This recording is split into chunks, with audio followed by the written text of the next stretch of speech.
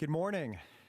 I'd like to welcome all of you. I'd like to call to order this morning's California Practitioners Advisory Group. It's also a joint meeting with the State Board, and I'd like to pass it to Eileen on this beautiful, crisp morning in Sacramento.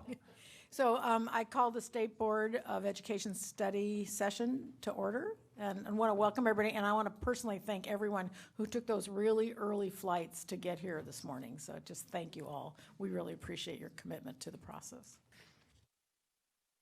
Tara, will you lead us in the Pledge of Allegiance, please?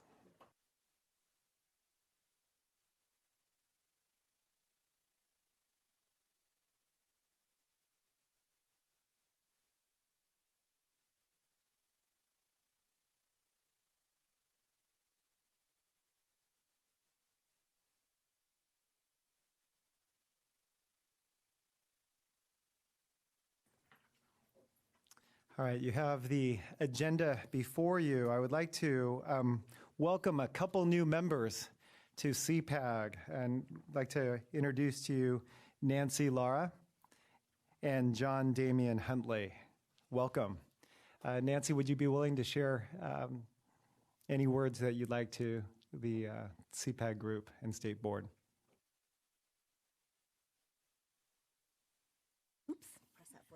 And I'm new. I'm from San Diego Unified. I've been teaching 27 years, first grade. I'm also a member of the Instructional Leadership Corps. I was the 2010 Teacher of the Year for the district. Thank you. And I love my job, and I'm very, very excited to be here with you all today. Thank you. Hi, my name is John Damian Huntley. I am a special education teacher over in Monrovia Unified School District. I've been an educator for about 8 years, and I also am adjunct professor over at Loyola Marymount University in the School of Education. Welcome. We'd like the both of you to stand up, and Eileen's going to administer the oath. If you could.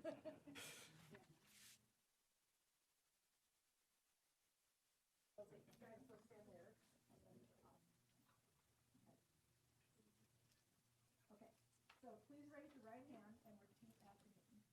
I, and state your name,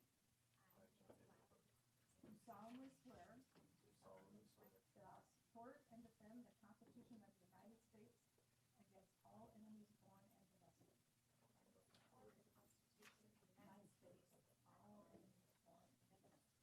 That I will bear true faith and allegiance to the Constitution of the United States and the Constitution of the State of California. That I take this obligation freely without any mental reservation or purpose of evasion. And I will well and faithfully discharge the duties upon which I am about. Thank you so much. Congratulations. Thank you.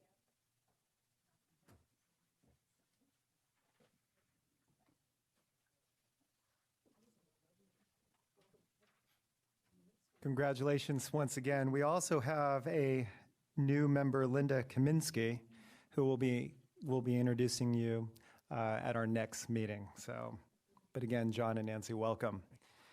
I'd like to move forward to our special presentations.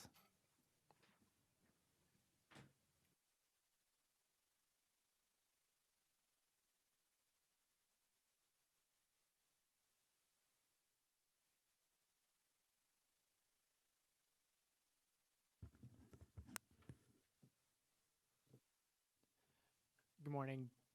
Good morning, David Sapp, State Board staff. I'm Assistant Legal Counsel, and I'm addressing you in that capacity. Just part of the orientation as part of item 1 is a reminder of some of the issues, particularly for the new members.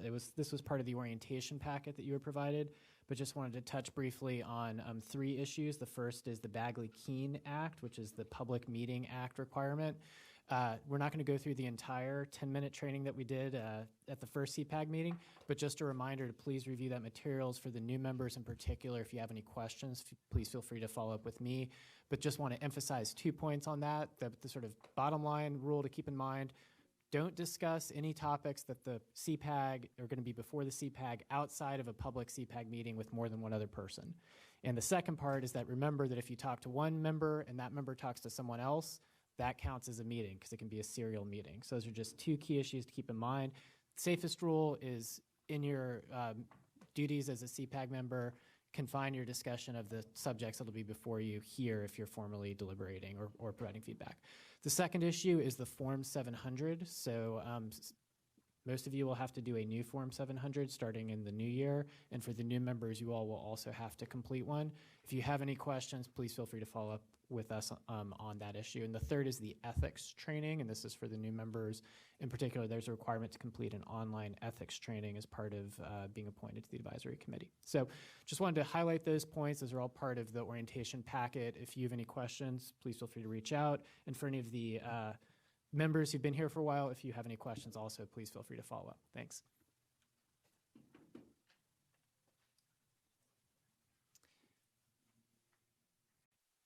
Good morning. I'm Cindy Kazanis. I'm the Director of the Analysis, Measurement, and Accountability Reporting Division, and I'm not on the dais today, but I'll be in the audience all day to assist with questions. I'm going to be introducing items 2 and 3. Item 2 is an item that you saw at your previous meeting, but with a little bit of a twist. So Jenny is going to do the meat of the presentation. What I wanted to share with you is since your last meeting, the board gave us a bit of a different direction on how they wanted to head with developing the academic indicator. So we're bringing back to you revisions. We've done some simulations. This is still a work in progress. So what you're going to see today and what you're going to hear today may likely change before January, but it is our best effort in a very short period of time, and we were really wanted to make sure that we got it before you. So we've I think what you'll find today is a robust activities rather for each part of the item.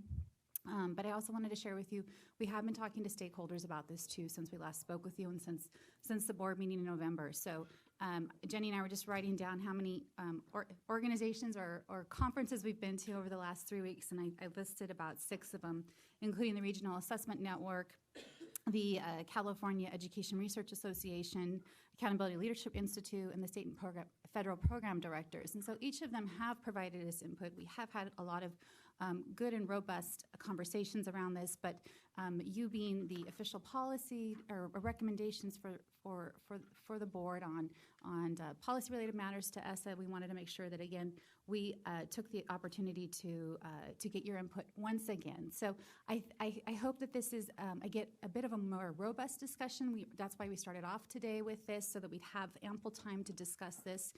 So without further ado, I'm going to introduce Jenny Singh, who works in the Academic Accountability Unit in my division.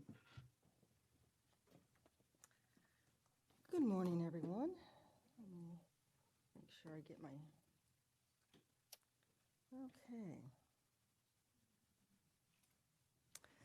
Okay, so let's go ahead and start off with a quick review of the agenda of the things that we're going to be covering on item 1.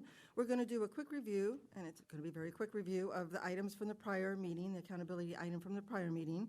I'll do a quick update on the November board meeting.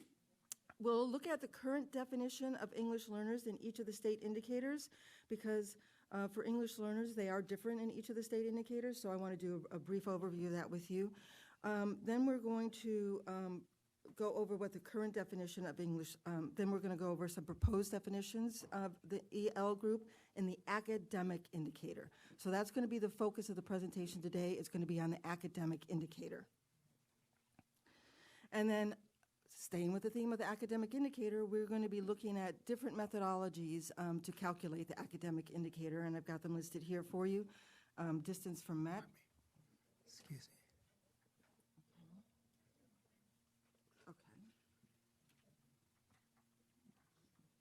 Okay. Distance from MET, distance from average, distance from nearly met, and distance from the lowest attainable scale score. Okay, so at your June and October meetings, we did present you with the academic indicator. It was based on standards met and standards exceeded. We had indicated to you at that time that we did not have enough time to look at scale scores and have it done in time for the November meeting. and you indicated that that's the way you really wanted to go, is to use scale scores. And we agreed with you. That was the preference, but that we couldn't have it done by November.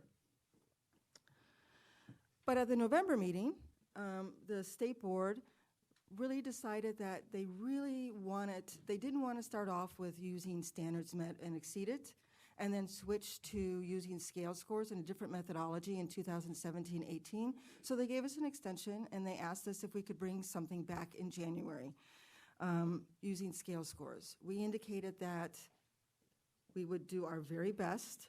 It was a very short timeline, but that our goal was to try to bring them back something in January. And the reason for this is they really did want to focus on making sure that all students were included in the academic indicator, right? The focus is continuous improvement, and the focus is continuous improvement for all students. And if all students aren't in the academic indicator, they feel that it's a possibility that some schools may focus on groups of students who are closest to the target, and they didn't want to do that. And so my staff have been working really hard over the last couple of weeks to try to put together a methodology using scale scores. Oh, I'm sorry. Sorry, we're skipping ahead of ourselves, so. Sorry. That's okay. So this is what you told Okay. me, so. One quick note, Slides. Jenny, while you're, a couple people are having difficulty getting online to be able to access their documents.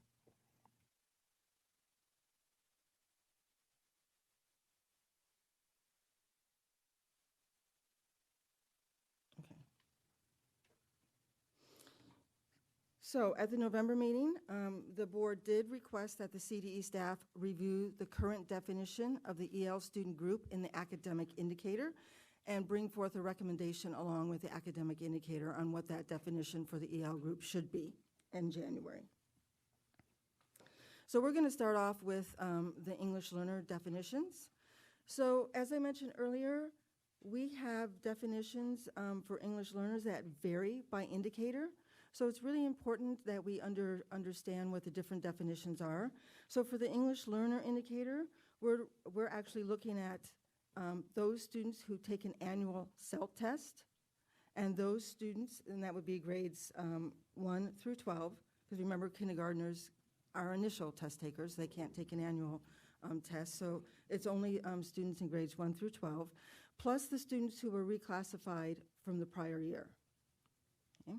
For the academic indicator, currently we have English learners, those that were identified by the CELT in grades 3 through 8, plus those who have been reclassified as reclassified for 4 years or less. And that's the maximum number of years that we can leave RFEP students in the English Learner Indicator based on ESSA. And that's pretty similar to the criteria that we've had in the past, which we'll discuss. The graduation rate indicator, we're looking at students who had an EL status at any point in time in the 9 through 12. So if they came in as an English learner in 9th grade and were reclassified in 10th grade, they would still be in the English learner group for the graduation cohort. The college and career indicator is the same criteria because the college career indicator is based on the 4-year cohort, so we have the same definition. It's students who were classified or had a status of English learner at any point in time in their high school career. Then for suspension and chronic absenteeism, we're actually looking at what the student's status is in the current year. So if they're an English learner in the current year that they're enrolled in, they would be included in the English learner. So we're looking at the enrollment data there.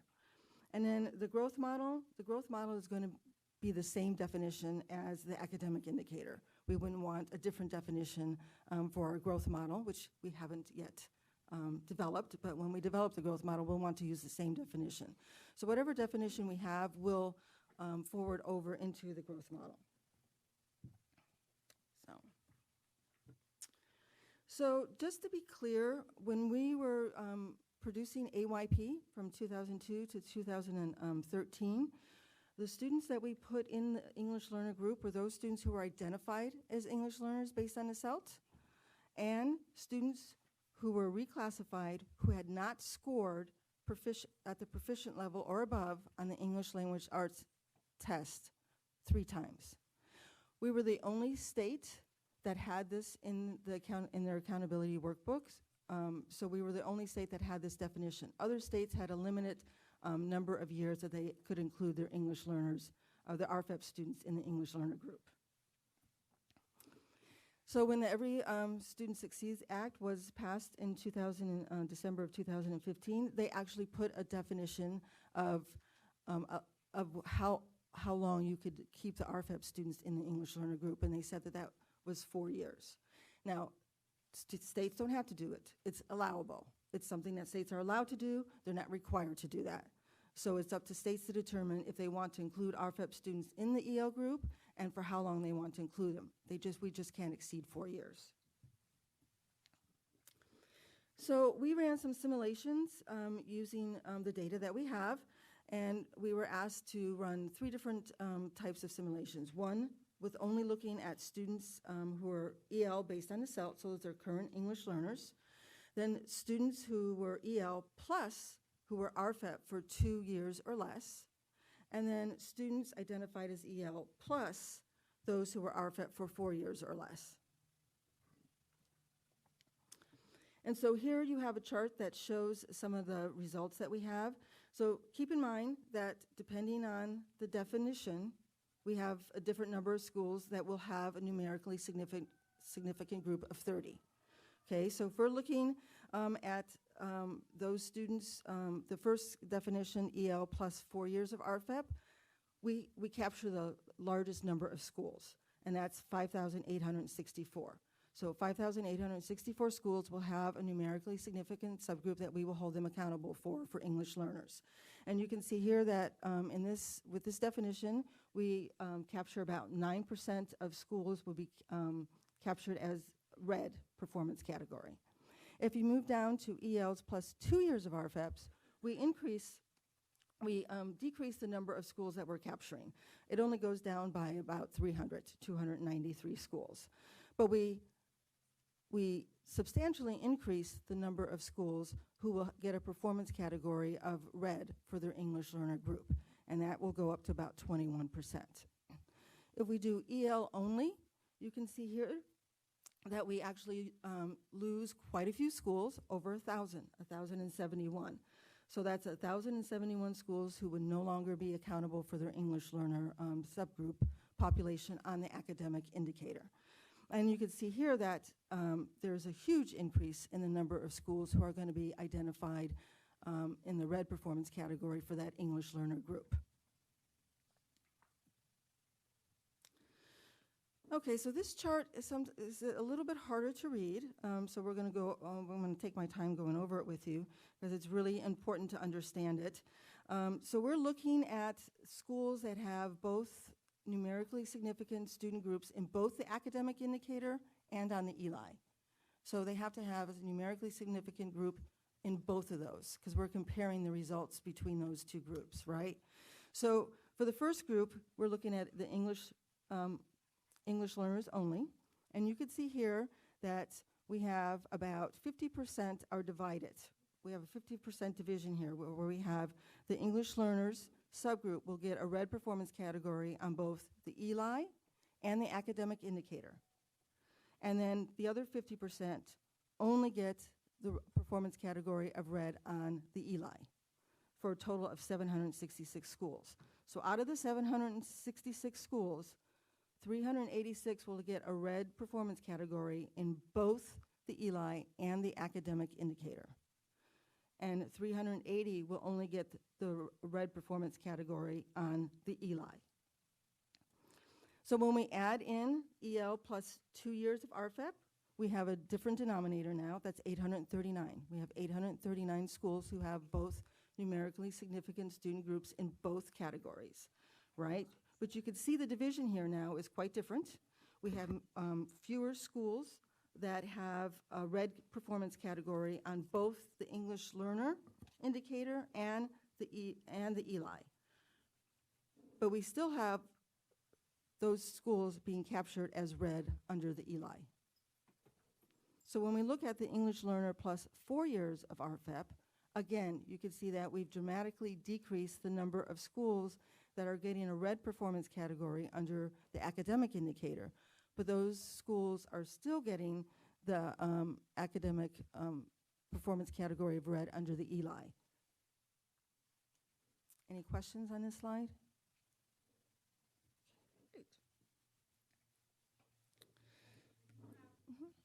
Just a clarification question. If you can explain to me the red ELI and not red ELA, what does that mean again?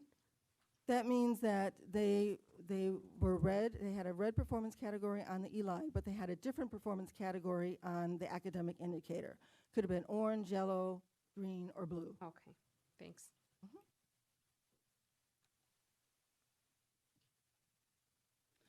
So just a quick summary of the simulation results. You could see that removing the four-year RFEP students from the EL group in the academic indicator really dramatically reduces the number of schools with the numerically significant EL group by over 1,000. As a result, we have over 1,000 schools who will not be held accountable for their English learner student group in the academic indicator. It also increases the number of schools that would receive a red performance category by nearly 400%. Changing the RFEP inclusion criteria from 4 years to 2, it reduces the number of schools with numerically significant EL student group, but it's much less, only 293 versus over 1,000. It also increases the number of schools that would receive a red performance category by about 200%.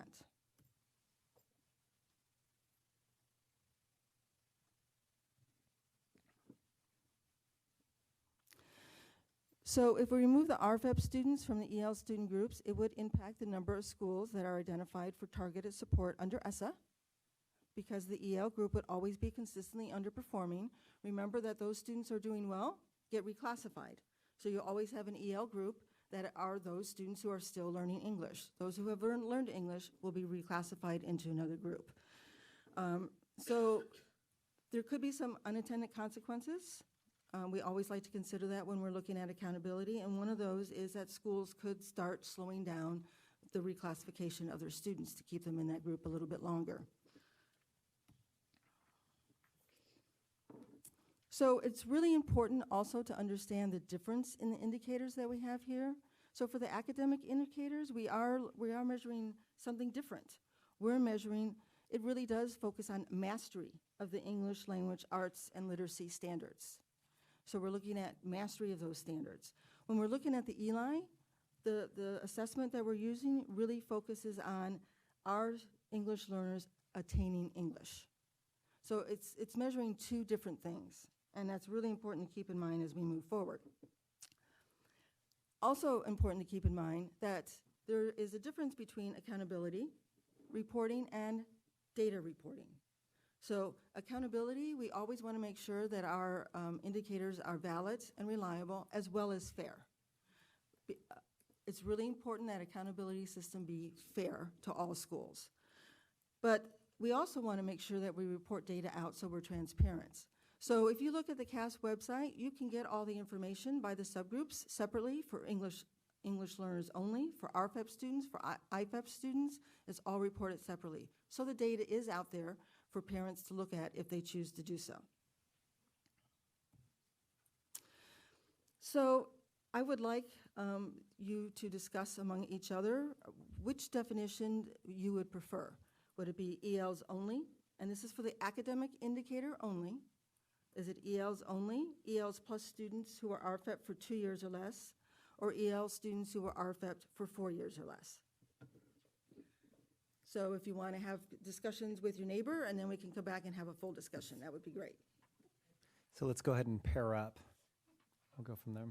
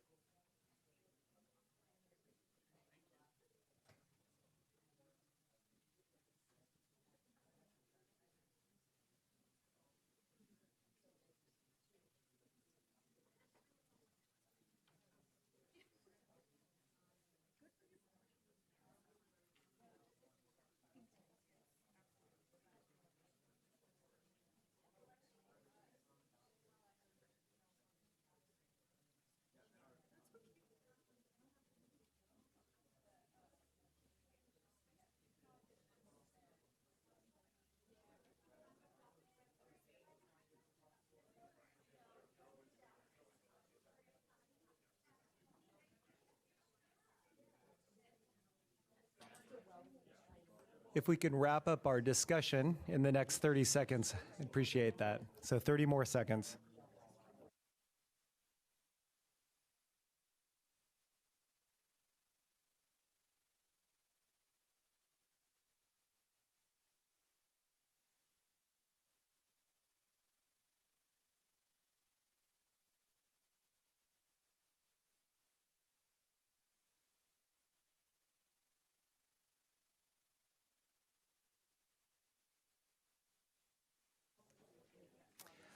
All right, I know we do have some public comment, and so I'm going to go ahead and take the time and ask the public if they would like to go ahead and make any comments. Michelle. Yes, anyone who would like to make a public comment on this particular portion of the item, you have 2 minutes if you want to line up at the podium and introduce yourselves.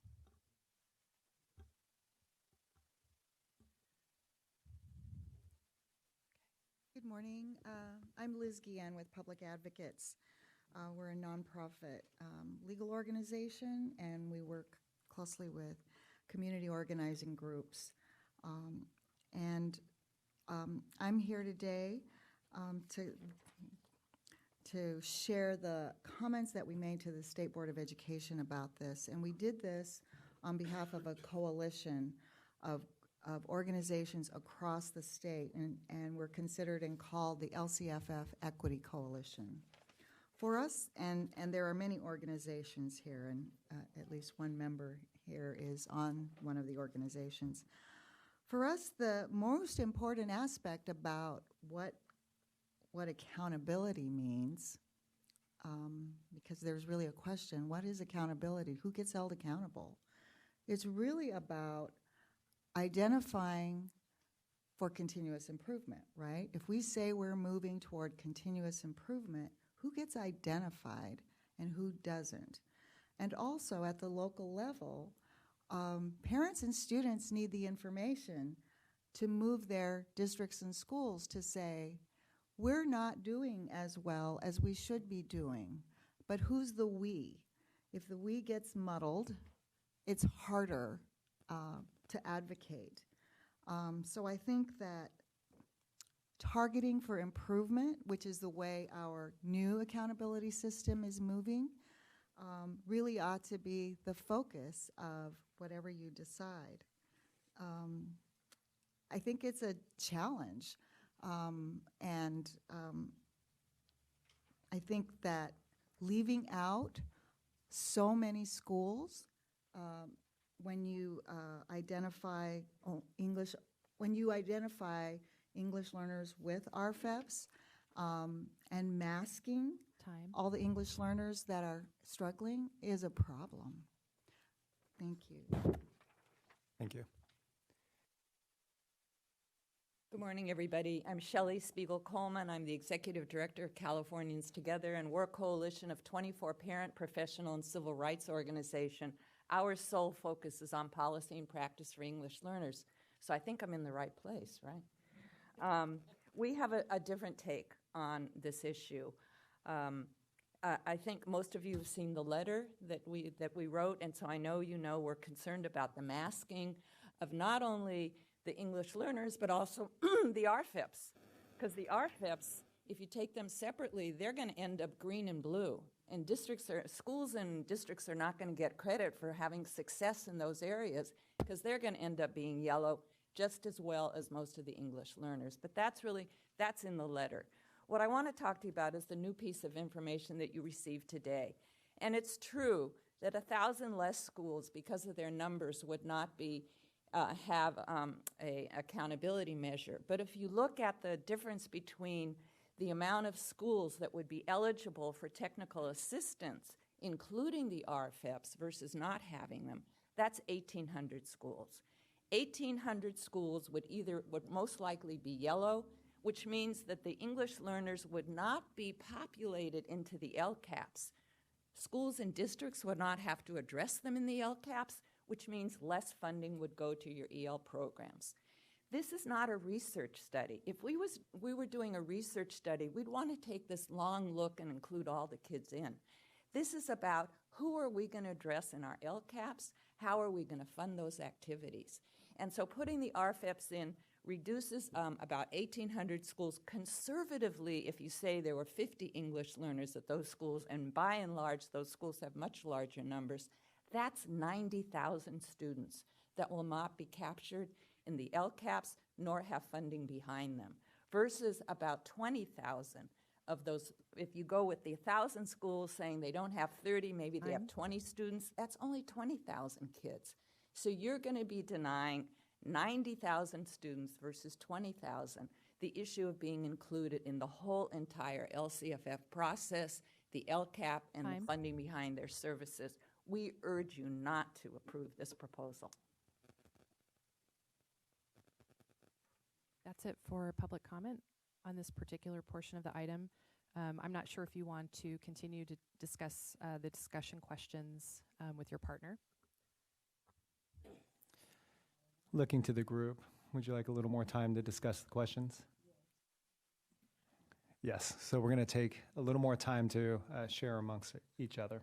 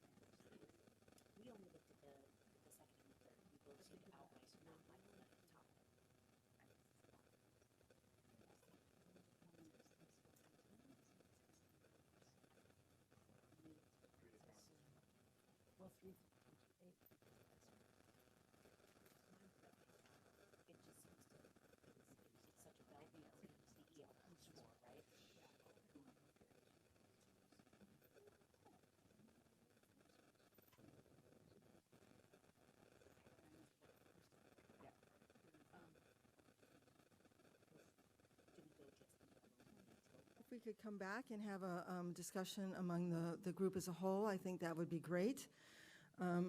So, your thoughts? Does the group as a whole have well, let's start off with someone who has a preference over one over the other. Well, part of what I'm thinking, more than looking at the scores, for me, it's looking at the principle of how you measure. My understanding is that LCFF and ESSA provide funding for Title I or additional funding for those specific students. So when it comes to measuring what's the outcome on the investment, I would want to know what's the outcome for English learners. Now, if they're receiving additional funding, even though the task to monitor RFP is still a mandate, but it's typically unfunded, then we still need to monitor both groups. But their outcomes should be measured separately. And for accounting purposes, I would want to more directly, how are the interventions, the services for ELs only provided, and what's the outcome at the end? Is it improving? Is it no? If you put them together, to me, you're masking the effect of the investments and the interventions that you're planning.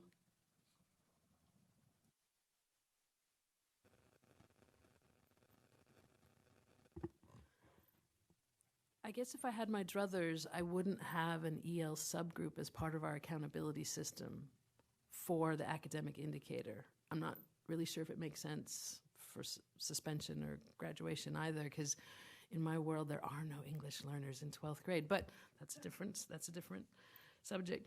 So, because it's a temporary, our goal is that it's a temporary status to be an English learner. And so I kept trying to think of a good analogy, so like my leg's in a cast. Are you going to make me run the mile and then post my times and hold me accountable for it?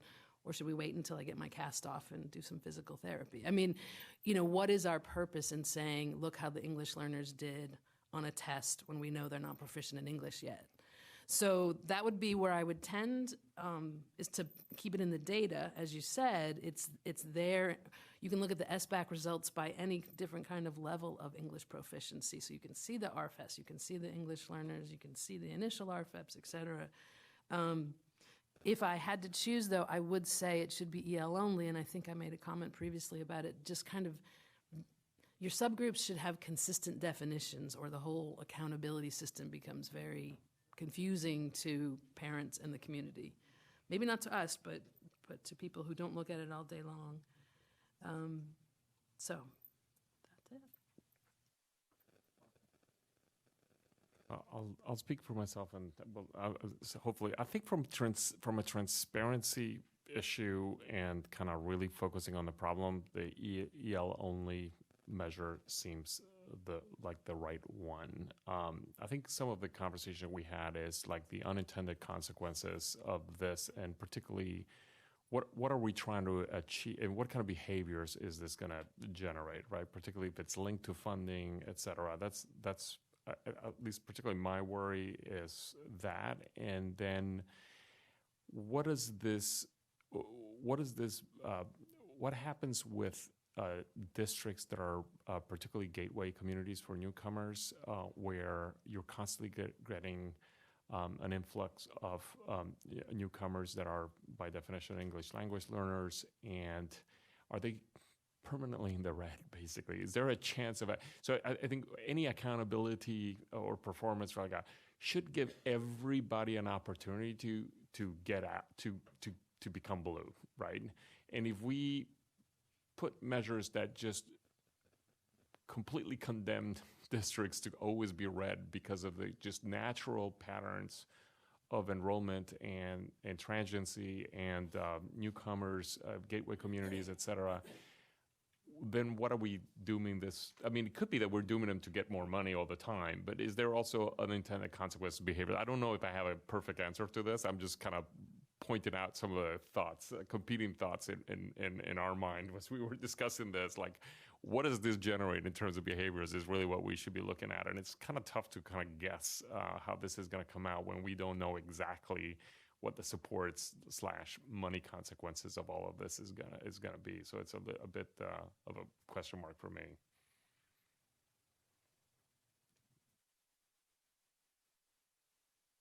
It's so helpful to see the data. So really, thank you guys for crunching it and presenting it. I was wondering if we know what the data looks like at the LEA level in addition to the school level. It was really helpful to see that, how it would break down the number of schools that are actually even looking at the EL subgroup for accountability purposes, depending on if it's EL only, EL plus 2 years of RFEPs, or EL plus 4 years of RFEPs. And I think it is significant that it's more than 1,000 schools that are actually going to be paying attention to the subgroup at all. I think the question around what is the purpose of the accountability system overall, and what are the incentives that we want to drive, and the questions you raised, Marco, about what will it mean to be read and what kind of support will you get. I'm mindful that that schools will still be read if they're not serving their English learners and moving them forward. They'll be read on the English learner indicator. So I think attention will be drawn there. I wonder if there's a way of disaggregating the data for reporting purposes and perhaps not for accountability purposes. Is there a way of reporting RFEP data and EL data so that you can see how those two subgroups are performing without creating maybe perverse incentives in the accountability process? So I'd raise that question. Just for your information, we already report the data on the CAS website separately for ELs and for RFEPs and for IFEPs also. So it is reported on the CAF's website. But certainly, there could be other ways that we could get that data out there. And then a quick question is just where do long-term English learners fall? So as we mentioned last time, we have an English learner indicator work group. The state board has asked us to think about how to incorporate the long-term English learners into the ELI. So we are meeting with them next week to talk about that particular issue. So the board has directed us to think about putting them in the ELI.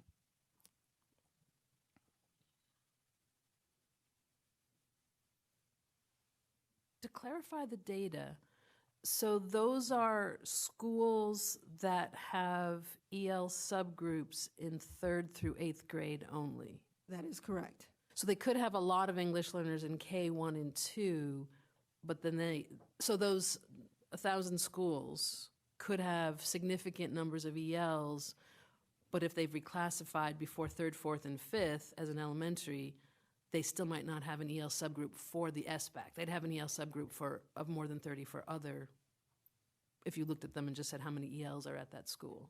That is correct. So we only have SBAC results for grades 3 through 8. So we don't capture kindergarten, 1st, and 2nd grade. However, 1st and 2nd grade students are captured in the ELI. Right.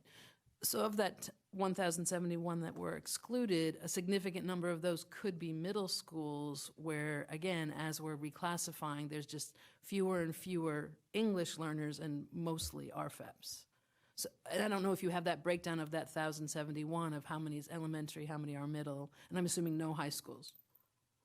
Right. Well, there's no high schools in here because they're not in the academic indicator, but high schools do have RFEP students, and they do have long-term English learners. And as a matter of fact, middle and high schools, of course, have the long-term English learners because you have to be, an English learner for 6 years to be considered a long-term English learner. So that population is concentrated heavily at the middle and high schools. So we do have English learners in middle and high school that haven't been reclassified, but I don't have the breakdown of those 1,000 schools. Good morning. Good morning. Thank you for presenting all of this. Really appreciate it. I have some disparate thoughts that may not sound coherent, but they're just some thoughts and questions that I'm grappling around with. So first, I think I think I can speak on behalf of all of us. I think what we're trying to really churn in our heads is what data is going to support our students in schools and districts the most. I mean, that's really it, and it is. It's a challenge. I also think about the information that would come out. There's data, there's the accountability, and then there's this conversation of consequences. And so that's something that's also rolling around in my head. A question for you, Jenny, is in terms of, let's just take that row of EL only without the inclusion of RFEPs at all.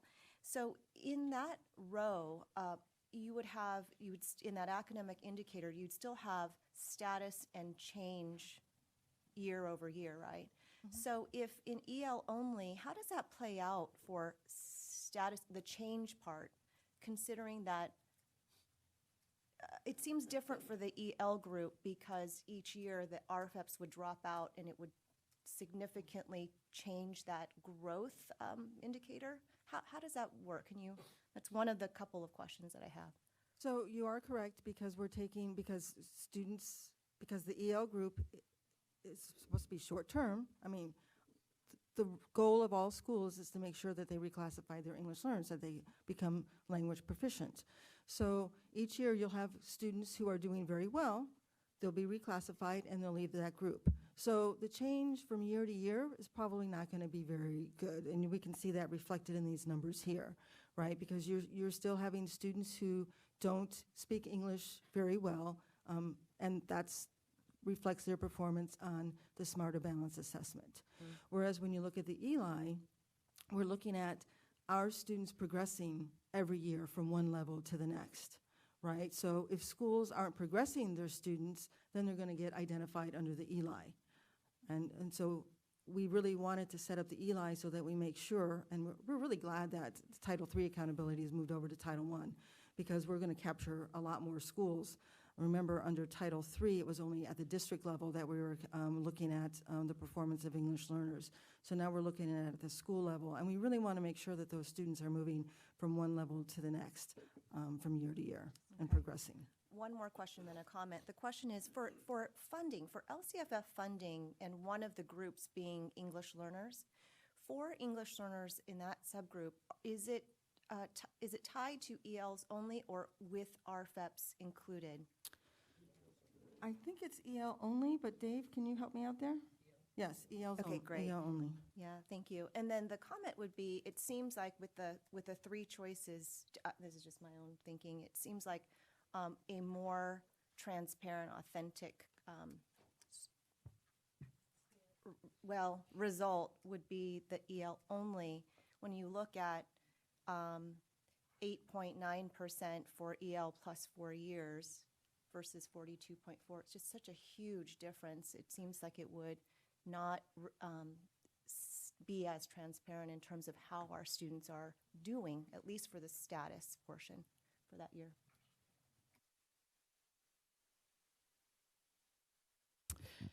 So I'll echo how beneficial I think it is to see this data, and I'll add to that how frustrated I'm feeling about the lack of time to actually absorb this and have a deeper conversation. I understand that staff is working extremely hard to put this together. I understand what goes into making sure things are represented in this way, and I don't know the answer to ensuring that we have a bit more time, but these are, I think, issues with deep implications, and to be able to discuss the full breadth of impact is really important. It's certainly important to me. To the questions that are on the table, I mean, I believe I'm echoing some of what Susan just characterized in saying that my concerns are in some ways contradictory. So I would agree that looking at this from an EL-only perspective really gives us the fullest view of the students who need assistance. And I also fear that we're going to end up exactly where we were with NCLB, that either it becomes this indicator that people really stop paying attention to because there's just so much red all the time, that there's a demoralization that begins to happen. But I don't think the answer to that is not to ease up on that indicator, or not, or to be less aware of the number of students we actually aren't serving. I also think about that from the perspective of county offices who are providing technical assistance to the students who need it most in those lowest bands in the red and the orange.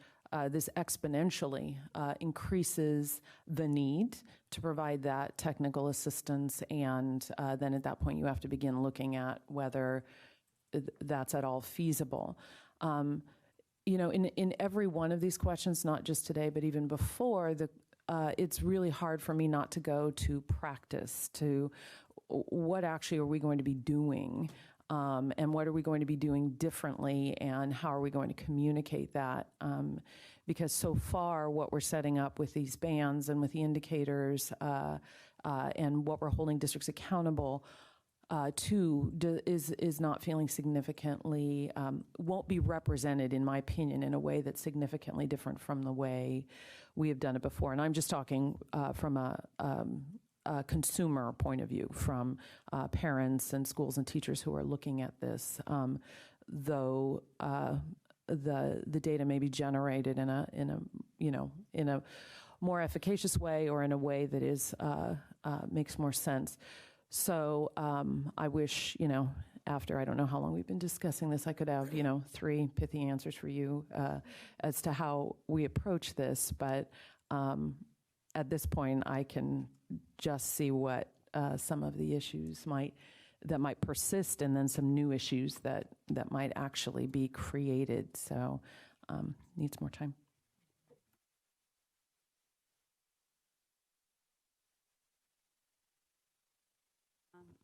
I guess fundamentally, I'm thinking what will be different on any of these scenarios for our English learners. And my concern with English only, I mean, the English learner only, is that, you know, those 1,000 schools that are being left out, and we're looking at systems change. And when you leave 1,000 schools out who have a demonstrated need, but maybe we're at 29 students, not 30, I have some concerns. I also know I think the ELI group is working on the reclassification criteria so that we do have a standard form of that, and I think that would be important as we're considering all of this. When I think about the definition, and I think we all have different concerns about all the different ways that English learners are categorized in the different indicators, so 4 years, 1 year, depending on what the indicator is. English learner plus 2 years is very similar to what we've had in the past with the federal 3 years for STAR and then the 3 years proficient, and then you moved on. And I just think that's just a smaller amount of students that you're not servicing or schools that you're not servicing. So that would just be maybe a comfort level. And I'm also very concerned, like Karen was talking about capacity. If you're identifying all of these schools, what will be different and how will you provide support? And does the system allow for that kind of intensive support? Could we really do that? So.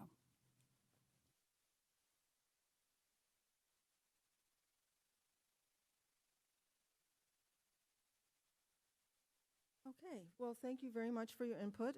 It's greatly appreciated. We will be bringing this topic to our English Learner Indicator Work Group next week, and we'll also be bringing it to our technical design group before we complete our actual board item.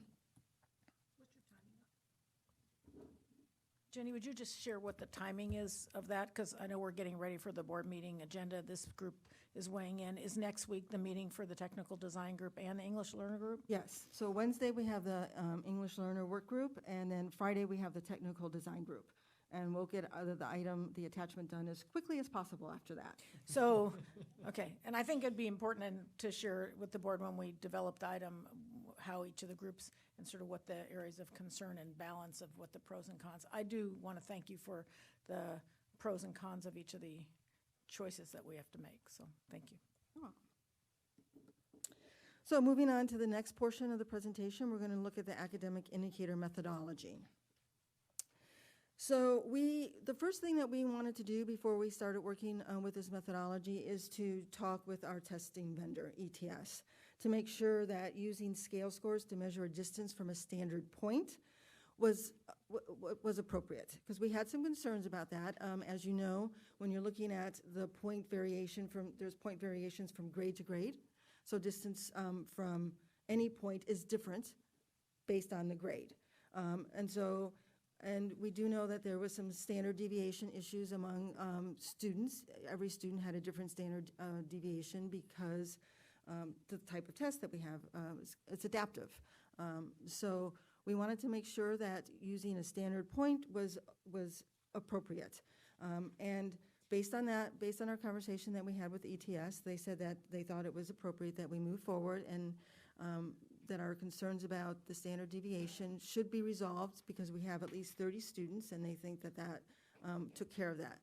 And just like with any methodology, there are pros and cons. There is a difference from distance to met from grade to grade. That is true. But we actually get the same effect when we look at the percent of students who met or exceeded standards, right? So if you're a K-5 school, you're going to perform better overall using this met standard or exceeded standard methodology as you would using scale scores. So that's just something we need to be aware of and okay with it, and we just need to move forward.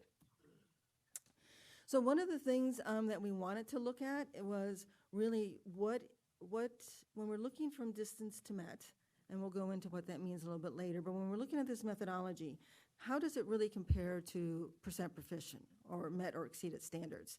And it should be very comparable, right? The correlation should be very high. If it wasn't, we would be concerned. But we went ahead and did it so we could provide the slides to you. The correlation is very high, 98% for ELA and 95% for math. So very high correlation is exactly what we expected. Yes. So the DFM is the average scale score for whatever group you happen to be looking at, and their difference from whatever you are measuring? Well, I'm going to go over all of the four No, I'm just trying to criteria. understand, is that DFM your average for that school, that grade, that whatever? When you're comparing it to percent proficient, what is DFM? So distance for MET is when you're looking at the individual score and how far that student is from the lowest possible score that you can achieve to be met. And then we take those and we average them together, right? So we're taking all of the scores from all of the grades and So you're averaging not them averaging together. the scale scores and then measuring the difference met of the average. You're taking each difference and then averaging those. Correct.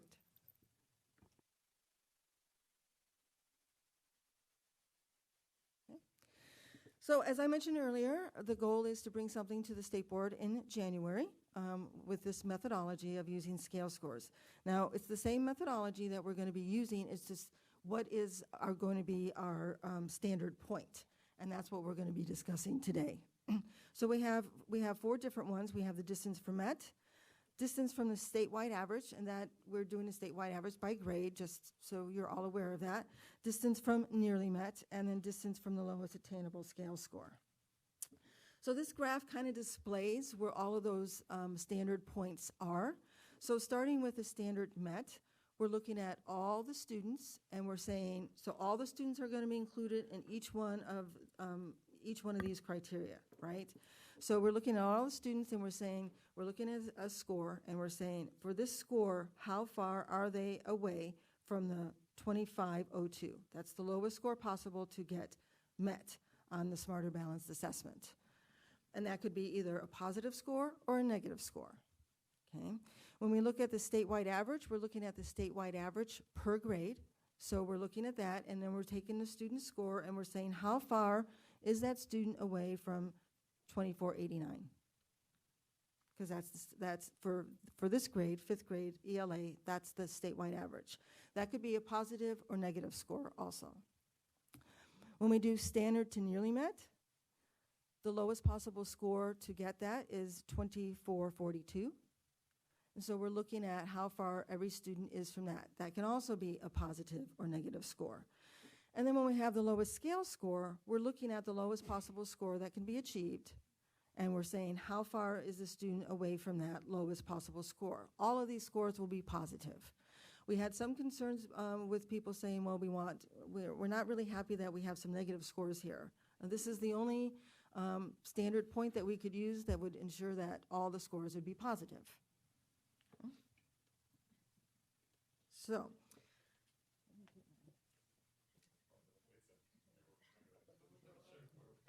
we're going to break up into groups, maybe 3 groups instead of 4, and we're going to look at this. I do want to point out that we have a couple of handouts in your folder. I'm going to look at handout 2 first because it's what we just reviewed. And you can see that we have an example there of a student's score and how they would fare based on each of these 4 points, standard points that we're using. So that's just something that you might want to look at as a reference point. Attachment 1, we are providing you with the distance, with the status and change for each one of the standard points. So on page 1, it's distance from MET, and then we have the others following, distance from the statewide average, from the loss, and from the nearly met. So one thing you might want to, when you look at these, you're seeing different scores, but really the range of scores is about the same across all of the standards, right? So when you're looking at distance from MET, there's a range of scores about 132 points from the 5th percentile to the 95th percentile, and on statewide average is about 133 points. So it's fairly consistent. So even though the numbers are different, the ranges are about the same. And that's also true with the change. So the change is about the same for all all of the 4 points. So just keep that in mind, because it can be confusing when you're looking at different points. So they're really similar in many ways. So I just wanted to point that out. So the difference here when we're looking at distance from MET, you'll see that at the 60th percentile, we still have a negative score, right? That changes to the 40th percentile with distance from the statewide average, and it changes to the 5th percentile when you're doing distance from nearly MET. And I'm looking at the ELA scores. And then, of course, it's all positive scores on the last one, distance from the loss score. We also provided you with this little handout. It can be a little confusing at first, so I wanted to go over it with you. This is just basically a draft of what the 5x5 would look like if we had cut scores there. We haven't really done all of that work yet. We'll get it done for our TDG next Friday. But this would just show you, if you look here, for standards nearly met, very high, it would be 115 or more. But for the statewide average, it would be 65 or more, standards met 45 or more. So you can see that there's the difference when you're applying it, what that would look like if you're looking at a 5x5. Yes. Sorry, I'm there except for how, I'm here, I should say. But, so let's just take state average here, 65 or more. Where does that match to what you just shared? What is that now, 65 or more, very high? Cut scores. That's the cut. That they would use. That's an example cut score. Got it, okay. It's an example cut score. All right, thank you. So you could look at, depending on which one you were looking, if you're looking at this, you're looking at the statewide average. So for 65 or more, you're looking at somewhere in the 90th percentile. Okay. Got it, thank you. Okay, so if you want to go ahead and divide up into 3 groups, we are going to have paper on the table. What we're asking you to do is we want you to list the pros and cons for each of the proposed criteria, and we have those forms there. We would like to collect them afterwards because we would like to be able to present some of this to the state board. And then we're going to report out by individual group and then hopefully have a group discussion. Jenny, if it's okay, I'm just getting a pulse of the group. So first of all, we're going to break up into 3 groups of 4, and we'll go Araceli to Marco, and then how about John to Melissa. But are there any other questions that you may have prior to breaking up into groups? I'm just, again, getting a sense of where we are. Melissa? I have a really simple question. I'm lost. I honestly, this is not my forte, and so I'm wondering if there might be a primer group that might help me understand what I'm looking at. As a vice principal for discipline, this is not what I'm used to looking at. So I don't know if I'm the only one. I hope I'm not. And if I am, I'm happy to get a one-on-one tutorial. I'm always very good at admitting my deficiencies. I'm not quite exactly sure totally what all of this is. So I just want to say that out loud. Can I give, because I think maybe what was lost a little bit is the context, because I certainly raised this point last time several times, so I think I feel a little bit of culpability here, a little bit of guilt for having it. So if you recall 3 or 4 meetings ago, I made the point that everybody hated No Child Left Behind because it measured percent proficient. And my argument is percent proficient really skews the attention towards the kids that are in the bubble. And it potentially disincentivizes schools from focusing on kids that were in the old system far below basic, because the likelihood of moving them up to proficient is so hard that everybody focuses on the kids in the bubble. And that's, and it favors schools potentially with magnet programs, et cetera, et cetera. So proposed, and I think other groups have proposed, there are better, why go back to percent proficient when measuring absolute status of academic outcomes for a school? Why not measure the average distance of all kids from that proficiency line in this, the first option here? So if proficiency is 2,500 and you score 2,200, that kid is 300 points below where they need to be to met proficiency. If you have an advanced student that is 200 points above, that's a plus 200. If it was a school of 2, the average of that school would be a negative 100. And it is a way of giving equal weight to every student in the school versus giving only weight to the kids that are in the bubble near proficiency. Like ignoring the advanced kids because they're going to do well. Let's ignore the far below basic kids in all parlance because we're never going to get them there, and let's just focus on the basic kids. That was what came to them. I think they hopefully agreed with me because this is where we're here. And that's what is being presented is an alternative methodology than the percent proficient because it's a fairer way of schools focusing on every kid they have, not just the kids that are in the bubble. Does that help with the, okay, great, sorry. Yes, it's exactly the same proficiency. So before you would measure, if you had of those 2 kids, you would have 50% in the school of 2 that I just gave the example, you would have 50% proficient. In this case, you would have a negative 100. And so if you want to get to 0, meaning on average, your kids are proficient, you need to move the kid that is 300 points below met to at least negative 200 if you keep the other kid as being 200 points above to get to 0, to the 0 line. So that it's just a fairer methodology for all kids was the plea, to not go back to the 12 years that we had No Child Left Behind, where there was a lot of games played where kids that are very behind got ignored. So just to reiterate that point, in this, when you're using all scale scores, schools will get credit for moving all students. So their focus isn't going to be on just moving a small group of students, because they're going to get points for moving those that are very low and those that are high also, right? So we really want to focus on, when you're looking at the pros and cons, I think you really want to focus on what the policy or the message is going to be based on the various options that we have here for our standard. Jenny, I wonder, that was great context, Marco, but all 4 of these methods do look at scale scores. So it would be interesting to hear your perspective and staff's perspective on the pros and cons of each of the models before we get into that discussion, just to help us all out, see the differences amongst them.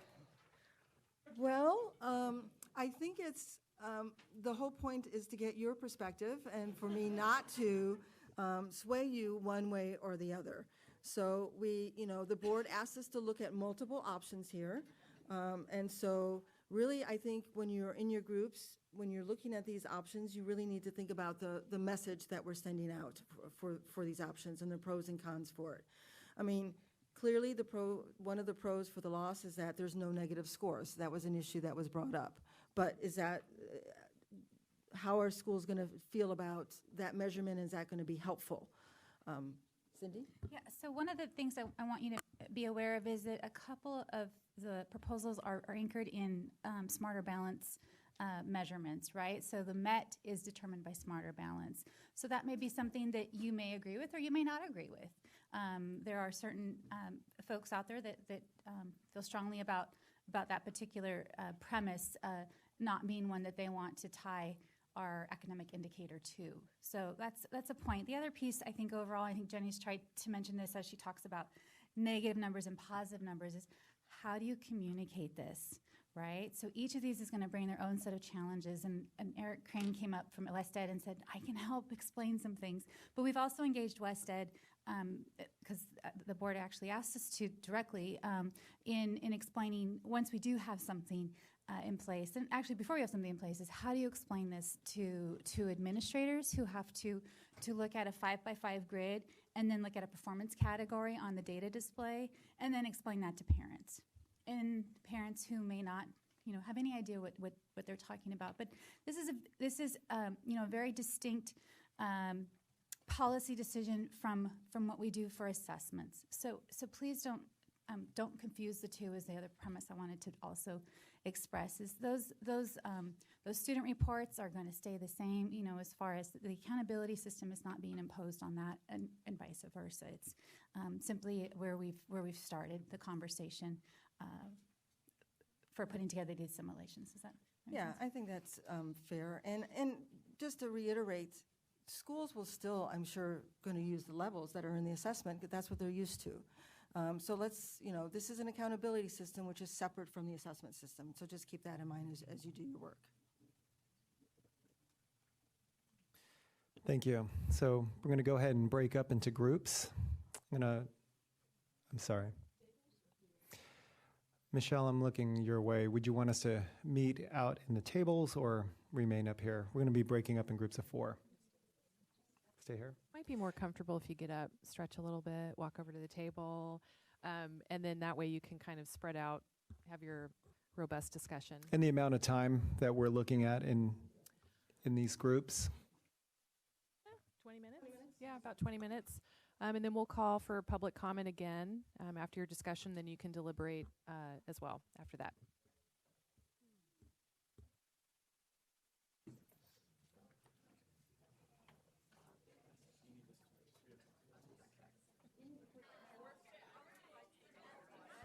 Okay, if we can all come back to the dais, please.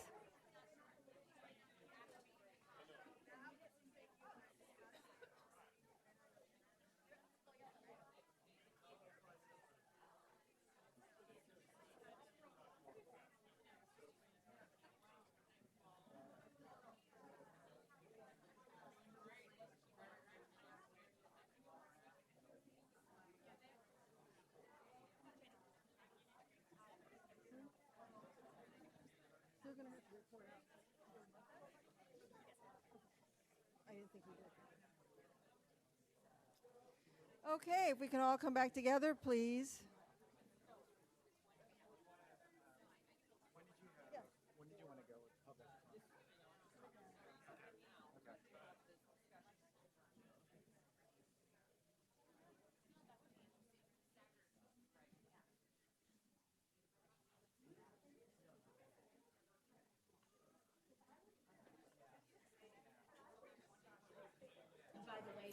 Okay, we're going to reconvene and get started.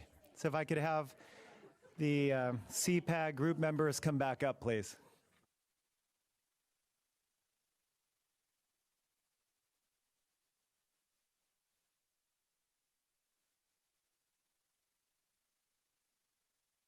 All right, thank you. A few thoughts, and then we are going to move to public comment. So first of all, I want to say thank you, Melissa, just for saying, before we break up into groups, I've got questions, and I really don't fully understand that. And I know that was being shared by others, but you just acknowledging that sets the stage for us to be able to have the level of dialogue that we have. So for both John and Nancy, and then also as a reminder to all of the group members, the intent or goal of CPAG is not to come to consensus.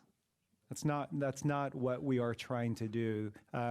We are a group of practitioners that are diverse for a reason. And so when we're asked for feedback, it's the value comes from your lens, your experience, your practice. So I just want to remind the group of that. But at the same time, the level of questions and open dialogue is what is beneficial for the technical advisory group that will be hearing our feedback, and then of course that will be moving right back to the state board. So with that said, Michelle, I'm going to pass it to you to help facilitate with public comment. Sure. So we'll call for public comment. Anyone who's interested in commenting on this item, please step up to the podium, introduce yourselves. You're going to have 2 minutes.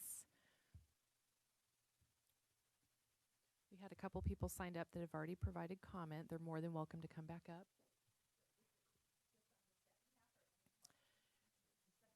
The second half of the item. Terry Burns, California School Boards Association. One thing I want you to be able to also think about here is you're not just looking at scores for moving the lowest section of kids. Remember, too, the gifted students, who if you're not picking up change for them, it's very easy to lose them, right? Because Kevin's reading at 8th grade level in 3rd grade. He's reading at 8th grade level in 4th grade, 8th grade level in 5th grade. He's making no progress, but he's still scoring very high. So keep that in mind as you're figuring out how you're going to account for them too. Thank you. Okay, that's it. Oh, Liz is coming. Hi, Liz at Public Advocates. I just wanted to share some things that I learned from the table group that I didn't hear during the presentation. One of them is that the state average is going to be set, and it's not going to change immediately, and that the state average by grades is different, and that the state average for fifth graders that was demonstrated in the sample is closer to the standard MET mark than the state average for eighth graders, so that it's really important that there not be comparisons between schools with different grades. And I think things like that are really important, and I think parents should know that. There was one other thing that I thought was really interesting. The standard of, percent from the lowest for the benefit of having only positive scores, I think that's really confusing, and I would say not to go there. Thanks.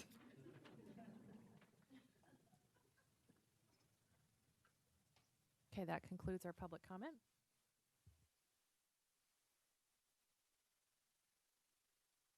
So before we have a full group conversation, it would be nice if one person from each group would report out on their conversation.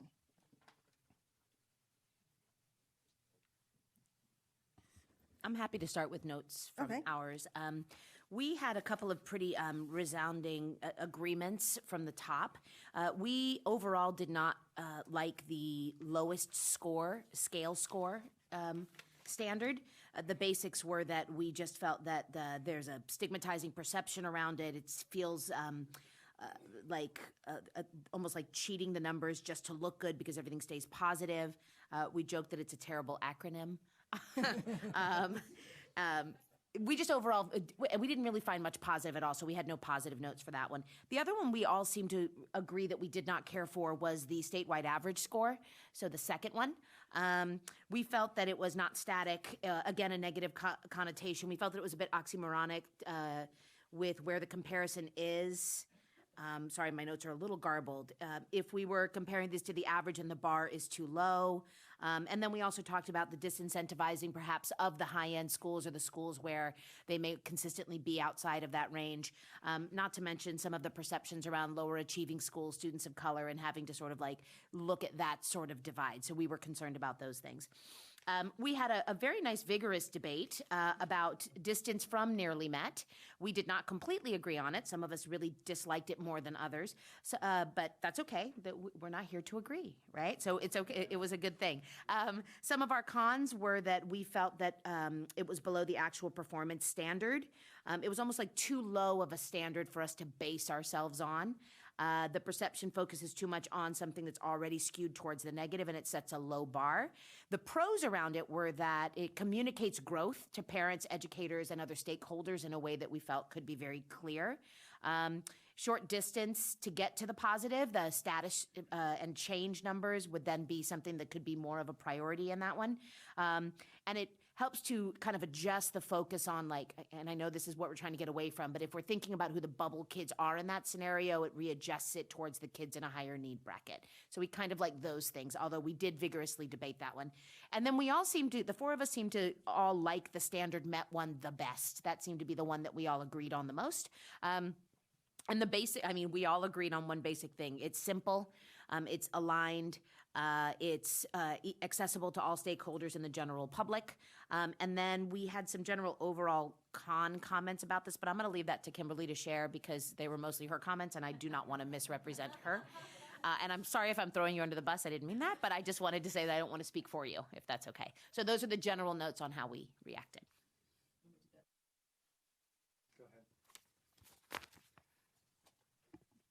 Marco's been talking about this, and I was open to this idea because it sounds as a concept very attractive to find a way using the numbers to give a broader picture and to be able to capture what every student's doing and kind of come to here's a number that really reflects our school.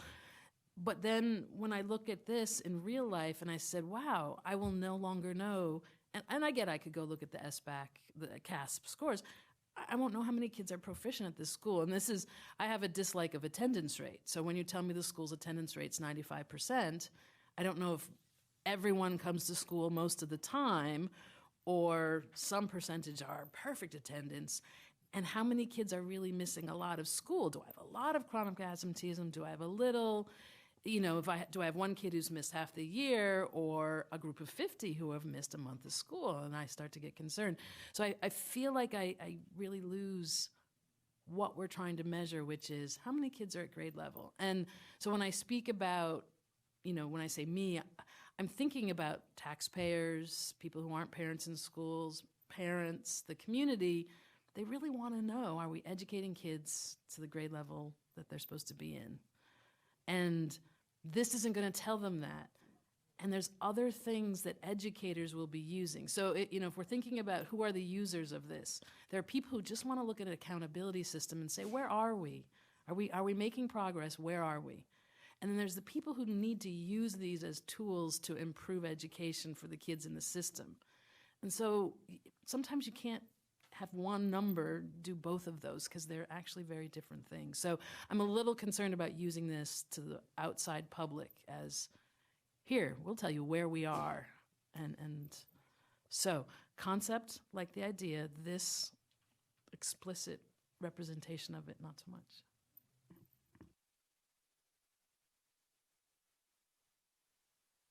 I think I'm speaking for my group in terms of, I'll start where Melissa started. I think we kind of quickly got rid of the lowest score, and also, frankly, the strength from nearly met. The argument for that one, so the argument for the first one was it just feels like everybody gets a star type of mentality. Let's just hide, and it's just so not transparent for parents. You want parents to kind of frankly know that that the kids are very behind, if that's the case, not just hide it in a positive number. The second one just felt a little bit like the old argument, like why are we doing percent proficient? That's really hard. Let's do percent above basic argument that we had many years ago. Then everybody's saying, well, you know, if we pick proficient, let's just pick proficient, you know. So it just feels like we're just lowering the standard naturally, and it just doesn't. On the top two, I was originally very against the average, and I think because I thought it was going to be a moving average every year, but it was confirmed that the idea was to set the baseline to this year's average. But then at that point, the secondary problem with that one is that it gets really confusing because you are going to have a state average for that year, and then you're going to be compared against a state average for 2014-15 every year. So it just feels like just a little bit like a ton of extra mental exercise to, you know, when we have the standard met. So I think we all ended up landing on the standard met as the best thing, even if it's some, you know, I do want to respond to, I get your point, right? And I think, like, the question is transparency around how that school is doing for all kids versus what are the behaviors that we're trying to set in the school for the kids. You know, I'm particularly focused on the kids that are constantly struggling in our system and they're not making progress, and if there is no incentive to address them because the score is kind of high. Like we do a lot of high schools, like the amount of high schools that I see doing comfortably 30% of their students are proficient because they're in the magnet program, and who cares about the other 70% because 30% is good enough for high schools in that district. And you kind of see like this radical shifting of all the best teachers in the magnet program and all the teachers that are on top of, 100% attendance there with the magnet kids. And then the other kids, which tend to be unfortunately, Latino, African American, low-income students get, not the best instruction that they could get. I think there's a civil, kind of rights reasoning for this. I do buy your point that, frankly, knowing how proficient we are, it's a good measure. Like, as a state measure, I think we are going to get that data from the testing. It's not like it's going to be hidden anywhere. But I do feel like the behavioral incentives are more important than the absolute knowledge in this case. Like, we want the best teachers to be put in front of the kids that are struggling the most, because that's the only way we're going to, make our system more fair. So, hopefully this will marginally move it in that direction. Did I get everybody? Speaker for the next group?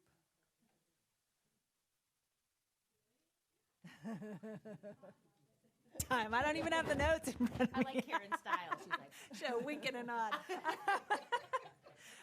I will see if I can capture it, and then you guys can jump in. I think we too did not favor the lowest obtainable scale score approach, and the acronym is problematic as well. And we didn't favor the statewide average methodology either, because although some of the clarification that's happened right now was really helpful, but it does seem like it's a moving target. Even if you hold it steady for a number of years, it didn't work for us. And we had a robust conversation about distance from met and distance from nearly met, and I think as a group felt like distance from met was the place to land for the reasons that Melissa described. And we talked about the benefits of the 5x5 grid being really clear here, that there is moving students along on the progress on the scale scores is very clear in the 5x5 grid, and ultimately I think people are going to look at the colors, and the 5x5 grid captures the incentives that we care about and captures the concerns that Marco, that you articulated around wanting to focus on the students who are furthest below the standard and making sure that they move forward, and also the incentivized behaviors towards the students who are above the standard so that they get the attention that they need to. So thank you for all of your work to crunch this data in a very short period of time. Holy moly, it's a lot of work. So I would like to summarize. It seems like as a group, most people, all of you agree that distance from the lowest attainable scale score was something that should probably be off the table. Yeah. And it sounds like overall your favorite was distance from met as a group overall. Okay, great. I don't know if we want to do more discussion or if anyone else has anything to say, but. Very concerned about the mechanics of which students get included and not included in scores, and particularly avoiding behaviors around, last-minute transfers into schools, et cetera, et cetera. So very curious how, if you have defined already the who gets counted. So it's a student that moves into, I have several high transiency schools where we have like just a revolving door because we serve housing projects. Which students count for the schools really matter. So if I get a bunch of students a month or a week before the testing, will they be included? They won't be included. I would argue that there should be some standard around, I would have to have the opportunity to have impacted that student before that student gets counted in my accountability. I would throw that out there just to level the playing fields between stable schools and high transiency schools. So that is going to be part of the state plan, of course. We're going to have to address that. But in the past, I will say that what we've done is if students come to your school, you are required to test them, regardless of how long they've been there. But for the academic indicator itself, we only in the past have included those students that were there since fall census day and who did not have an absence of more than 30 days within that period. So we do have a standard for that. But I'm sure we'll revisit that as we redo our accountability system and our state plan. Great. Well, thank you very much. The information you provided from your groups is invaluable, and I'm sure the TDG and will be very interested, and the board is going to be very interested in your thoughts. I'm sorry, I know you were concluding here. Just a question on timeline once more. I think you were saying it was going to the state board in January. Do you know if there will be if there is definitely a decision that would be made in January? And we don't know the decision, but I can tell you I would hope that a decision would be made, but I can't speak for the board. Okay. Okay, thank you. Thank you. And does that change when the dashboard would be available? Because I know at one point the dashboard was going to be there in November, and then I think we said January, but now we might be saying Early 2017. which covers any time between January and May. I'd say March. What was it, what we were saying the other day before the March board meeting? The intent is to obviously release it with this data in it. The academic indicator is a very important piece of the accountability system. And so once the board makes a decision on which route to go, Jenny and her staff will need to conduct some quality checks, quality control checks, and make sure the data is displaying appropriately with our contractor. There's just a whole host of things, but that is the intent. But rest assured that the information will be previewed to LEAs first before it goes public. Okay. So you'll get an opportunity to look at the information before we release it to the general public. Okay, thank you very much. We have Eric Crane, is that correct? Actually, he's here as support for the discussion, the facilitation. So we'll go ahead and conclude item 2. Okay. We could probably take a 5-minute break, and we'll transition to item 3, which will be a discussion on the local performance indicators for priorities 2 and 3. Cindy will introduce that item, and then we will break up into a small group activity. And we've decided to have a working lunch through that item. So we'll be announcing when you can pick up your lunch. So let's go ahead and just take a 5-minute break, and we'll reconvene at 11:20. Sounds good. Okay. 11:20.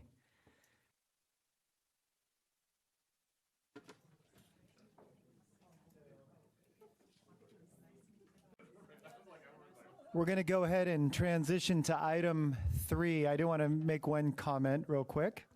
I think Tara summarized the work so far, and I'm looking your way, Jenny, when she said the essence of your work, when she said, holy moly, it's a lot of work.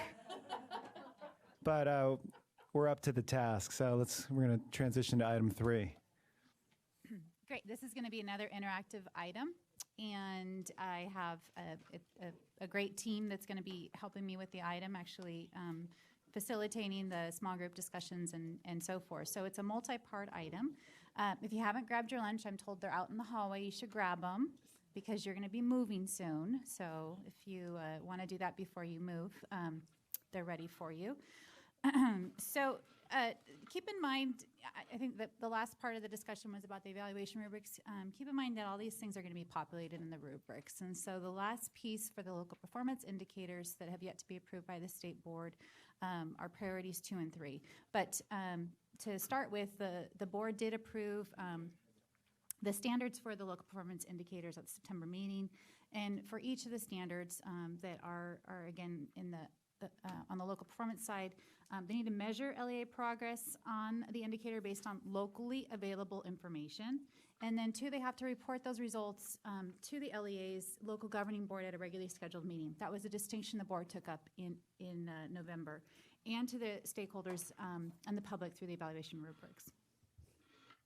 So there are 3 performance categories, unlike our state indicators, which have the performance categories ranging from red to blue. The LEAs, the local performance indicators have 3, which is met, not met, or not met for 2 or more years. And that is, again, the standard that's being applied to these measures.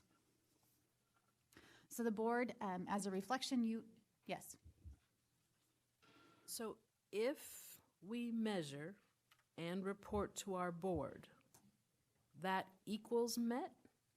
Or are we measuring whether we achieved whatever goal or target we set for ourselves on the measure? So there's a good memo, I think, that provides an overview of the measures. There's several of them, but there's one that just came out today on priorities 2 and 3. And I will ask for help if I need some behind me, but these are self-reflection tools. So you are putting yourself in each of them are different, right? There are different standards for each of these tools. And so based on a narrative or based on responses to the tool, you will then determine which category you fall into. I'm just trying to distinguish because someone said as long as the criteria is that you did a self-reflection and you reported it, and that means you've met the standard. And that's different than I did a self-reflection and I improved or I didn't improve or I met my own goal. If I can get worse every single year, but as long as I measure myself and report it to my board and I'm going to mark myself as met, that seems problematic to me. And someone brought it up and I went, no, it can't mean that. It does mean that.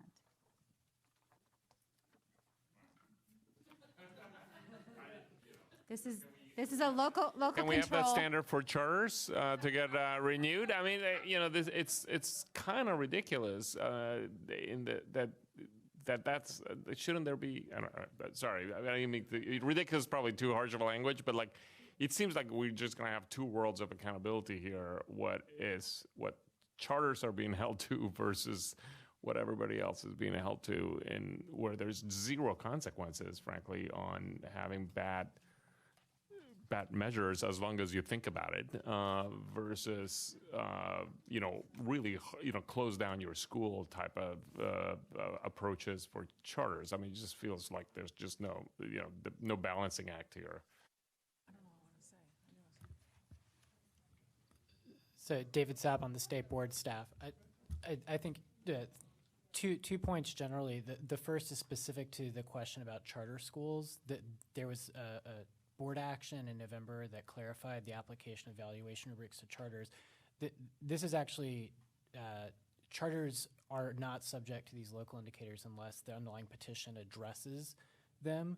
Everybody, districts, charters, and counties, assuming they have traditional schools, are subject to the state indicators if they apply, but based on grade span and number of students. So this is a subset of the state priorities for these local performance measures. This is the methodology that applies. There's the separate methodology for the state indicators that's based on a comparison, based on a statewide distribution of state data. So that's one distinction. And the second distinction is that the board has taken action and has approved this methodology. So the question here is within that methodology, or the exercise today is focused on, based on that methodology, what is the right reflection tool that LEAs would use so that to respond to the first question about, well, how is this meaningful? I think that what several of the board members have said in deliberations over this issue leading to their action is that this is a local, state, and federal accountability system, and for some of the priorities, the accountability remains ultimately at the local level, and especially where there's not comparable state data, that the goal is ultimately up to that local decision by the responsible authority about, is declining year over year over year acceptable? So that this framework with these self-reflection tools is going to collect and report out information that will frame those discussions locally. So I think I've accurately summarized the comments that the board members made and direction provided to staff that sort of led up to this point in the board's action to approve that methodology.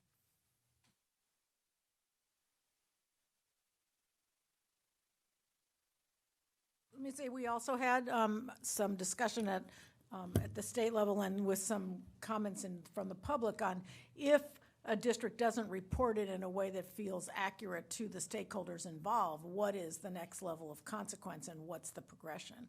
And it is the county that first reviews the local report and assessment, and that's the tiered level of responsibility, that it's at the local indicator first and the county next. So That's the safety valve if, in fact, there's a concern over some stakeholders not feeling like the recommendations are reflective of the actual practice. And I guess the point is that if you are making progress or very, very slow progress, I still wish the not met for more than 2 years was based on your individual self-reflection of your progress. And again, then the community's going to say, hey, that's way too slow, or you're pretending that's progress when it's not. But at least it would be more reflective of the actual work and not just the busy work of measuring and presenting. The measurement and the reporting isn't an achievement in and of itself. And that would be my only problem. Because I think even with the locally, if you just left it up to people could set their goals really low and say, look, we met it. It was so easy. And you can't really get away from that. And I'd rather the problem was there than that the bar doesn't mean what people will think it means. Thank you. That's helpful feedback. So to reflect on last board meeting, the state board did approve tools for priorities 1 and 6, 9 and 10. And 9 and 10, of course, applies to county offices of education only. So with that, we are looking for additional feedback on priorities 2 and 3, additional stakeholder opportunities, and obviously the CPAG being one of those major stakeholders that we consider. I'm going to turn it over to Ronnie to break you up into this small group activity. I'm going to put in one last plug for your lunch. It's out in the hallway if you want to grab it. And actually, I think before we break up into the small group activity, why don't we go ahead and call for public comment?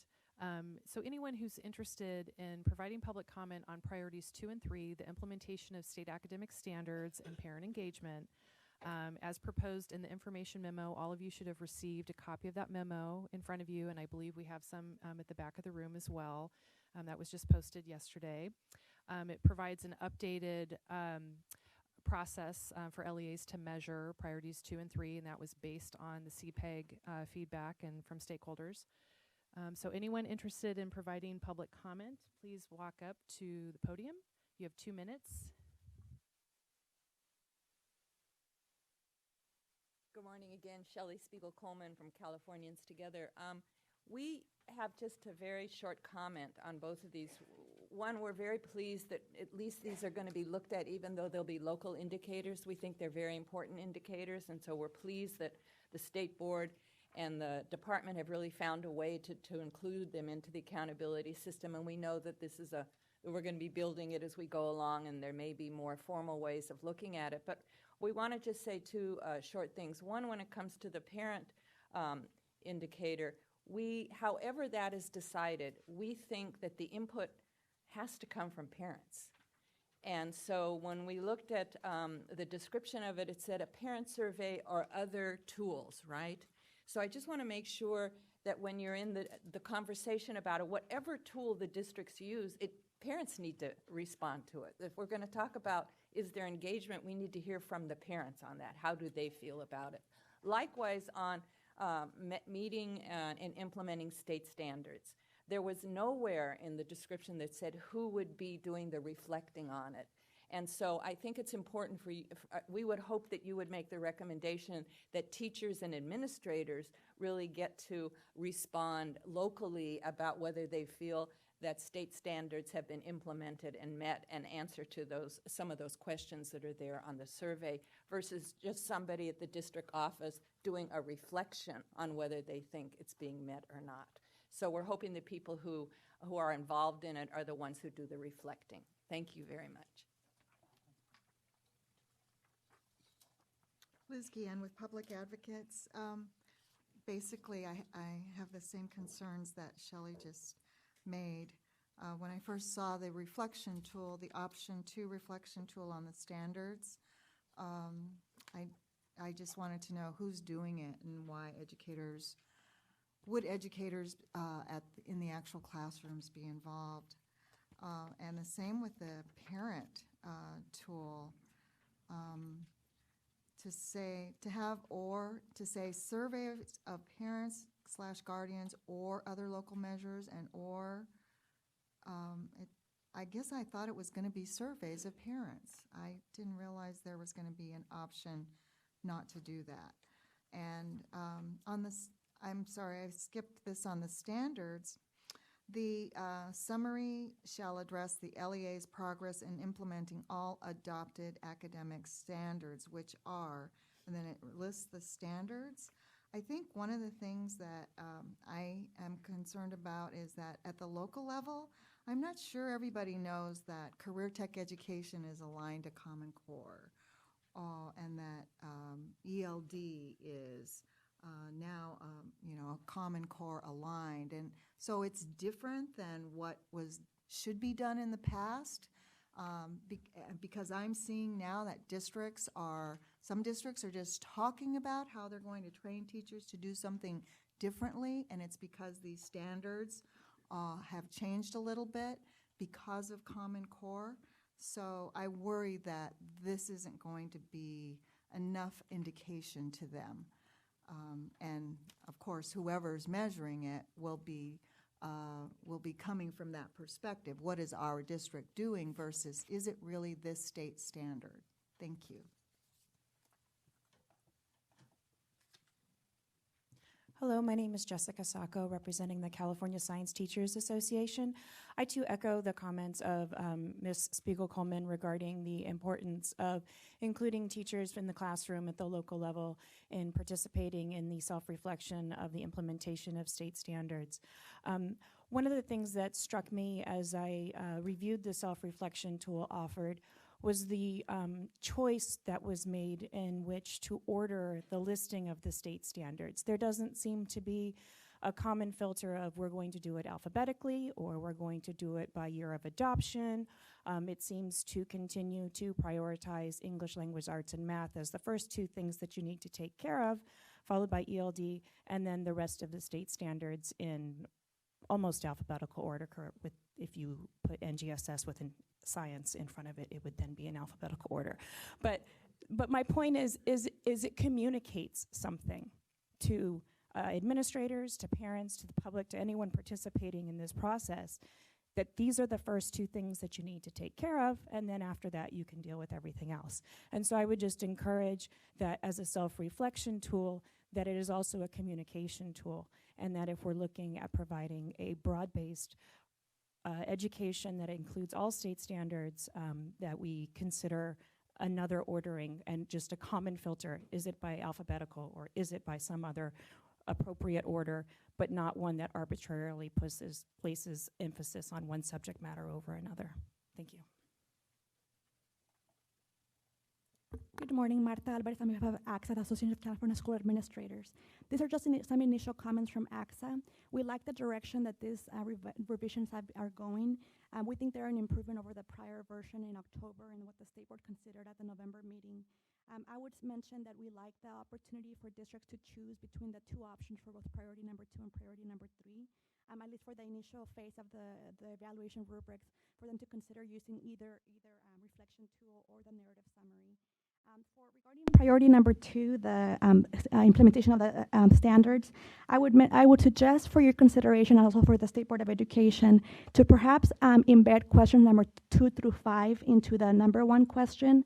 It could be as simple as just adding a statement that would include, in your reflection and in your response, please consider the level in which, 1, the LEA has provided professional learning for teaching it to the standards, 2, made instructional materials aligned to the standards available at all classrooms, and 3, the extent to which you supported staff to deliver instruction aligned to standards. So we don't think that maybe questions number 3 to 5 are necessary. They, if anything, would be more duplicative of what we're trying to get in question number 1.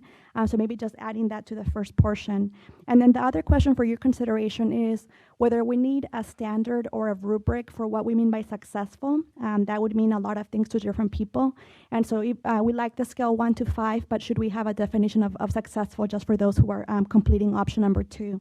Regarding the parent engagement piece, parent priority number 3, we like having the 2 options. You might keep in mind that as part of the LCAP engagement process, communities, parents, teachers, and other stakeholders are already included in those conversations.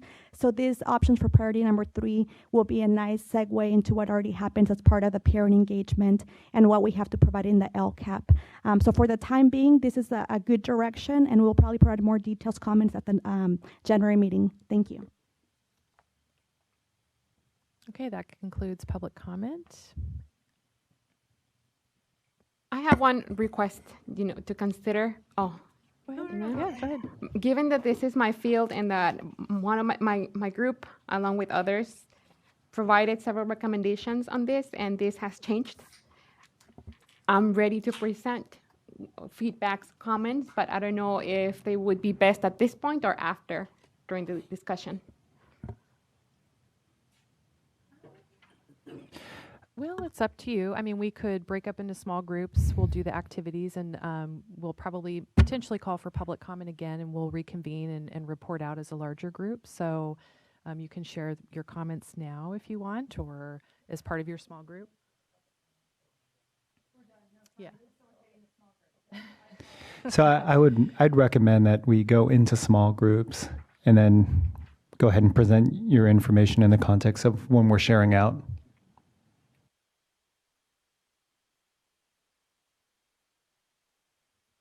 Hi, everybody. My name is Ronnie Jones with West Ed, and I'm going to help facilitate the next portion of the work that you have to do. As we move to the small groups, I'm going to encourage you to maybe grab your lunch, and you can eat during that small group discussion, but I just want to set up the small group discussion before you move. We will have 3 tables of 4 again. You could stay in the same groups, or you could mix yourselves up. I'm going to let you self-select how you would like to do that. Once you move into your groups, we will have a facilitator at each group, and we will be tackling the items in 2 separate portions. So we will have about 25 minutes for you to talk through priority 2, and that's on attachment 1 of the memo. And so that's pages 1, 2, and 3 of attachment 1 that you'll be looking at. There are 2 options for priority 2, and we have some guiding questions that our facilitators will be walking you through. During that time, we will also have a timekeeper that we might ask one of you to volunteer at your small group for that, and then we'll also have a recorder who will take notes. And then we're going to ask that one member from each of those groups report back out. You'll be staying in your seat, so we'll bring you a handheld mic to do that. So that'll be about 25 minutes. Then we'll take about 20 to 25 minutes to report out, and then we'll move on to priority 3, and it will be the same kind of procedure, staying in the same group. Or if you feel like you want to hear other opinions and hear from other members of the committee, you could get up and change some seats at that time if you wanted to. You'll have about 30 minutes to talk about priority 3. And then again, you'll be reporting out. So you could choose either 2 different reporters or 1 reporter for both of those priorities during that time. So are there any questions about the procedure? All right, so we won't, yes? I don't have a question about the procedure. That was really clear, but I do have a question about the outcome, desired outcome for the CPAG, for the state board. Is it that we are wanting to hone down to one option? Is it that we are modifying either option because 2 options will work? Or is it that LEAs will still have an option to use their own local survey, and here are ones that have been 1 or 2 or others that have been vetted by the state board as an option for LEAs? So we're asking you to identify the strengths and weaknesses of both options that are presented for priorities 2 and 3. We will be building out the web-based form in the evaluation rubric system, one of the options being the narrative summary text box. Within that narrative summary, you can choose your local survey option to describe if that's your choice. There's flexibility there. So we're just asking you to weigh in on what's presented in terms of what can we bring to the board in January for a final approval. And so on that, you're saying then that, thank you, then LEAs will still have options within that narrative to use their own. They can use this, they can use their own. Yeah. Okay, thank you. So I would just clarify that these are the current proposals, and I think, as was noted earlier, this is different from what you all saw in September and in some key regards for these priority areas. So I think it's to provide feedback about both the direction, but also specifics. And I would say of the three, sort of, is it this or this or this? I would say it's all three, depending on what you all are seeing. I think the one thing that I would add is it would not be helpful to the staff to say we should add additional options without knowing what those specific examples are, because part of the challenge from the feedback going back to September, but then also from a lot of stakeholders, and there has been outreach to stakeholders on these topics as well, is that there have been, there's some really great local examples that should be included, but not the actual, this is what it is. And so given where we are in the process, if there's a very specific thing that you think works, that level of specificity of here's what it is, here's where you can find it, would be most helpful as staff sort of process this feedback to inform what comes to the board in January. Excellent questions. Any other questions? Yes. I was wondering if you could talk a little bit more about the input you've had from stakeholders and just the kind of feedback you got from whether it was us that you took away to make these changes or, other feedback groups or the board that resulted in the kind of what we have before us today. That would just be helpful context in thinking about our feedback. So I'll start and Michelle can jump in. So I know that obviously the feedback that you provided last time, you will see some changes. So for example, just as a very specific example, in option 2 of priority 2, the stem at the very top that says rate the LEA's progress, some of that language was changed, but the other example is that the scale language was not changed. So some of you might notice a mismatch between progress and success. So if there's language suggestions that you would like to provide for that.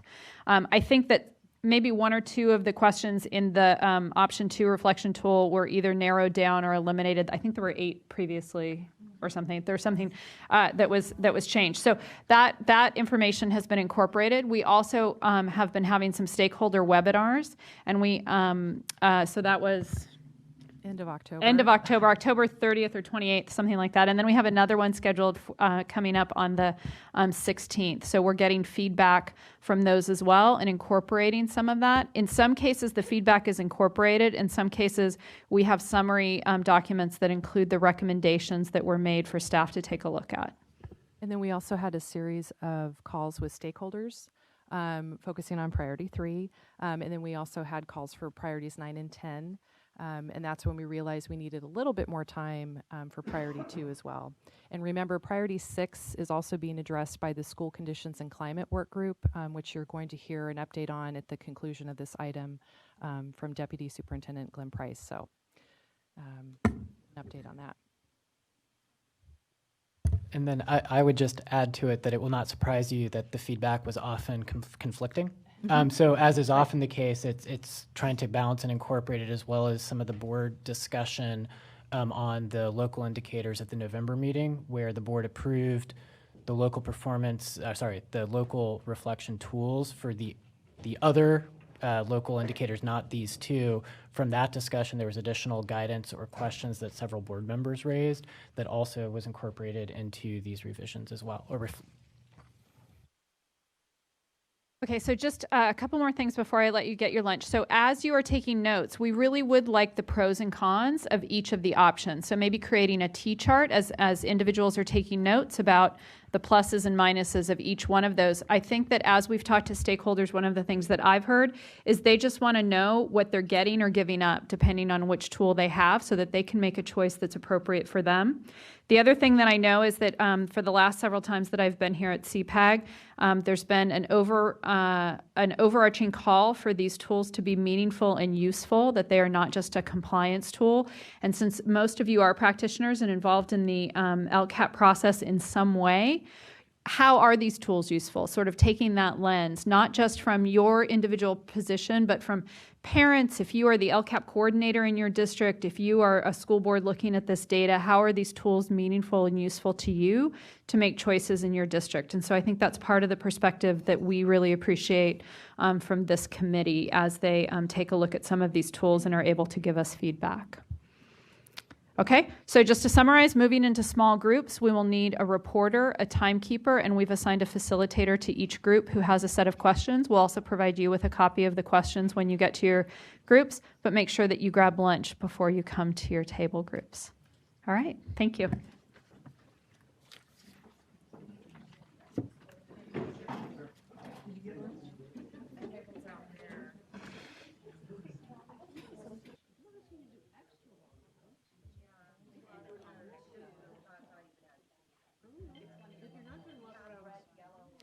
All right, I'm going to call you back. If you could finish up that sentence, finish up that statement.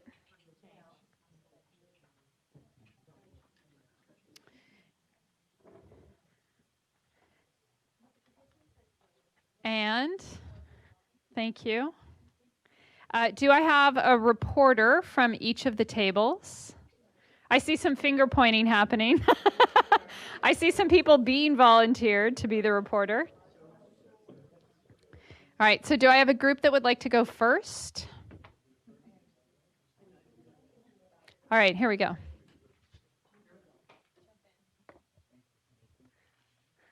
We had a great conversation and great facilitation. Thank you. And I think our overall discussion focused on how do either of these options, or perhaps a combination of both, incentivize districts to focus on improving practice rather than just proving that they implemented state standards. So making it less of a compliance and checklist exercise and more of a real reflection tool that's going to put in place processes that they are going to improve on in the following year and report on in the following year. And so within that, we didn't have a great answer, I feel like, to how to do that. But we did talk through the two options and some of the pros and cons. You know, we liked the narrative summary. We liked its open-endedness, and that it was specifically asking districts to identify locally selected measures or tools that they're going to use there. We thought it would allow people to tell their own stories. It might be helpful to give them examples of what those tools or measures would be. But the flip side of that is districts might write 2 sentences or 200 pages. It puts a big burden on the county office to be the arbiter of what's acceptable there. I think that kind of covers what we talked about with number 1. Well, the other con is that it also assumes that schools have selected valid tools and measures, and that's not necessarily the case. So that open-ended nature, I think, puts at risk whether or not the measures are valid.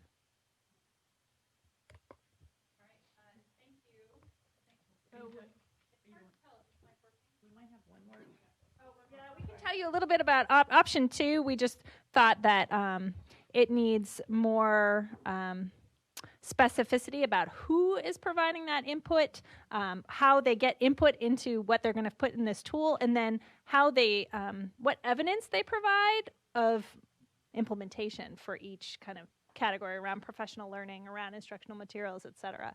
And thought there needed to be more specificity there. All right, next table group. Thank you. I was voluntold, gladly. I'm happy to be voluntold. Very similar, I think, to what you just reported, Tara, on our group. And I think for the option 1, I think the open-endedness was both a pro and a con, depending on which way you look at it. It's really nice to be able to have LEAs have local control around what they're reporting and how they report. At the same time, maybe some would benefit from having some guidance or guiding questions to respond to. And so, you know, how much do you voluntold them? But that was number 1. Number 2, we kind of I think we felt that it was nice to have some guidelines and checkboxes to kind of contain your thinking. But one, we talked about structure. So for example, option 2, number 1 lists all these different standards. And then when you go to number 2, it expands on question 1A. You know, it just is a little awkward. So we thought, well, could there be some putting together of questions so that you could, sort of what Martha was saying earlier from the public comments. So that was one on structure. Another structural component was if you take, let's just say, question 1 on, we'll just make it up and say English language arts and how are you doing as an LEA with, you know, implementation. If you're K-12 district, you might actually be a 5 or whatever you might want to call that number 5 in one of your grade spans, but maybe not in all. So how do you kind of respond to your whole district when some grade levels or even subject, you know, it just kind of depends. So one way we thought might be helpful is that perhaps under each section, there could be an open-ended box rather than have an open-ended box at the very end over everything. Maybe it's an opportunity to say, here's a little bit more about why we said what we said above. Just a little bit more opportunity to say a little bit more, sort of like a combo of option 1 and option 2 together. I think that captures most of what we said. Did I miss anything major? Part of what I would add is that this is mine, is, you know, it looks like we went from rubrics to self-assessments to now reflections. And so to me right now, the tool seems a little bit duplicative to the engagement portion of the LCAP. So if it's going to be duplicating, well, I would not duplicate. So I would use this reflection as a way to think about solutions.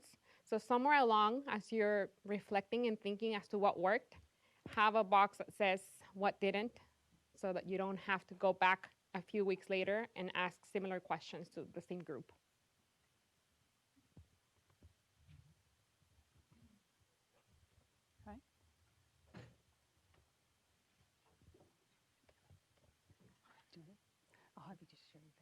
It's always nice to go last because it's a summary, if you will, but we appreciate that. But Araceli, just what you were talking about in terms of this could be a cut and paste eventually into LCAP, and so we see that as could be a good reflective tool, and then using later on in a reciprocal way the statements of model practice. I mean, all of that goes together. But looking at the narrative summary, again, I think is dependent upon the skill of the writer. Could be multiple writers, but that one voice and how you are able to convey or convince, or is it really truly open, you know, raw, here's how we are. So that's one of the concerns. Also, we talked about the engagement of stakeholders and how you, again, not just have one writer and really get information down the line. And if you're looking at implementation of standards, it sounds like it's just a beginning until you get to full implementation. And what does full implementation look like? Do we really have a descriptor? Again, statements of model practice might say that. So from just beginning to talk about standards to all the way you have a standards-based report card for parents, then you have some stakeholder engagement. So we like the narrative and the open-endedness and the opportunity to tell a story, but it could get wordy, and it's going to be everyone's own story, and then how do you really judge that, except for the local context says yes or no, we met it. So there's all those different levels of view. When we looked at the reflection tool, first of all, we didn't like the scale descriptors, so we really felt like they needed to be more positive and more of a growth mindset in terms of beginning and then moving forward.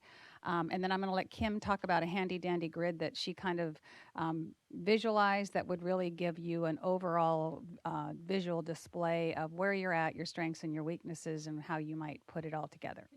Can you give us a specific example of what language might sound like in the scale instead of what's actually there? Because we did talk about that. Did we have words? Do we remember our words? Like I think initially or beginning. Somebody said there seems to be language around that within the Common Core adoption, that there was sort of like... Oh, the state's model of implementation. When you look at this, right. When you look at when we started the implementation of standards, it was initial, I can't remember the words, but you know that line? Merging, something like that. Okay. Just looking at questions 2, 3, 4, and 5, there was a lot of repetition. And so rather than having a question for each subject area. I said, why don't we have a question for each of those three? The first was PD, the second was instructional materials, and the third was supporting staff to deliver instruction. Have a grid where you've got 1 through 5 across the top, and then just fill in every single one of your subject areas in the appropriate box. And so you end up with kind of a matrix there, and you can see, oh, here's the subjects that are really good, here's the ones not, and then having somewhere underneath to kind of maybe address, you know, the reasons for the ones that are lower down and what you're going to do about it. You know, what do you think you need to do, and, you know, or why you've been so successful on some. And that is maybe a better way to look at it. And I think what you said about the compliance is having lots of checks box just reinforces that compliance idea of, I'm just checking off boxes, I don't really have to think a lot about it. And I think this would really, to compare and contrast, oh, well, wait a minute, we are more advanced in math than we are in ELA, so ELA is still really kind of a 4. I think that would lead to conversations and thinking, which I hope is, calls itself a reflection tool. Hopefully the reflection is the point of it. And I think that some narrative with the tool will be good, and some data or capture of actuals with the narrative will be good. So I think you might end up with a hybrid no matter which one you choose. One last piece where they list the different standards. It might be that you want ELA, ELD together. I don't know if we're really saying that they go together. And then we also thought that some districts will have a lot to say about one subject matter, and some might only have like a line to say about another. And I think that those are all options. All right, any closing comments on priority 2? All right, well, thank you very much for your input. You saw many staff members writing madly about what those are. If any other suggestions come to you, please feel free to reach out to us. For example, if you come up with some really great language for the scale that seems to work, like as a growth mindset. We also asked the question, though, like, what if you are whatever the initializing for like 4 years? What does that actually mean? Are there new standards every year and that's why you're initializing, or whatever? So, okay, context is really important and details are important, but it also has to be usable, written in a usable way for both parents to understand, staff to understand, community to understand, all of that. So now we're going to go ahead and we are going to move to priority 3, which is the parent engagement priority. We do have some specific questions for you, and your facilitators have a list of those questions. And we're going to move through that. This should be attachment 2. Thank you. Attachment 2, and there are also 2 options for parent engagement that you can take a look at. You might want to just take a minute, because I know that these can get confusing. So facilitators, you might want to give your table a minute just to review both of those options before you start your discussion, because otherwise you get like, oh yeah, that's right, it had that thing in there. So just take a minute and look over that. And we will take about 30 minutes for this discussion. So we will end just after 1 o'clock. So about 2 minutes after 1 o'clock on this portion. And I'll check in with you guys at about 10 till just to see how you're doing.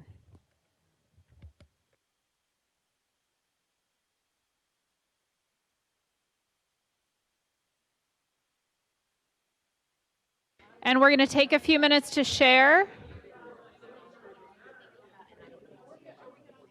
Yeah, but Glenn's going to wrap it. I told him because Barb's not going to take as long. So technically, oh, yeah, because they're not taking as much. Although, Araceli might take up the time.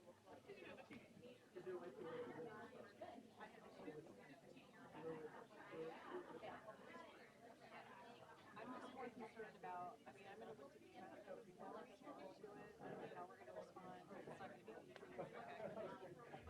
All right, so I'm going to call you back together. I'm going to call you back together. All right. And last time, this group shared first, so would either of these 2 groups like to share first? All right, here we go. Start share first. So something like where they have to share, illustrated by exit ticket, disaggregated data. All right. So looking at it, the first thing we're looking at is really what do we want to measure? I mean, what really makes, I mean, what is, not call it rubric, but like, what is a model of parent engagement, right? What does it look like? It's something across the board that doesn't just look at the parents that are going to show up, because there are some groups of parents that always show up, but then there's ones we really want to reach out to. We want to see, we want to get them more invested, so we want to see ways to be able to engage them. But we're saying that it shouldn't just be the survey, it should be the survey and the local measures melded together, because that would give us a better idea of what the needs of the parents are, as well as how to get them more invested in parent engagement. And the other thing is, what is the threshold for parent response? I mean, if we're to say it was a successful parent response, I mean, what's the number on that? Because again, we're looking at just the same groups of parents showing up over and over. Did I miss anything?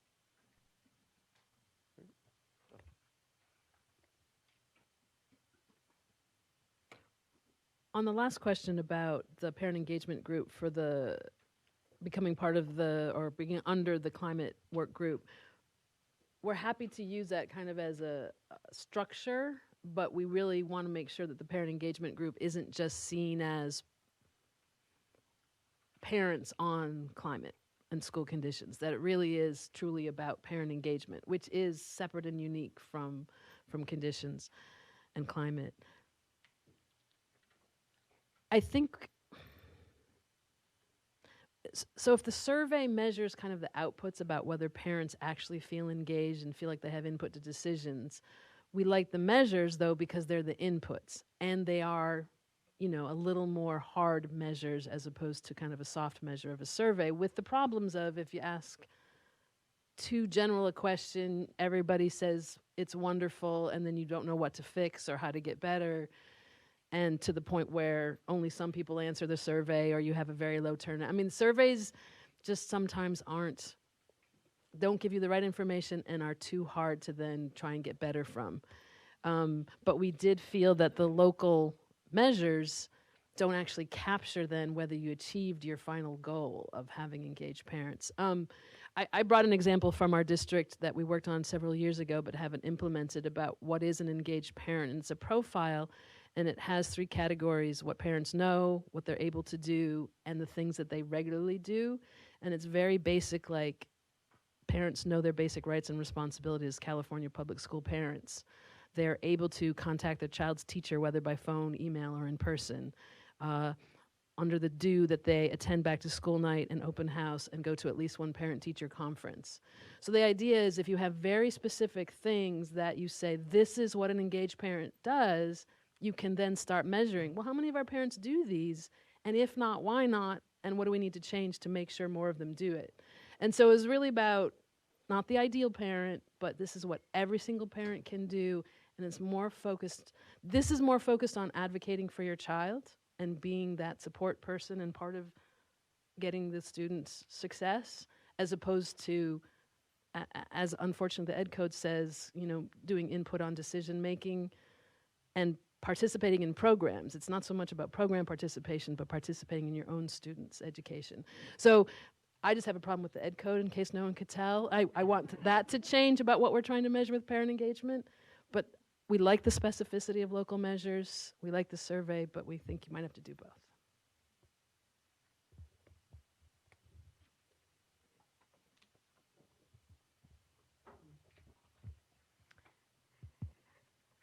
Well, for our group, you know, obviously I have a strong opinion on this, and in some areas we did not agree. So chime in as we continue the conversation.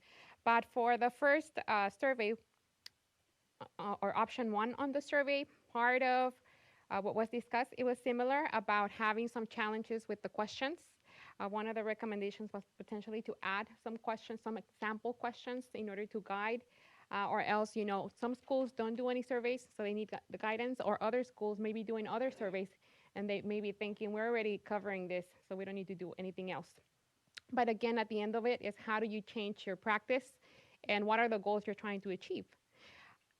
We like that now this version links, you know, through the third question, the outcomes for parents to the LCAP.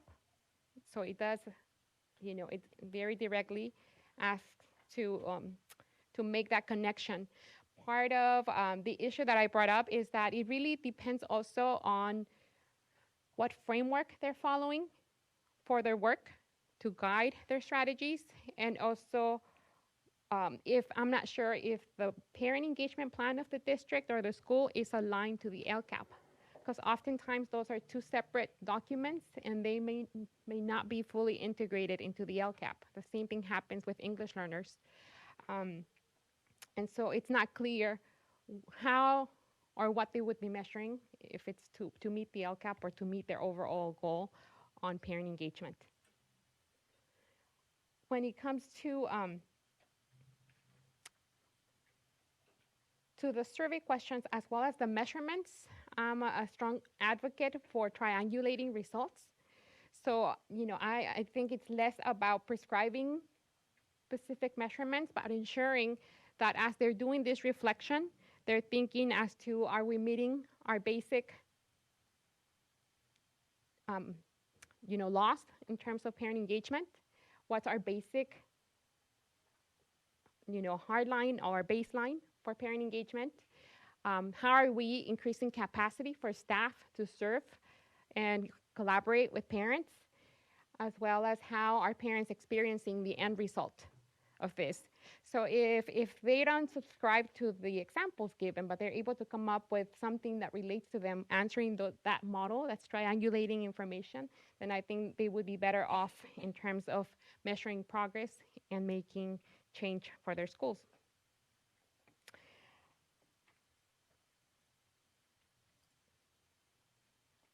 The last question was about the parent engagement subgroup. And so again, it was tasking that group.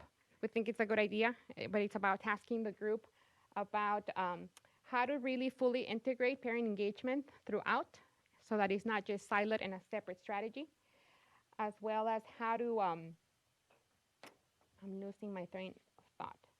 And then there were some specific recommendations on how to measure, and it was more related about capacity building. Again, so you're not just measuring inputs. We provided workshops, and these many people came, but it's more about what they learned and what they got out of it and the skills that were built so they could sustain it overall. And so the last pitch that I have is that I think for me it's critical to tie, again, the work to a framework, a model that they're using in order to really understand what are the actions that they're taking. Otherwise, it just seems like to be an exercise to comply, but that's not really going to progress what they want to do. And then I'm not sure if my group wants to add anything. The disagreement was on, whether they should do a survey or they should do the local measures. I'm an advocate of local measures. I think most schools are doing surveys, but the disagreement was that some schools may not be actually doing surveys, so surveys would be a good spot to begin.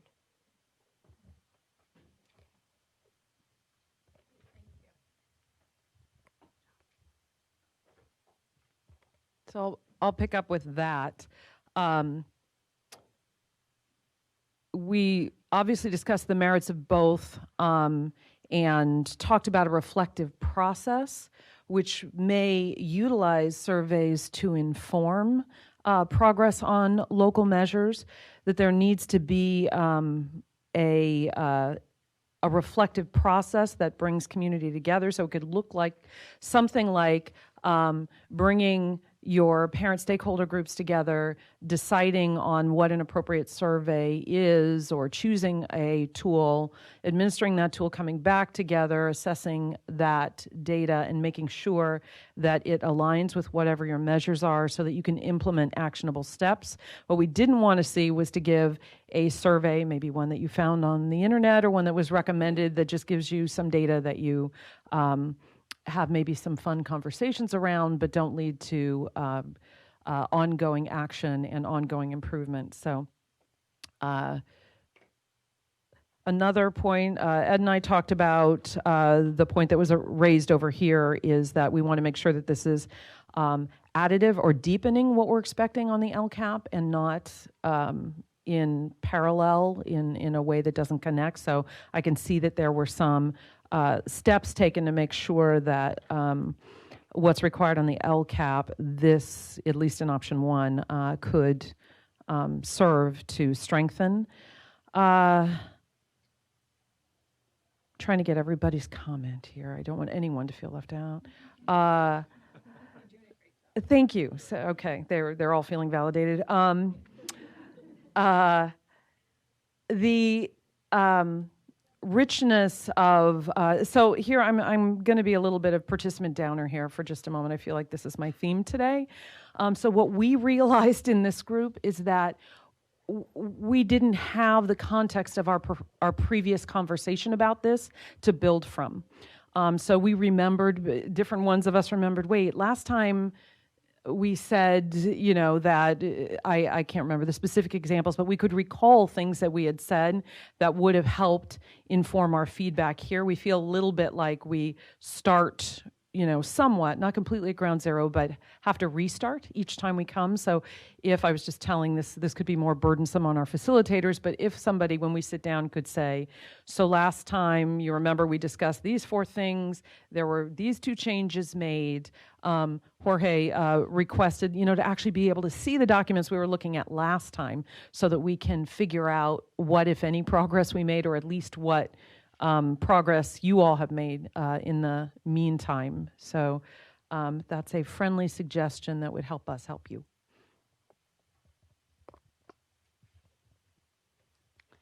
All right, having heard all 3 groups report out on priority 3, are there any other comments from the members?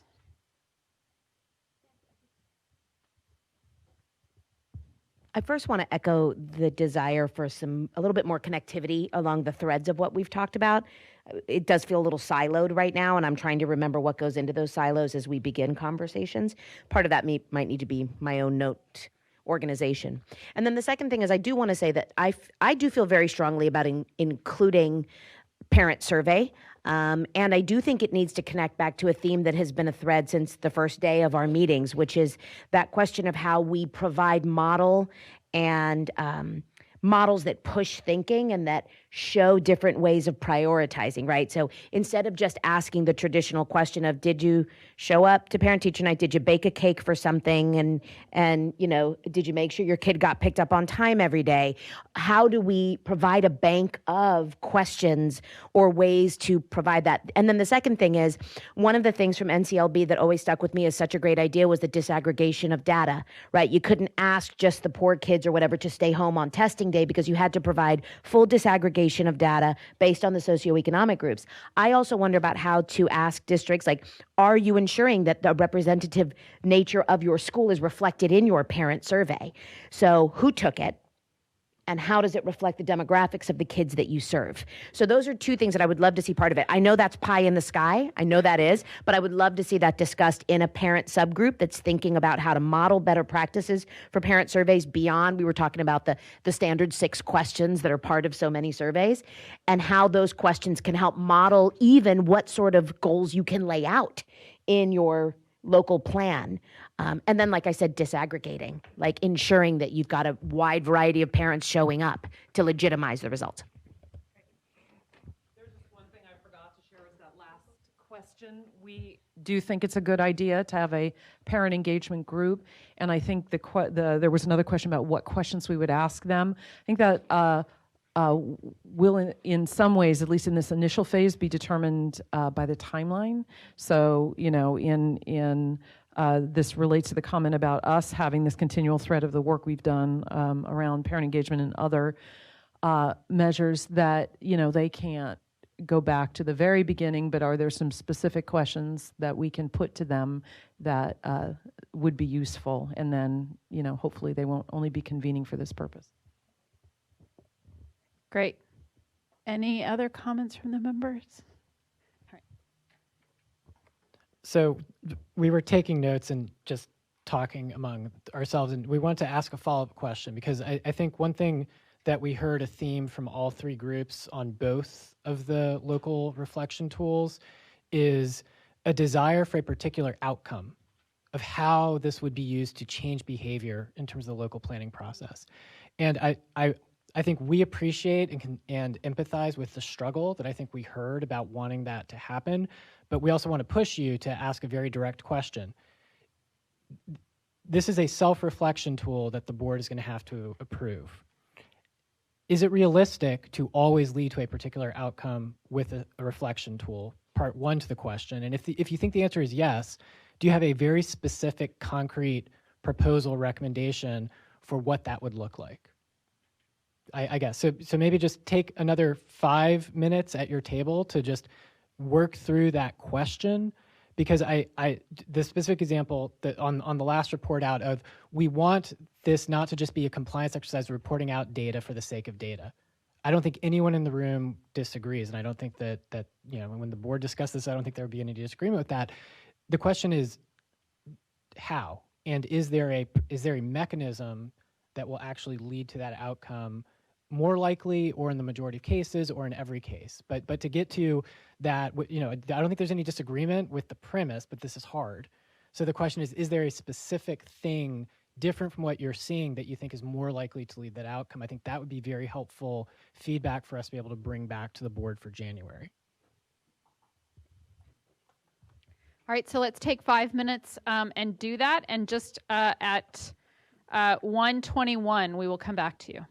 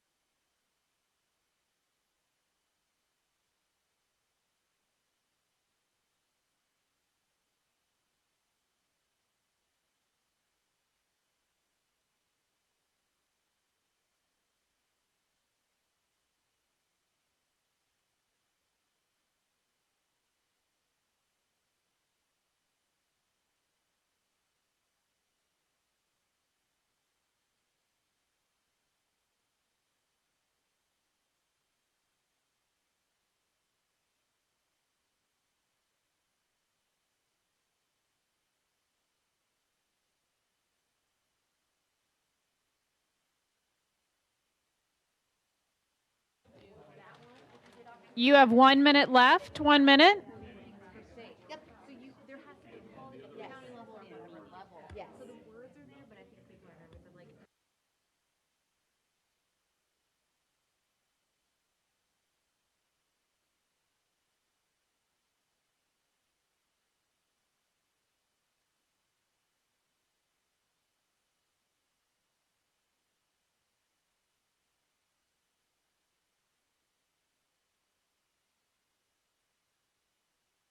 So finish up that discussion, start coming back together.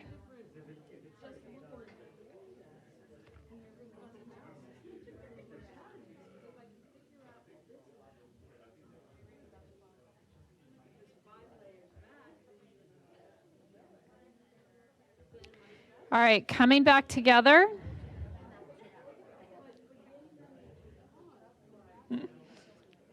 All right, and so we're looking for a table group who's going to share.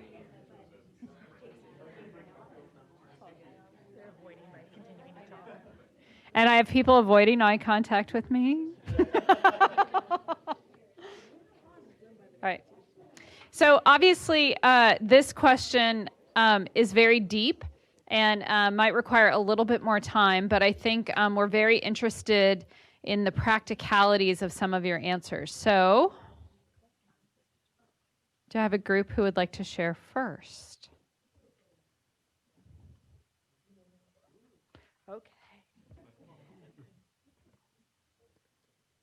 So we talked a little bit about the continuous improvement cycle and how any measurements, data, reflection really is kind of the end of what you just did, but leads right back into the what are we going to do next? So you're looking at where do we get to? Is it where we wanted to be? And then doing that underlying, well, why? And when you can figure out why things aren't where they want to be and do that root cause analysis, it sets you right back up to do strategies for your next year's LCAP. So to me, any of this reflection, and so the timing of when you do reflection and when you look at data, it's just about 2 seconds before you start, doing your needs assessment and planning for the following year. Because as soon as you can identify a problem, you're probably going to want to turn around and solve it if you have the budget for it. So I'm still struggling with this. Are we emphasizing this? Sorry, I just had to throw that in. Are we emphasizing enough this continuous improvement cycle and helping people see that the LCAP is a tool where you're capturing the process? So you're in your continuous improvement process and you capture your data and you put it in the LCAP. And then you do some needs assessment, root cause, and you say, oh, here's our strategies. And then you just write them in the it's your repository and your documents that shows the journey you went on in that continuous improvement cycle, as opposed to that compliance document we don't want it to be. Just also to get very specific, we talked about having specific kinds of reflection questions that reflects that process more within this indicator.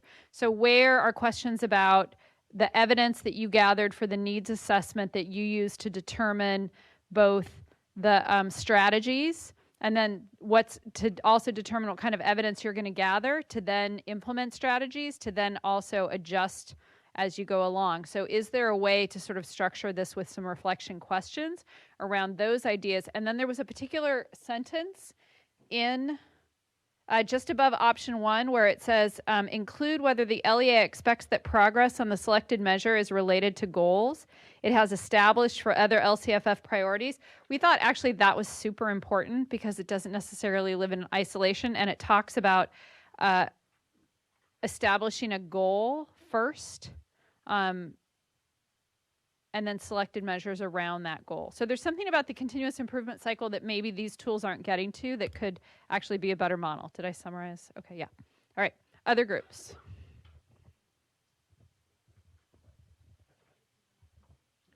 Really ditto what Kim said.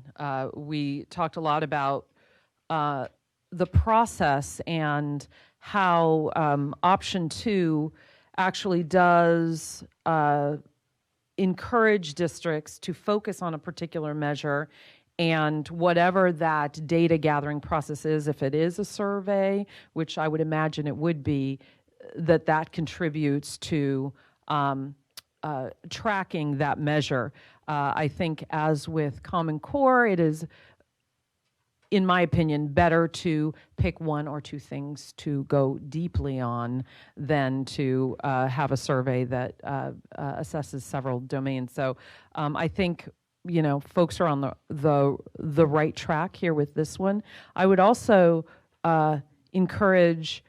So this is also a learning opportunity over the next couple of years as these come in.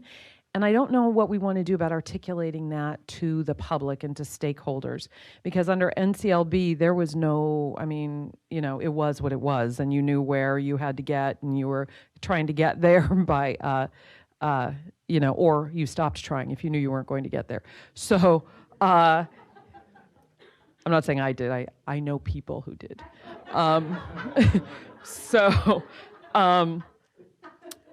But here, I actually think the message about continuous improvement for this process needs to somehow be public, because what people do is they get these things and they say, okay, here are the new rules.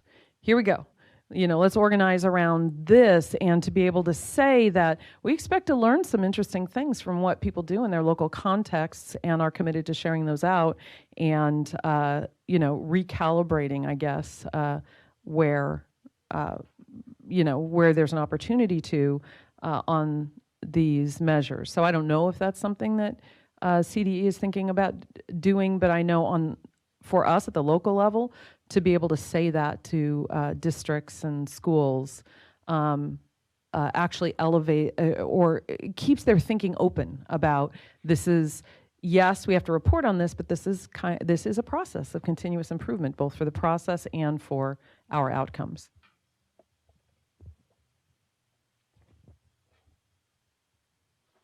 And for our group, we started thinking that, a reflection process without really a conclusion as to what did you learn and where are your strengths, where are your weaknesses, and what can you do about them. It's just not complete, or it's not going to be taken as seriously than if you have to go to the next step in providing. And then I wasn't sure if you wanted more specific questions as to how to do that, but for parent engagement, I offer some examples, like some goals you could put, overall, regardless of what framework, model, practices you're using, are you increasing or building capacity for parents to support their children at home? At the end of the day, that's one of the goals of parent engagement.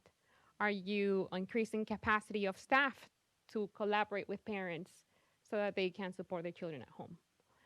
And when it comes to decision making or input on decisions, again, are you providing training to administrators, staff, and parents so they can have constructive conversations?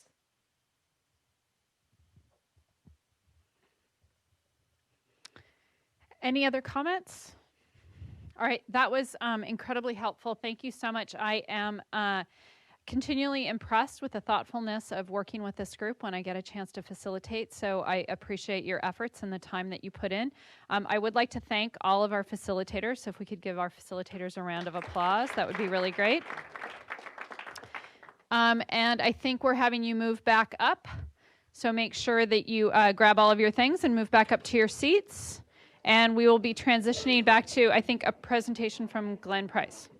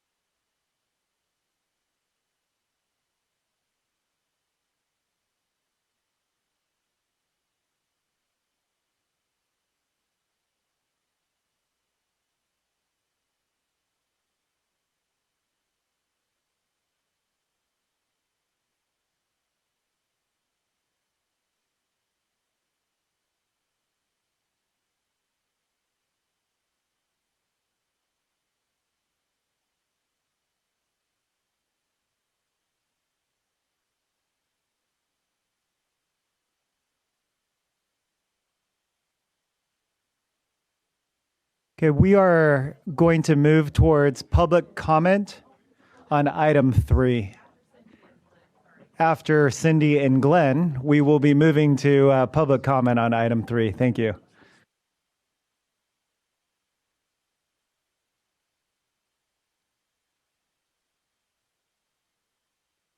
It's not on. Accountability Reporting Division, Cindy Cazanes. I'm just providing a brief update on the English Learner Indicator Work Group. We did, in the November State Board of Education meeting, if you didn't see it, there was an attachment that provided updates on various things such as the English Learner Indicator Work Group. And in that attachment, we provided the list of our members. And so that may be of interest to you who want to follow the work of the work group. We have not met in person yet. We will meet this next week, as Jenny referenced, and we're really looking forward to a robust conversation. But we are excited by the interest in this group, and we'll be reporting out to you at future meetings on what was discussed and their guidance to us on all things around English learners. And with that, I'm going to turn it over to Glenn Price.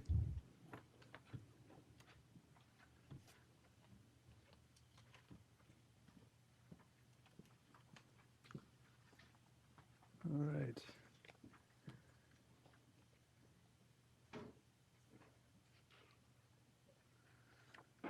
So thank you so much, Cindy, and thank you so much, California Practitioners Advisory Group, for having us here today. Before I begin, and again, I'm Glenn Price, Chief Deputy Superintendent with the California Department of Education, and have with me today Jacqueline Ollison, also with the Department of Education, who's going to help out with this presentation, and want to extend the deep thanks from Superintendent of Public Instruction, Tom Torkson, for your incredible service. It was wonderful listening to your report outs and just really appreciate all of the hard work that you're doing, all the guidance and thought that you're putting into this support for California moving forward with this new era of local control funding formula. So thank you so much.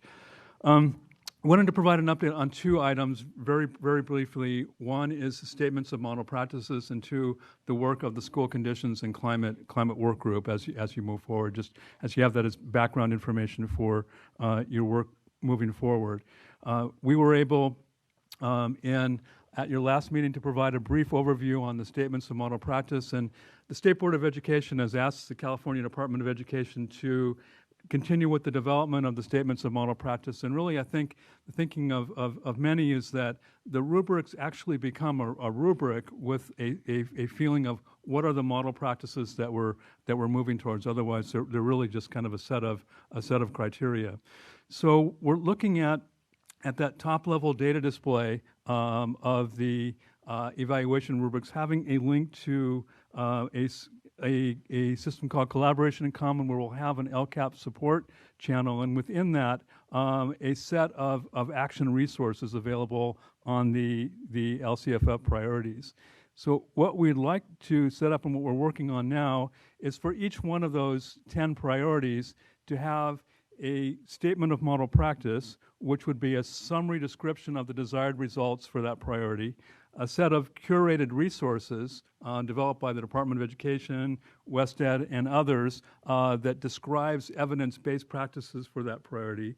Then thinking that we, as adults, we learn from examples and we learn from each other, that we would provide a set of curated LCAP exemplars that really evidence what could happen and what are best practices within each priority.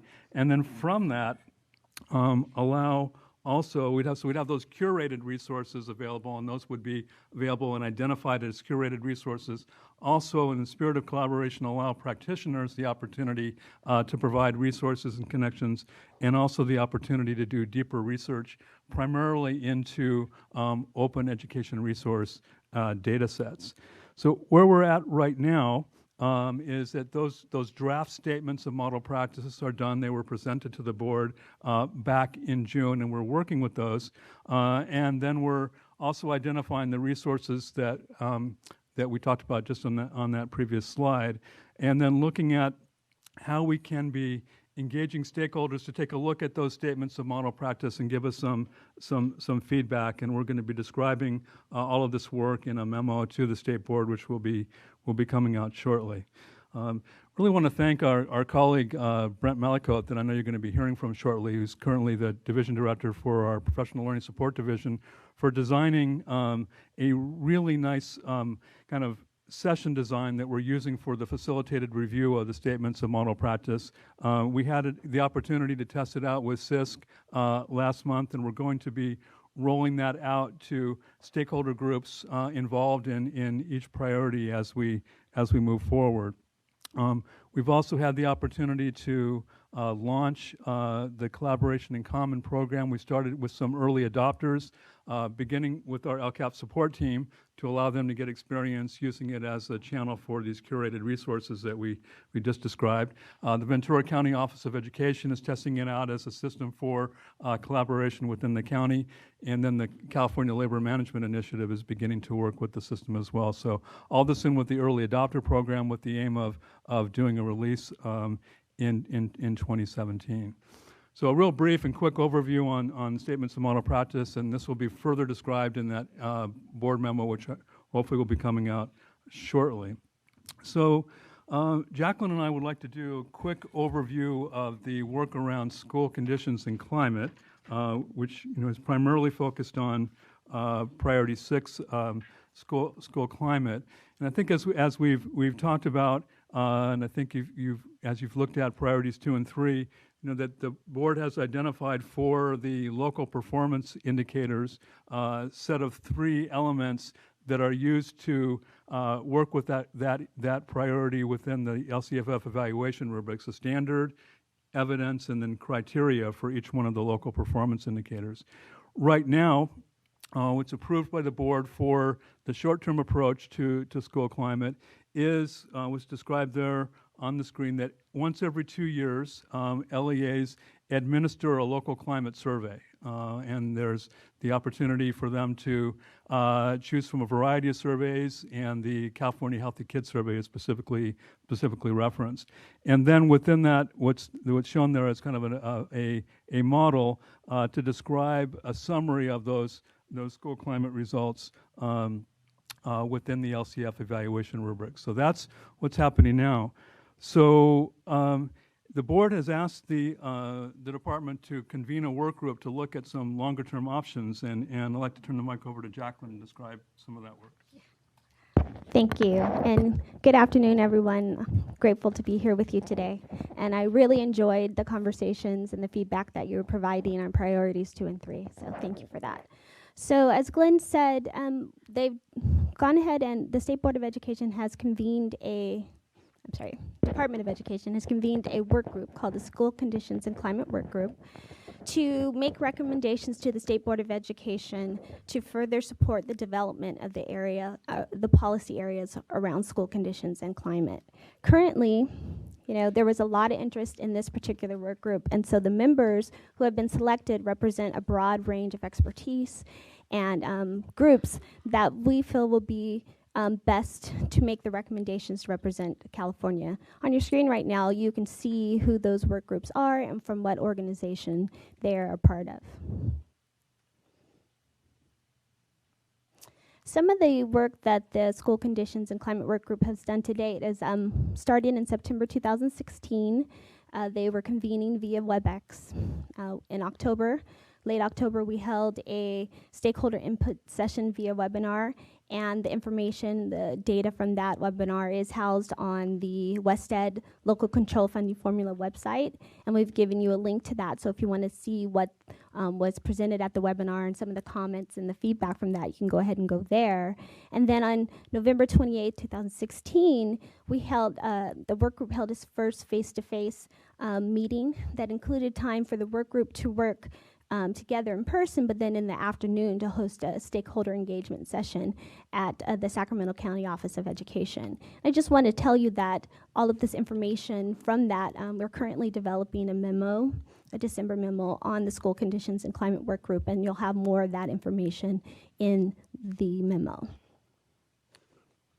So really want to thank Jacqueline for coming up with a fabulous design that we used with the stakeholder group on November 28th. A picture of some of the group there on the screen. And we wanted to really maximize the time that we had available together with the stakeholder groups. So we split their work into 5 different stations, which you also see. I don't know if that's legible from where you're at. But first, we wanted to ask for some feedback on the overarching definition of school conditions and climate that the work group is developing, as that's really kind of the basis for thinking of the work going forward. We then asked for their feedback around a framework for coming up with the recommendations for the group. We took a look at the issue of validity. We wanted to make sure that whatever recommendations are proposed have some basis and are valid, and wanted some feedback around that. We know that equity is an issue and an element that we want to make sure that we weave and have central to all of our discussions. So we asked for some feedback around that, and specifically, what questions do you think we should be asking about achieving equity in relation to measuring school conditions and climate? And then lastly, we had some discussions around what is the relations of school conditions and climate to the balance of LCFF priorities that are on the table. So want to just give a little snapshot into the kind of the key high-level findings that came out from each of those questions. So why don't we start with the definition? Okay, so station 1, I just also wanted to add to that at each station we had a member of the work group present, and they were hosting that station, so all of the stakeholders could really engage and interact directly with the members of the work group, so they got a chance to hear some really great and positive feedback. On your screen here, you see that we have station 1, which was centered around the school conditions and climate definition. All of the stakeholders received a copy of the working definition as it is right now, and then they had the opportunity to provide feedback. What I've included here on the screen for you is the actual opening paragraph of the definition, so I would like to give you some time to take a look at that. And then in the a second station, folks were asked for feedback around this framework of potential options. And as you can imagine, there was a lot of feedback that emerged from that. So a very high-level theme that began to emerge was looking at how we could be balancing both local customization and state needs. So maybe coming forth with a recommendation that looks at a potential tool that could be used statewide, but then also customized for local needs. Something that is of great importance to the work group is the validity of the measures that we are choosing. They wanted to make sure that whatever local educational agencies and schools are using, that they definitely are vetted and that are reliable, and they're going to give some good data for analysis. And so some of the things that came out of that discussion, a couple of questions that were of point were, how often does the measure have to be given in order to gather enough data for rich analysis and use? Then a couple of other things that came out were that a lot of the stakeholders felt that LEAs need a list of valid, reliable, research-based tools that they can use to measure school conditions and climate. And then with existing surveys that are already available to right now, one in particular kept being highlighted, which was the California Healthy Kids Survey, and they wanted to know what are the validity and reliability ratings of the California Healthy Kids Survey. Thanks, Jacqueline. And so the equity station also generated a lot of rich conversation, and you'll see a lot of this reflected in the December memo in quite a bit more detail, but just a reaffirmation that equity is not synonymous with equality. And that was kind of illustrated by this question, and I believe this question is a direct quote from a stakeholder, and that is, would students from Oakland and Granite Bay have the same feelings about equity on school conditions and climate? So just illustrating that the same approach is not necessarily equity as we think about school conditions and climate. And lastly, at Station 5, the stakeholders were asked to consider the connections of school conditions and climate to the other LCFF priorities. And in particular, this stood out, that school conditions and climate is an important foundation for all other priorities to be addressed because school climate affects everything. Thanks. So a real quick overview of the statements of model practice work and school conditions and climate work. Again, there are more detailed memos coming out about that shortly, so hope you'll have the chance to take a look at that. But open to any questions or comments or feedback.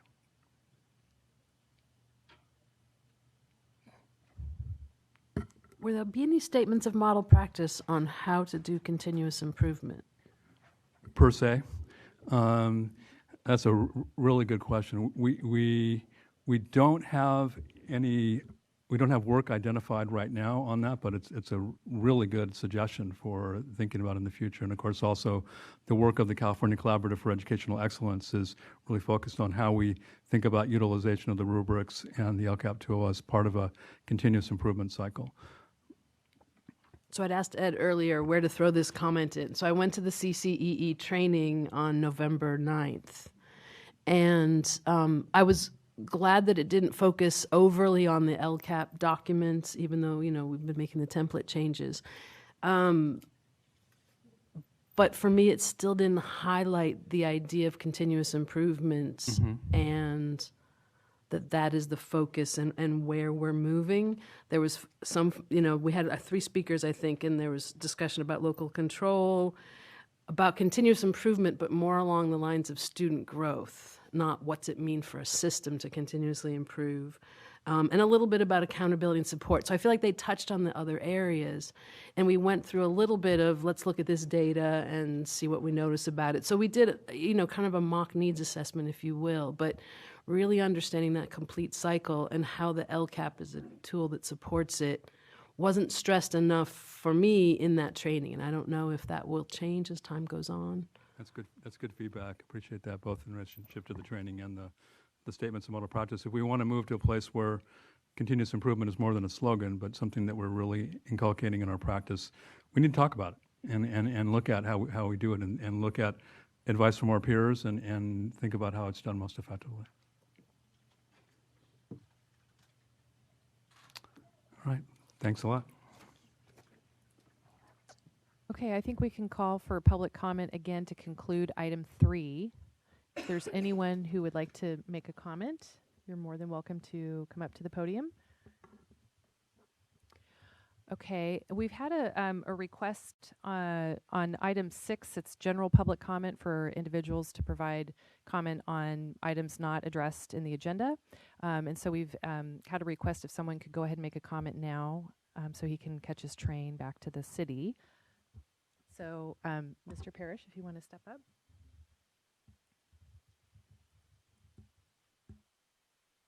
So we're taking item 6. So anyone else who wishes to participate in public comment, please come up at this time. We're not going to call that item again. Right. Is this on? Hello? Yeah. Okay, good. All right. All right. Thank you very much. Good afternoon, members of the State Board of Education and the California Practitioners Advisory Group. My name is Will Parrish. I'm the founder of 10 Strands, a nonprofit organization advancing environmental literacy in our schools. I taught high school environmental science and civics in SFUSD for 10 years.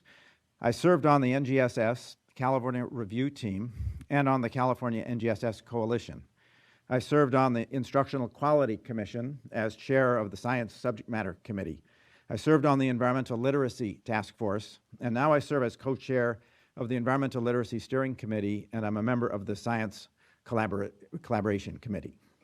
I would like to encourage the CPAG to recommend including assessment items related to the California State Board of Education adopted environmental principles and concepts. And there are 3 reasons for my recommendation, or my request. The EP&Cs are deeply integrated throughout the newly adopted science and history social science frameworks, and therefore should be represented in statewide assessments. 2, the State Board of Ed specifically requires instructional materials publishers to incorporate the EP&Cs into their instructional materials and to demonstrate their importance to California's students. Therefore, the EP&Cs are a Category 1 must-have criteria for evaluating K-8 history social science instructional materials. In fact, it's number 15. And the third and last, as for the science framework, an important strand in the NGSS focuses on human impacts on Earth systems. The EP&Cs are a Category 1 must-have criteria evaluating K-8 science instructional materials as well. The State Board of Ed spoke to the importance of further strengthening the NGSS by incorporating them with the EP&Cs. So including assessment items that use the EP&Cs will enhance the attention that teachers will give to the EP&Cs, thereby benefiting the students as they grow into their important roles as citizen leaders. Thank you very much. Anyone else for item 6, general public comment? Okay, I think we probably have time for a break. Maybe 10 minutes? 10 minutes. So Just gonna meet look at at the 2. Reconvene at 2. reconvene at 2 o'clock. Almost 10 minutes. Thank you.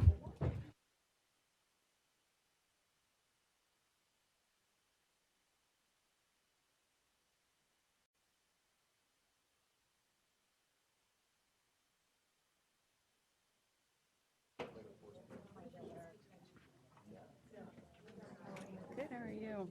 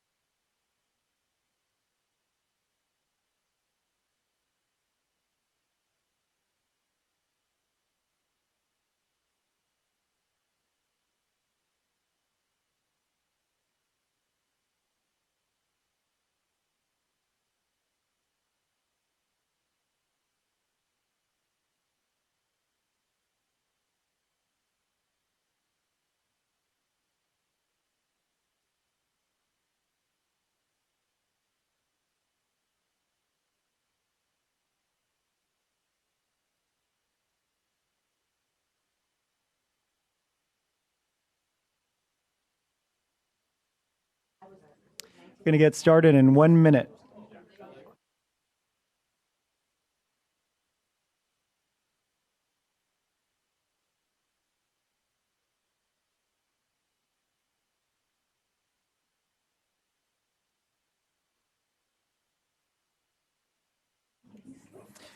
All right, we're going to move on to item 4.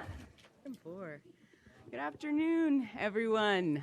Can you hear me? This always seems so quiet up here now. Good. Good afternoon, everyone. I am Barbara Murchison, ESSA State Lead here at the department, and very pleased to be back here talking to you today about ESSA. We've been down a road. We're going to continue down this road, and we're going to end up with a great plan. Today I want to check in a little bit about where we are, some of the things that have happened, and where we are headed, partially just so we can be really clear on the path forward, and also, you know, I've been either sitting here or watching from upstairs at my desk, and I'm like, we've got 2 new CPAG members, and remember your first CPAG meeting and how it was just like, wow, this is a whole lot of information? Imagine being John and Nancy today. So we're going to do a little kind of, inventory of what some of the things we've already discussed and where we are headed. So with that said, it has been Saturday makes it an official year since President Obama signed the reauthorization of ESEA. It was December 10th, 2015. Just seems like yesterday, doesn't it? And since that happened, ED has been very busy. They have turned over 10 guidance documents, a lot of really great guidance around a number of the elements in the law, all available on the CDE webpage. They have issued 3, some people say 4, but I call them 3. I sort of clump those assessment regs together. 3 sets of regulations, and you can see I said new final regulations were released last week, November 28th, but those of you who are checking your emails probably know that just this morning all the assessment regulations were finalized and released, so they are actually getting the things done that they said they were going to get done before the end of the year, and it's pretty impressive. There are some changes to the state plan template and timeline with those new final regulations. We've got a new final state plan template, which we will be required to use to submit our consolidated state plan, and we've got the sections here on this slide. So I'm not going to talk a whole lot about that. It's mostly similar, but in some ways it's been streamlined. Some of the things that we used to be required in the proposed template to submit a narrative around have now become assurances. So some of those narratives have now become checkboxes, which I think streamlines our work a little bit too. So that's where we stand in relation to ED and new expectations. But again, for the benefit of, in particular, the new folks, but all of us, just so we can be clear on what's ahead, let's just talk a little bit again around the framing of this plan. As we've discussed, California learned many, many lessons through the 15 years of No Child Left Behind. And the lessons that we've learned are really informing our forward direction in the development of our new state plan. Probably the most significant lesson was really needing to manage the influence of the federal requirements on our state's direction. NCLB was extremely prescriptive, and certainly we did a lot of things here in California to address the requirements of NCLB, sometimes not prioritizing our state priorities. So we're really committed this time around to ensuring that our state priorities drive all of the decision making wherever the federal, state, and local pieces intersect. We currently invest about $88 billion in our education system as a state, and of that amount, $8 billion is federal, and about $2.5 billion of that is associated with ESSA. So really, that's important because that's money that's meant to be targeted towards our most underserved students. So it's important, but it's really important to keep in perspective that that's a very small portion of our overall budget. And putting that into perspective means that we think about those resources as available to supplement this work that's already underway in California and certainly not drive California's direction. So we've talked about that a bit, but I think it's really important to kind of remember that that's kind of an overarching framing for how this plan is being developed. So we've talked about the California way before. We're going to talk about it again for another minute just to make sure, again, we're really thinking about what is driving this plan. As you know, we have been remodeling our education system since about 2010. We first started with the adoption of the Common Core state standards, which really shifted from that prescriptive kind of scripted teaching and learning towards more active engagement by teachers and leaders, and really put our focus on career and college readiness. I know that seems like a long time ago, but it seemed pretty radical at the time, right? Like, wow, we're gonna really do something new and different. And then shortly after that came the Smarter Balanced assessments, which really helped us to think about assessment as not just a point in time, but helped us to focus on both summative and interim and formative assessments and thinking about what does assessment really mean and broaden our thinking around that. During that same time period, the last 5 or 6 years, Superintendent Torlakson has engaged lots of stakeholders from around the state to really think about education policy, create that vision for what California's education system might look like. And some of that work has been put forth in roadmaps, and different recommendations have been put forth through Greatness by Design, which really looks at how we support educator excellence, and also the Blueprint for Great Schools, which really looks at how can we as a system support the whole child and not just think about kind of those year-end outcomes. And then in 2013, the governor signed the local control funding formula, which really shifted the way we think about education here in California to support local control, equity, and performance, right? So I know we take all of that stuff for granted, but the last 5 or 6 years have been extremely busy and really shifted the way we do business here in California. The work is ongoing, but basically we've overhauled every aspect of our pre-K through 12 system and this new path we have come to call the California way. So again, every time I say it, I do think of our colleague Nancy Brownell, who's working out there to improve the WASC accreditation system. But really, ESSA provides us with this new opportunity to really dovetail federal requirements into our current trajectory for growth and continuous improvement. We have the opportunity to really build this one single coherent local, state, and federal accountability and continuous improvement system. Since the law was reauthorized back a year ago, CDE staff have worked very hard to try and understand and inventory the requirements of the ESSA for alignment with California's current direction. And through this work, it's become clear that California can use ESSA to further our goals and our objectives. So first, you've been at the leading edge of this. We can have one accountability system, which again, doesn't seem so big right now because we're so immersed, but that's pretty amazing and great. So this is an opportunity the plan affords us. We can also use the plan to focus on our commitment to the implementation of state standards, something we've all been working really hard to do, to focus on equity, to focus on local control, and to focus on continuous improvement. Within the context of the plan, there are also several state-allowed reservations, which will give us the opportunity to make the granting opportunities that make the most sense for California. For example, rather than continuing with school improvement grants, which were very prescriptive, ESSA has given states control over defining how support will be provided to their lowest performing schools. And finally, another big opportunity, we have the opportunity to really refresh and rethink local plans and applications for federal funds. And that's very timely because we have this new LCAP template in which we can integrate those LEA plan elements.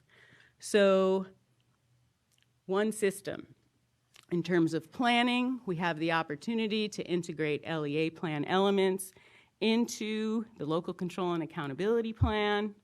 In terms of the accountability system, already much of that heavy lifting has been done to align the state, local, and federal systems, and those metrics are one and the same in many cases. And in terms of assistance and support, we have the opportunity to align both our state and federal intervention and assistance to form a multi-level support system. So, all of that said, this is how we plan to move forward with the development of the plan. You know, you've seen me present many things with many asterisks that said pending final regulations. Now we have a lot of final regulations. We've had a chance to take a look at that. And our plan forward over the next few months as we prepare to submit this plan to ED is to first write a plan that addresses ESSA's statutory requirements based on the foundation of LCFF and the other elements in the California Way. So that's the first piece. Then we'll take a look at all of the regulations and the other requirements more closely. We'll cross-check that draft looking at ED's requirements. And wherever it's appropriate, we'll make revisions where the elements are missing, but we want to make sure that we don't do anything that really interferes or is contrary to where California is trying to go and California's focus. Wherever something is just kind of, I'm going to try and say a big word, irreconcilable, where those things really don't work together, we'll seek a waiver for those pieces.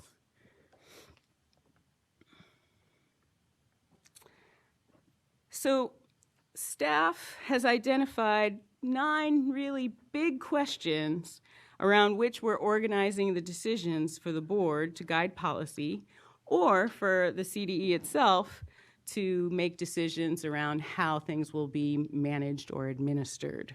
So those 9 questions are on this slide, and I think they're probably worth reading. What is the purpose and focus of the plan as it pertains to maximizing the impact of federal funds? We've had some conversations around that, about supporting the implementation of standards. Is that the focus? Trying to narrow down the focus into one priority as opposed to the 8 to 10 priorities in the LCAP? What are the state's academic standards and assessments that provide a point of reference for other elements in the plan? Pretty happy to report that that's mostly already decided. That's an example of a big question the plan must address where California already has set policy. How will the state provide funds to local education agencies to further the goals identified in the plan? So we have an opportunity, again, to look at and refresh the LEA plan elements, the application process for various funds. Again, are we going to leverage that to support the implementation of standards at the local level, or are there other things that we need to be considering? How is educator equity supported? And my colleague, Brent Malacote, the Director of Professional Learning Support Division, is going to bring some of those policy decisions and options to you after I stop talking to you and when we finish our conversation. How are the needs of English learners met? That's a big one. You know, we've already got work groups who are sitting and putting their heads together, coming up with some good thinking around how California will make sure that we're doing our best by English learners. How will progress towards state goals be measured and addressed? And a lot of that, again, has been worked through. The policy has been working, we've been working through that, and we're in a pretty good place. Still some questions to be addressed, but making good progress. How will funds to meet stated goals be monitored? This is an example that's not really much of a policy decision so much as a management decision, something that the CDE will need to do to make sure that funds are being spent appropriately. How will schools in need of assistance be identified? And what assistance will be provided to support the continuous improvement of those identified schools? So those are pieces that some preliminary conversations are happening. Certainly they're happening among CDE staff and some stakeholders, but those conversations haven't really come to the board for policy decisions yet. So we see the CPAG, and when I say we, I mean the CDE, we see the CPAG as really key to this conversation. As the primary advisory body to the board on the development of the plan, we will be bringing you some of these policy decisions and options before they come to the board so that we can bring your input to the board as they consider some of these pieces. And we'll also get your practitioner perspective and feedback around CD's administrative and management actions and how they may affect schools, districts, and other stakeholders along the way.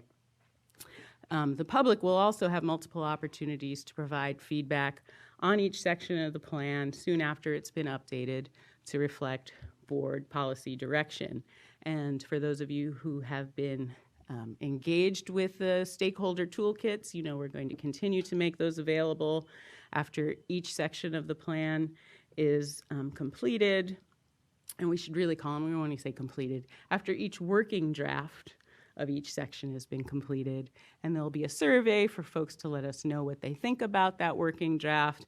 And we'll have some webinars, and eventually we'll have more regional meetings. So I've been holding off, and I actually considered not including a timeline today. But I think this really is the timeline. I had a little trouble putting the asterisks on this slide because I've worn down the asterisk button on my keyboard. But I think this is where we're headed.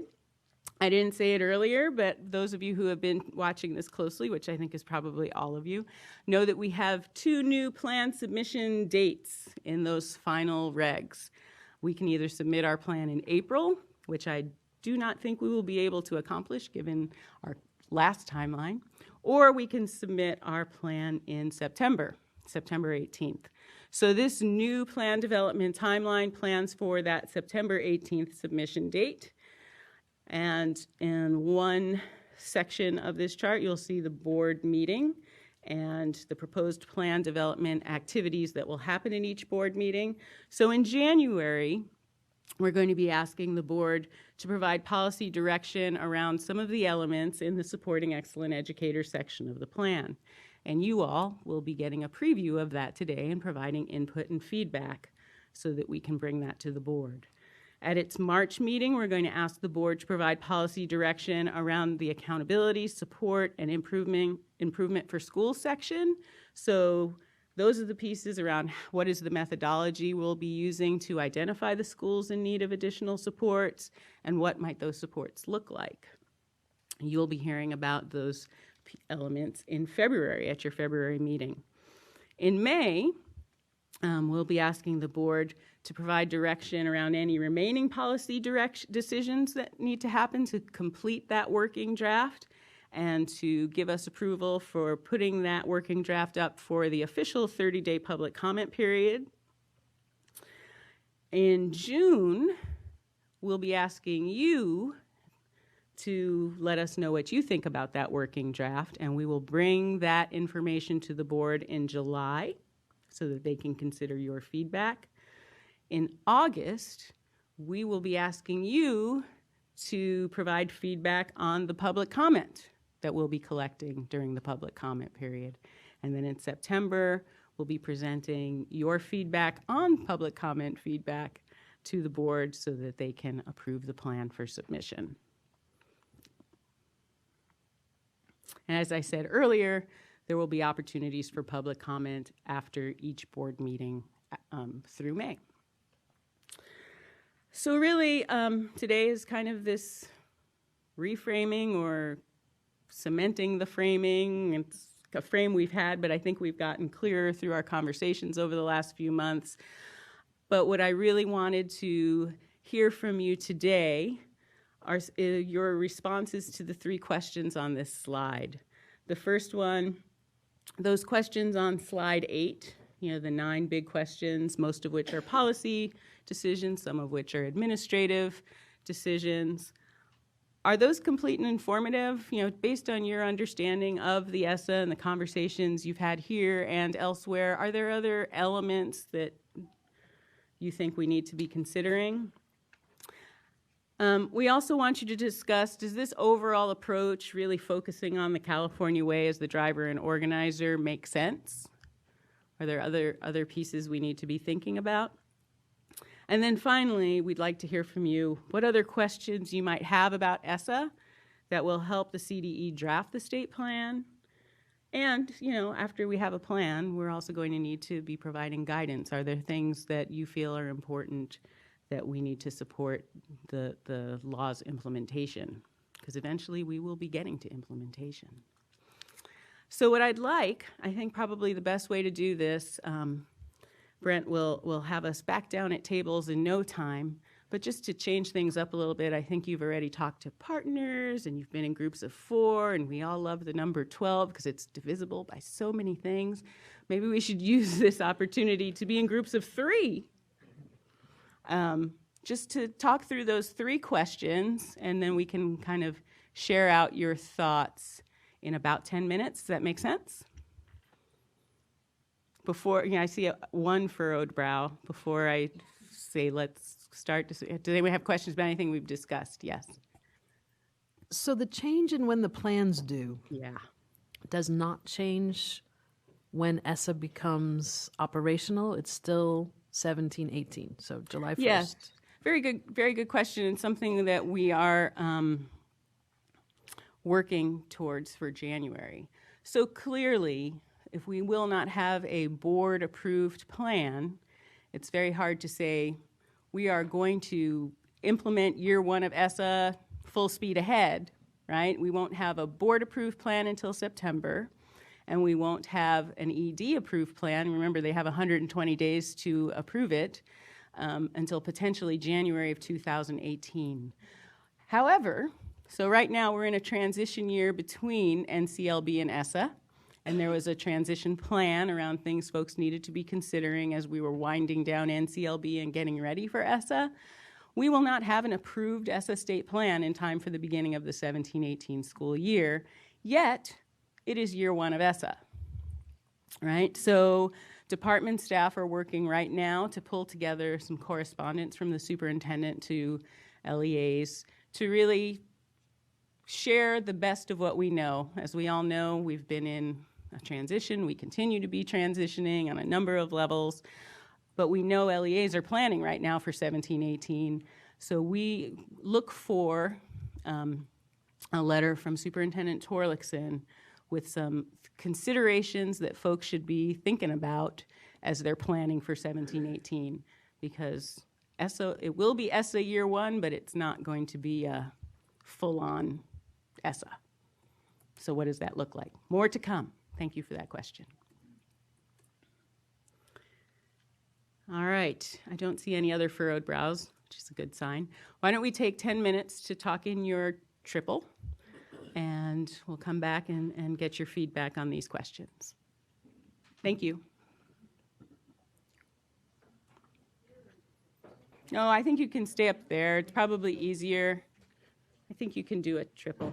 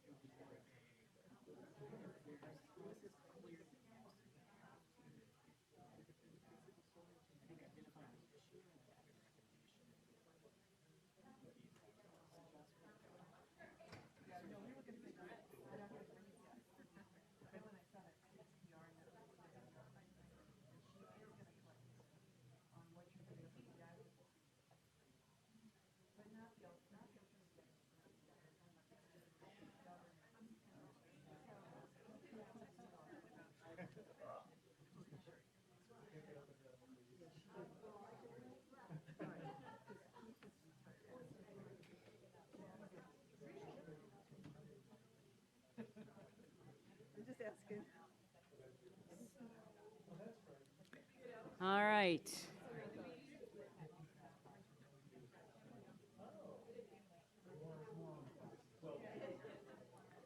So we're going to go ahead and come back together. All right, so you've had a couple of minutes to chat with your neighbors, and our first question was around the questions listed on this slide. Given our conversations here and other conversations you've had elsewhere, are there other kind of key questions that you think should be added to this list, or does this feel like the list?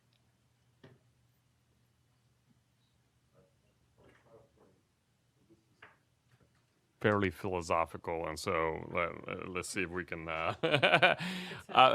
So I think the question is on the purpose, right? So I think we've chosen a system that is about shifting the burden of continuous improvement and defining even continuous improvement all the way down to the districts.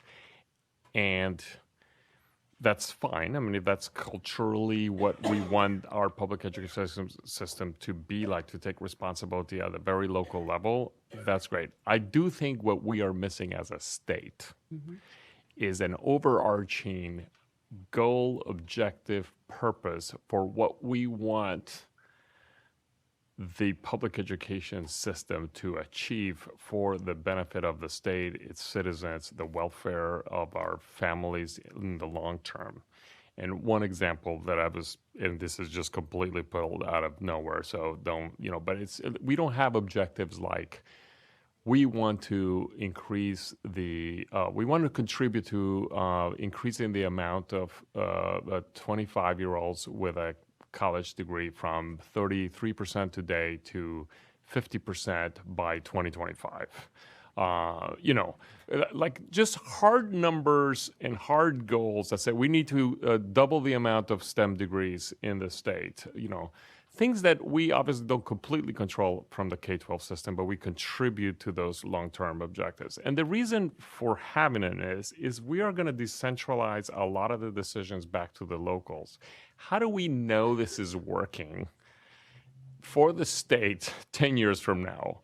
Other than there's a bunch of districts telling us that they're doing great.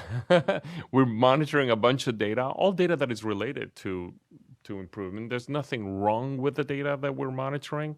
I'll say it up front. I think everything that we've looked at is good. Like if we get better at all those things, it's better for student, it's better for the state, but we won't have an overarching indicator of like 2 or 3 big goals that we want to achieve as a state that will improve the lives of our citizens as a state. And I think ultimately, and including equity and all those, all of those things. So we don't have, for example, income inequality. So I believe personally, this is a personal opinion, the education system is the #1 tool to decrease income inequality in our economy, in our state, and in our country. And yet, we should monitor that. And because frankly, we have more kids with college degrees. Like the data shows that kids in the lowest quartile of income, very few of them achieve a college degree, but those that do, 90% escape poverty. That's an amazing data point, right? Shouldn't we try to measure how many low-income kids are achieving college degrees and therefore coming out of poverty in our state? And so, I don't know, I don't feel like we have that. Sorry, I just went on a rant here. But, I don't think we have the 2 or 3 large metrics that kind of anchor this philosophy of decentralizing and letting everybody improve for itself to how do we know if this is going to work? And it's 10 years from now, we're going to look and go, oh, damn, that didn't work. We're going to go back all the way now to top-down metrics and stuff like that because decentralizing decision-making didn't work. We should have something that anchors the direction of the system. Anyway, I'll stop there. And this is my personal opinion, is not necessarily representative of the opinions of my group. If I may. I don't completely disagree. Not completely. The one question I have about the questions, I see that we've called out how are the needs of our English learners being met, but I don't see anything particularly addressing the needs of our other least served subgroups. So a lot of our districts, particularly our urban districts, are focusing on African American male achievement, on the achievement of our Latino students, which is different from our English language learners, our Pacific Islanders, and our low SES students. So I don't see any of these being a clear proxy for making sure we're focusing on those groups of students that we know if we make a difference for, makes an enormous difference in, I mean, that's a part I absolutely agree with, in their life outcomes. So I'd like to see that represented. That was, as we've been honing this list, that was a question that I had. Like, well, if we're calling out English learners, how are we paying the same attention to the other groups of students for which we want to be paying attention? And I think English learners made this list, and this isn't a definitive list, so we might think about how we augment it to be very clear that we're talking about all students, and certainly the plan requires us to address how we are supporting all students. But English learners got a special shout out because they have their own indicator, and it's something that we measure very specifically. Okay. And I know that ESSA, though I couldn't point you to where specifically it says that, maybe you could, but has us focus on closing the achievement gap or paying particular attention to strategies that are used to close the achievement gap. And I feel like something like that would better get to focusing on those subgroups that are persistently low performing under all our systems and reforms. Thank you.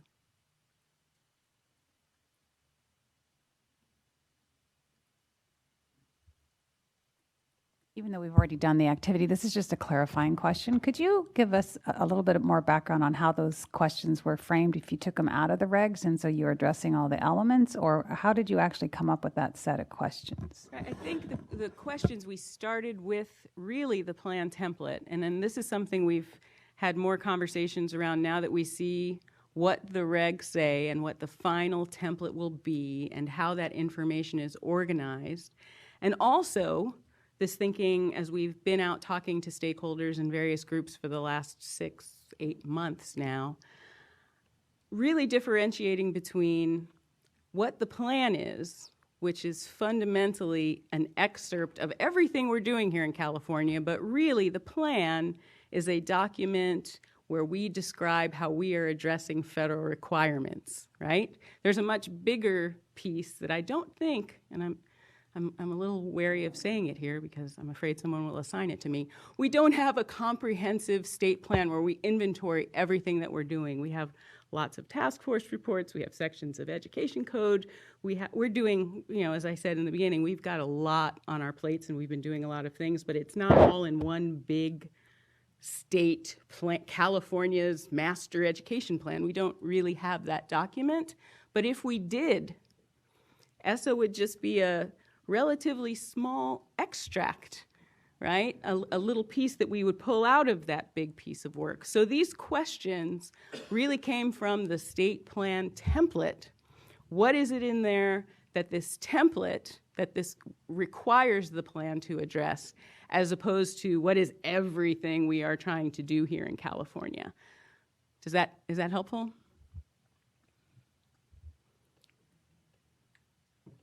Thank you. I'm not sure how that last exercise would not be philosophical to some degree. So, I mean, that's really, I think, where I'm going to go. I think every time I hear the California way, it triggers my philosophical reaction. And so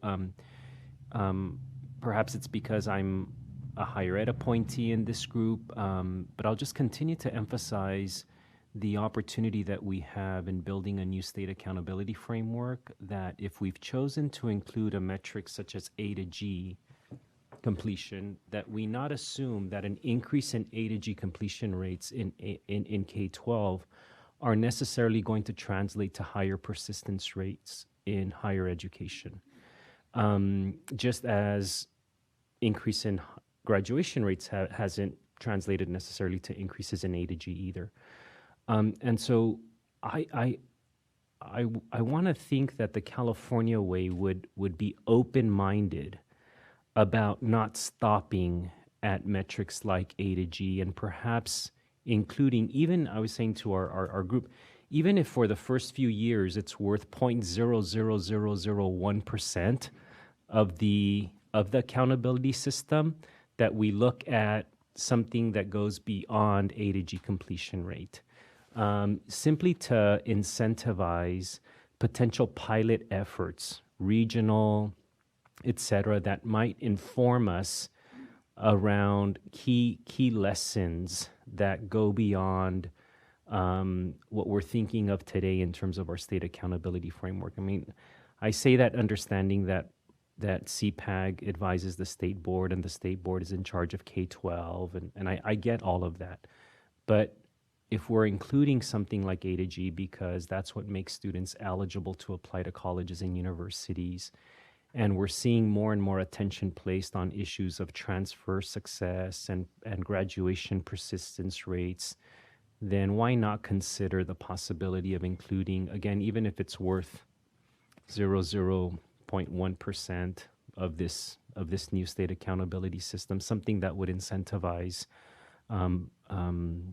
higher ed and K-12 to work more closely together.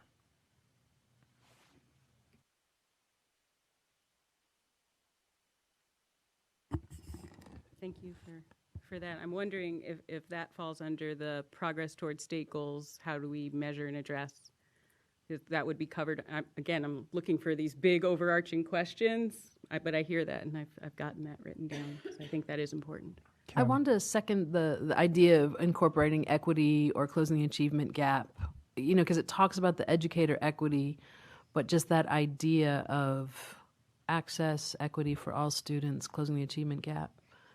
And I want to echo what Marco said, and I don't know that this is really necessarily for inclusion in the SS state plan, but do we talk enough about education's role in our big state goals, so that it's not just, oh, look at education and they keep wanting more money from us, and we have as though we're just one little piece that's not really related to what comes before kindergarten or what comes after high school or college, and that, what are we doing about poverty and what's education's role in that, and what are we doing about having a robust economy and what's education's role?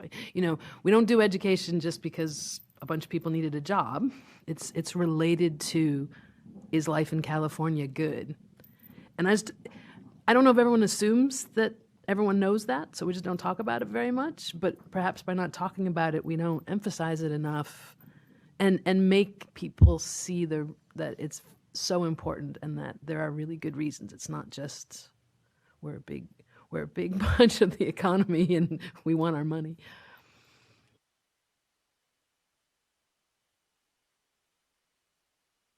So just a quick comment, since this is just a small portion of our overall big idea of what we're doing in California, again, I keep going back to the 8 priorities, maybe see what of the 8 priorities are not covered, and just so that it just gets consumed into our model. And then I also would probably organize the questions just in front of a group, probably, but like you have a couple funding ones that could go together, or a couple monitoring, continue. It might help us kind of sort it as you're looking at the questions. Thank you.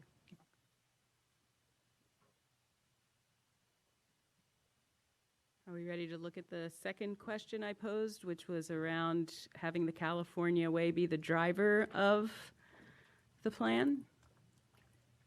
Is anyone have anything they want to share about that question? Does that make sense?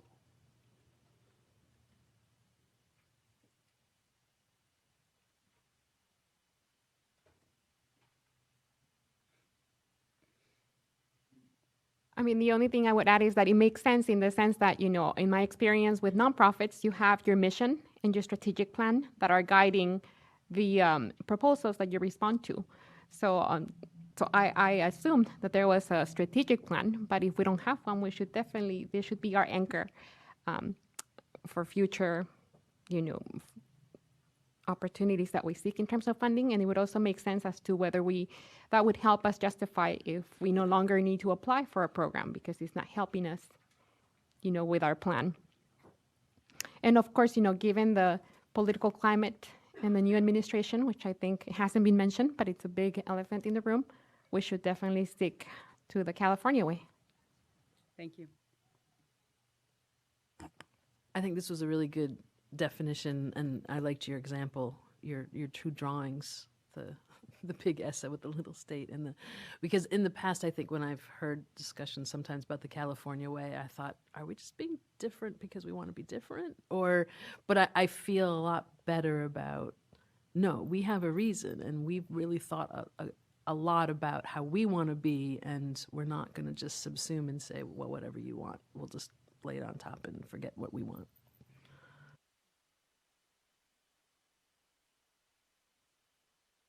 All right, and our third question, and we've had some questions along the way, but are there any other questions that you have that you think will be helpful in helping us draft a state plan that is based on the California way, and or what guidance, as practitioners, what guidance do you think will be the most important guidance for us to be thinking about as we move forward with implementation?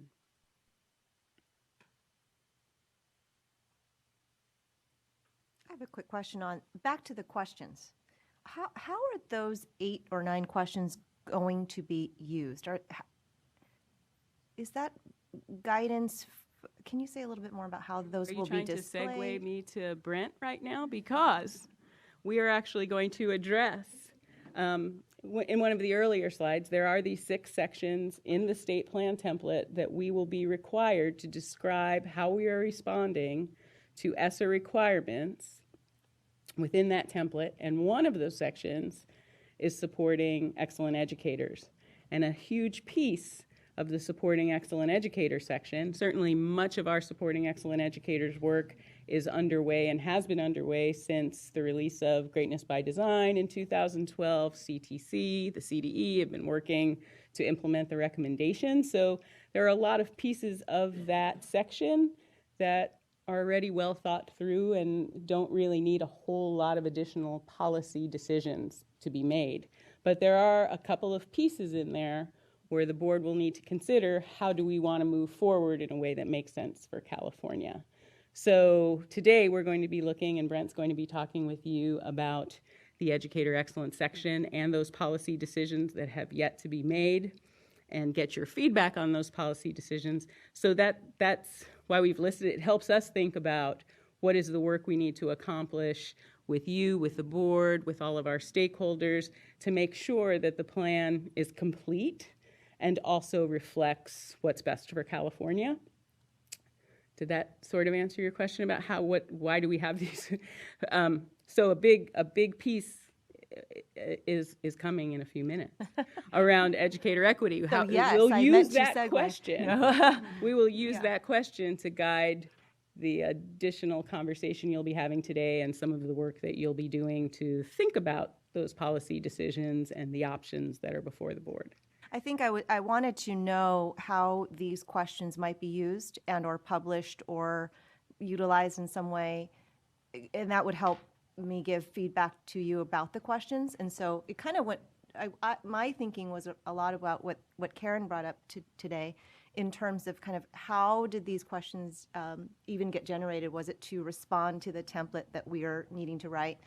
And if it's only for our own thinking around what needs to be addressed in our state plan for ESSA, that's one thing. If it's something that would be a leading,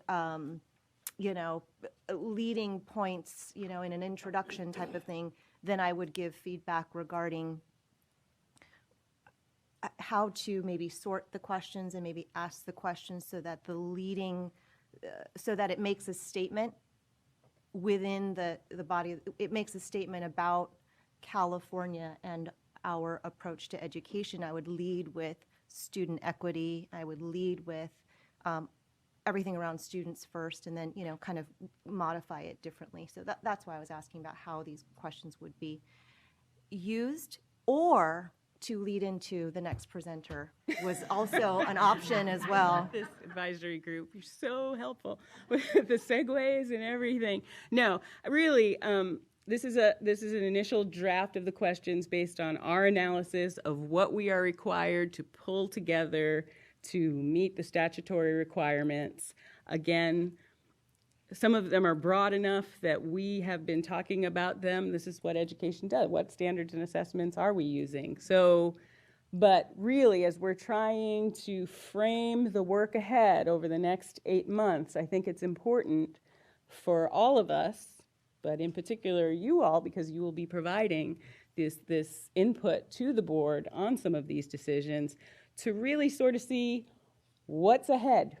Where are we in relation to the requirements of the template? Does that sort of make sense? So I actually think it is a good idea to maybe, like we know they're in this order because of the template for us, but I think as we're talking about bringing things out to share with folks, I think the idea of organizing them into perhaps different ways does make good sense, and I appreciate that input. So yeah, I don't want to blow the segue. I do want to bring Brent Malacote, who's the director of the Professional Learning Support Division, up to talk really about the Supporting Excellent Educators section of the plan, but he's not going to be talking so much about that section. We're really going to focus today on some of the questions that we'll need to answer before we actually get that section of the plan together. So, with no further ado, here is Brent.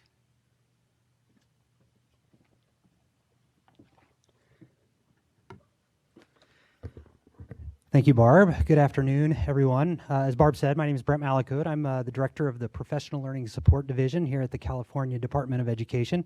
I'd also like to introduce and recognize my colleague, Constantino Silva, who is the administrator in charge of the Educator Excellence Office, who has been working on this part of the plan for much longer than I have. I started in this position about 6 weeks ago. And prior to my work at CDE, just as a little bit of background, I was a teacher and administrator down in Delano, California, which is between Bakersfield and Visalia. And 5 years after that, as an administrator in Pollock Pines, which is just up Highway 50. And I promise to be efficient with our time for a couple reasons today.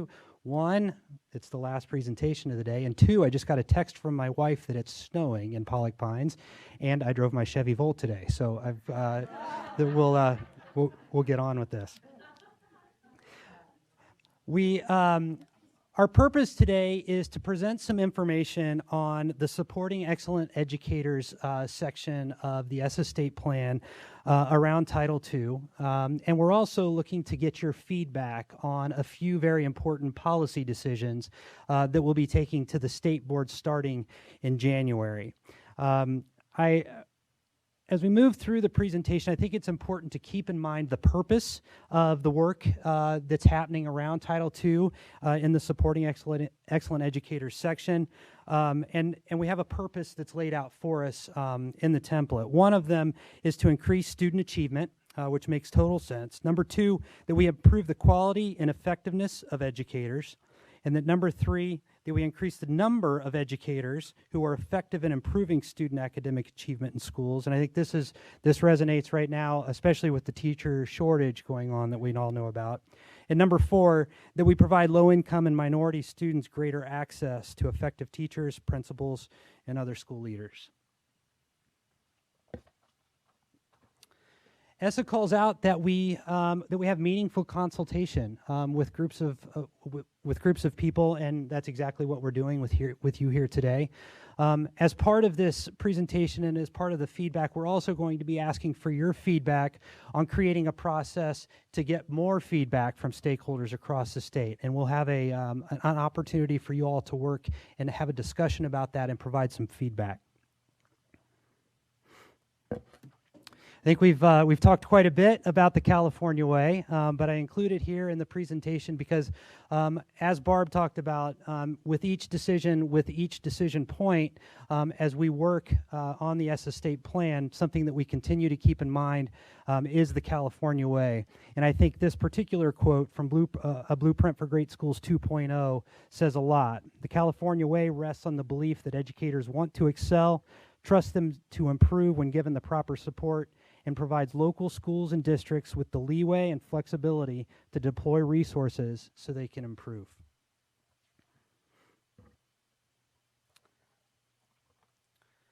So the Supporting Excellent Educators part of the ESSA state plan is divided into 3 subsections. And I'm going to just very briefly go into the components of those 3 subsections, but we're really going to focus in on 5.3 today, which we'll talk about in just a minute. Subsection 5.1 is used to give a general description of our overall educator pipeline as we set the background for the next 2 subsections.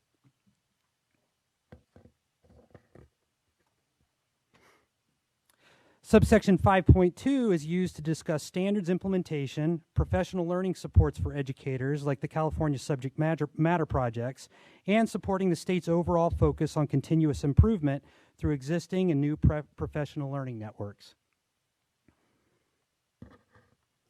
And then 5.3, again, where we'll be spending our time today, is the educator equity section.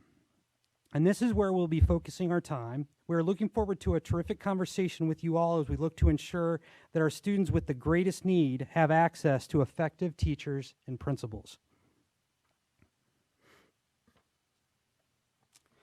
So I'm going to lead with the 2 policy decisions that we'll engage you in a little bit later, but I think it helps frame the rest of the presentation because it'll help you understand kind of where we're headed with this. So we're seeking your input on 2 very important policy decisions. One is approaches to defining or providing guidelines for LEA definitions of teacher and effectiveness. And I think it's important there that as you look at that slide, in the ESSA state plan, the word "or" is not red, but I decided to make it red today because I think it's a very important point that we don't have a single way of approaching this, that we have 2 ways to approach it. And that's going to be one of those decision points that we'll be talking about today. Is it a statewide definition? Or is it going to be providing guidelines to LEAs to help them provide their own direction around ineffectiveness? And then the second policy decision that we'll be talking about today is how state technical assistance should be administered to support equitable access to excellent educators. So very directly tied to number 1, but thinking about what technical assistance looks like for districts as they're doing work to support their educators.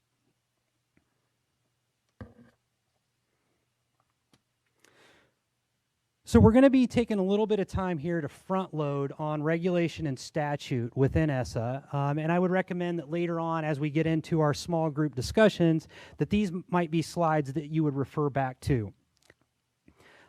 This first slide is regulation and says a statewide definition of ineffective teacher or, again, red, statewide guidelines for LEA definitions of ineffective teacher that differentiates between categories of teachers. And so again, just recognizing that there are 2 approaches to this. It's not required that we have a statewide definition, that's a possibility, but we also have the opportunity to provide guidelines for LEAs to make these decisions on their own.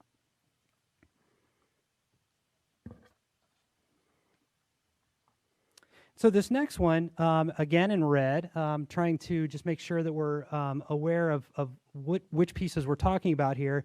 This section of statute talks about the state plan, and you'll see we'll follow up with the following slide that talks about LEAs and their requirements. But I'm just going to read this slide. For the state plan to describe how low-income and minority children enrolled in schools assisted under this part are not served at disproportionate rates by ineffective, out-of-field, or inexperienced teachers. And again, this ineffective word is the new word here, right? We've in California, we've talked about out-of-field, we've talked about inexperienced, but ineffective is a new word that we're discussing here today when it comes to statute. And the measures the state education agency will use to evaluate and publicly report the progress of the state educational agency with respect to such description, except that nothing in this subparagraph shall be construed as requiring a state to develop or implement a teacher, principal, or other school leader evaluation system. So summarizing there, as a state, we are required to ensure that low-income and minority children are not served at disproportionate rates by ineffective, out-of-field, or inexperienced teachers, and that we evaluate that progress, and that we publicly report the findings. So those are the 2 big takeaways from that piece of statute.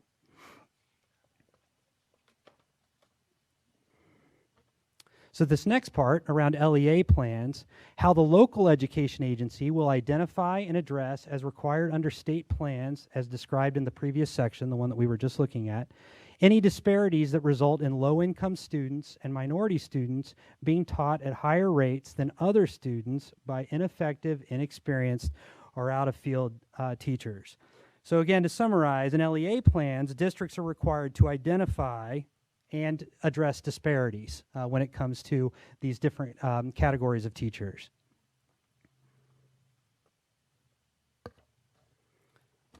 So coming back to the California way, again in red, part of the California, we continue to talk about the local approach, but we also in California are very concerned that we ensure that California's English learners, foster youth, and students in poverty have the learning supports they need.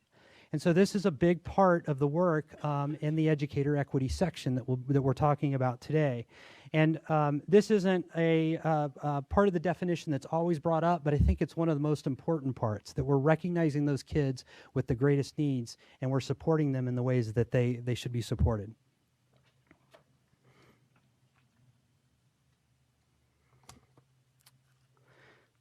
So for our first decision point, we are seeking your feedback regarding approaches to definitions. Bless you. We have mapped out 2 decisions here, and we'll share some of our thinking so far on the strengths and weaknesses of both, with the goal of hearing additional strengths and weaknesses from all of you. We also want to be clear that we are not getting into creating definitions today. That's not our purpose today. We will have time for that later, but today is about considering our options for approaches based on ESSA statute. One option that's on the slide here in front of you is, one option that is available is to create a statewide definition of ineffective teacher. Some important considerations that we would like to think through with you all today include, and again, we've got some of these considerations, but we're engaging you to help us think through these considerations, but also provide more as you see fit. So one of those is there are potential indicators that could be used for other purposes that might offer benefits in terms of efficiency and coherence. So thinking about LCAP, our plans, Title I reporting, those sorts of things, there's opportunities that we could use measurement in ways that would be coherent across systems. One thing that we recognize here is that stakeholder engagement is going to be paramount. And the third, adding additional metrics to the existing professional growth systems could create challenges in the areas of validity and reliability. Thinking that we know that there are many districts that are doing this work. All districts that I know are doing this kind of work. And when we start to throw in other measures, what does that do to the validity and reliability of the systems that they already have in place?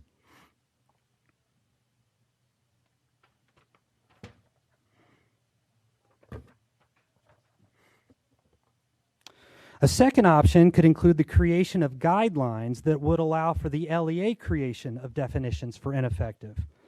This approach best exemplifies the California way and can be linked to current process supporting development of the LCAP. In this option, we have some important considerations as well. CDE could support LEAs with resources, best practices, etc., as they work on their own definitions. Another consideration is it lowers the burden for creating a system that fits every LEA context. And we know that in a state the size and with the diversity of California, creating a single plan is often very difficult and doesn't often meet every context. Another consideration is we need to honor the time that districts will need to set definitions. This is not easy work, and we need to recognize that and give districts the time to be able to do it. One challenge is the issue of comparability across LEAs with varied definitions. And this is just one of those challenges. When you think about varied definitions, how do you come up with a cohesive way of looking at this across a state? Respects the current approach to locally developed evaluation systems and will not derail local implementation. And we know that there's some terrific work going on out there. Some reports have been done, some studies have been done with districts like Robla, San Juan, Poway, and San Jose, that they've all demonstrated terrific work happening in this area about demonstrating educator excellence and educator effectiveness. And a final point is that the LCAP could be used to collaboratively plan definitions and support systems. So using a system that's already in place to help create the definitions and share that with stakeholders across the LEA.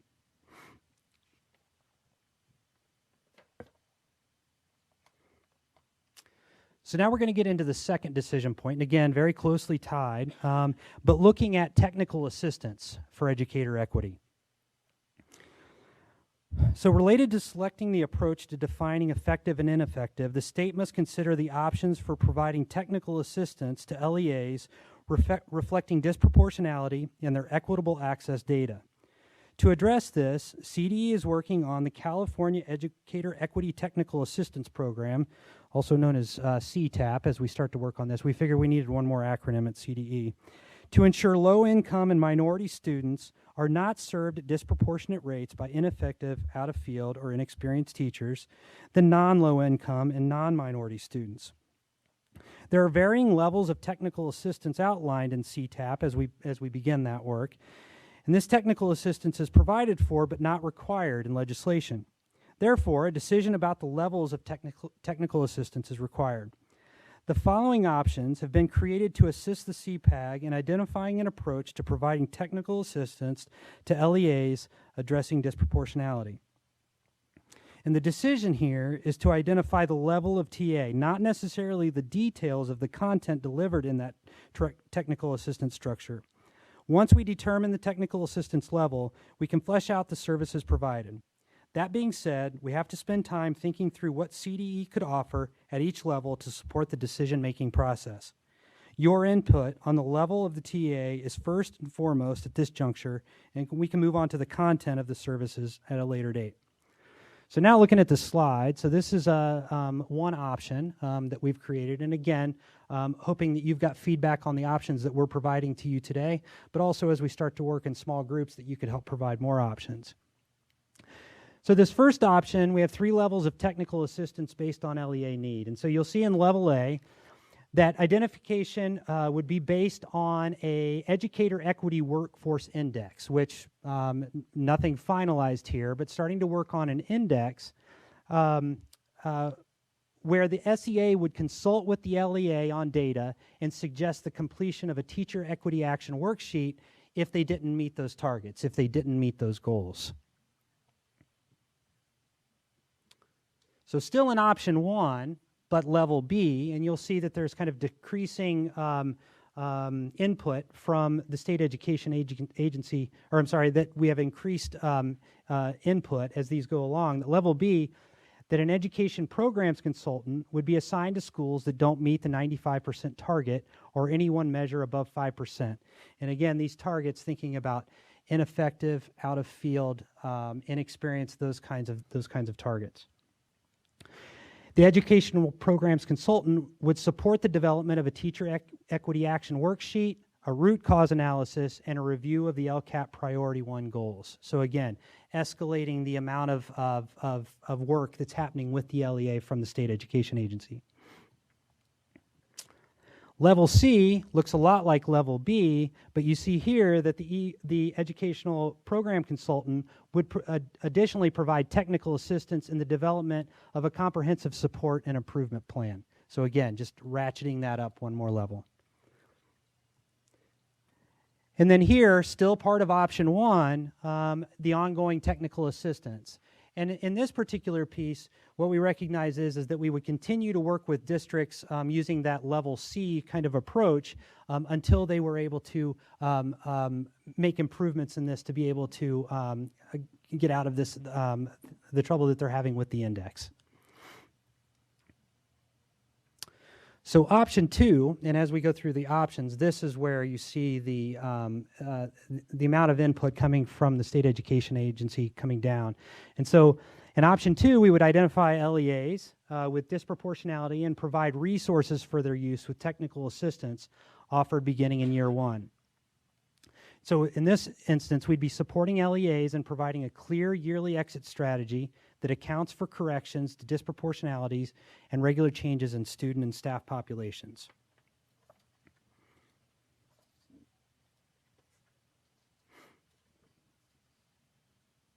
And so the big shift from option one in this is that technical assistance is offered, but it's not required. So that's kind of the main difference here, is that in the previous option, you saw technical assistance as a requirement. In this option, we talk about technical assistance as being offered but not required.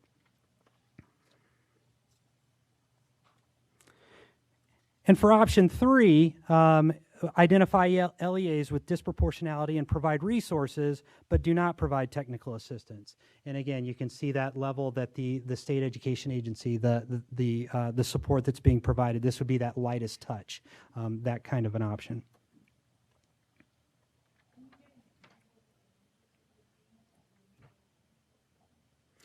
Yeah, I think as Chief Deputy Price was talking about earlier, with the statements of model practice and that ecosystem around providing supports through collaboration in common would be one example. The online platform for professional learning communities and resource sharing, that would be one example of how resources could be shared, but also providing exemplars out there for other districts, other schools to be able to see the work that's happening in the POAs, in the San Juans and others. Does that make sense? So coming back to the two policy decisions. So these are the two questions that we're going to be talking about as we get together in small groups. One, again, approaches to defining or providing guidelines for LEA definitions of teacher ineffectiveness. So your first decision point here is, and not that we have to make a decision, a lot of this will be looking at the pluses and the minuses, the advantages and the drawbacks for each of these, and discussing them. Thinking about a state definition or providing guidelines for LEAs, and considering the options that we have here before you, but also thinking outside the box and things that you might consider here as well.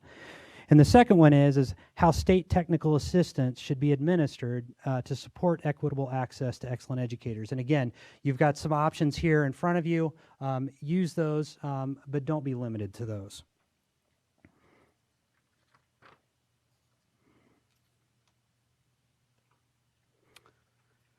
So beyond those two policy decisions, we also want to engage you in a conversation around continuing to get stakeholder feedback from others in the state. This is a great first step, and this is our first step out into public thinking about ineffective and some of these very important decisions that we'll be talking about. But we also want to engage you in a conversation about how we might engage others. Who are those others? What meetings do we need to be a part of? And helping us think through some of those, the people that we need to be talking to and the timelines that we need to be considering as we move forward. So I think what we're going to do now is I think we'll organize into small groups, and then once we get into small groups, I'll explain the activity, and I've got a couple worksheets that we can pass out once you get to your tables that will help you with a couple graphic organizers to help you frame your thoughts. Keeping with that, it is 12 is a nice number. So here's a recommendation. You got it. Knowing time, and then also knowing that we may have some members have to leave early for flights, I'd recommend remaining in our groups of 3 and actually staying up here. Sounds great. Okay. That's okay. Sounds good. So I'm gonna gather the worksheets and I'm gonna pass them out to you now, and then we'll get started on the activity. What's that? You can just hand one to each person, and then I'll go right behind you. Yeah, sounds good.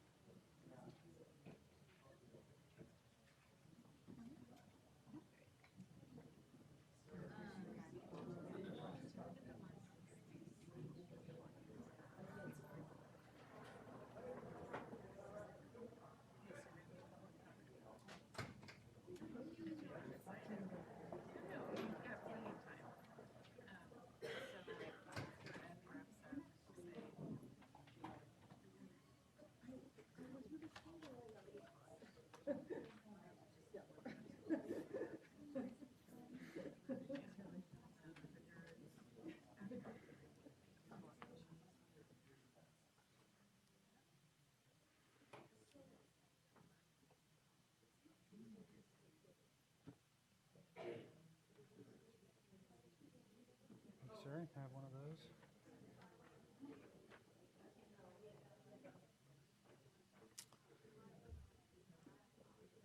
Okay, so let's start with the facilitation sheet that has the 2 boxes.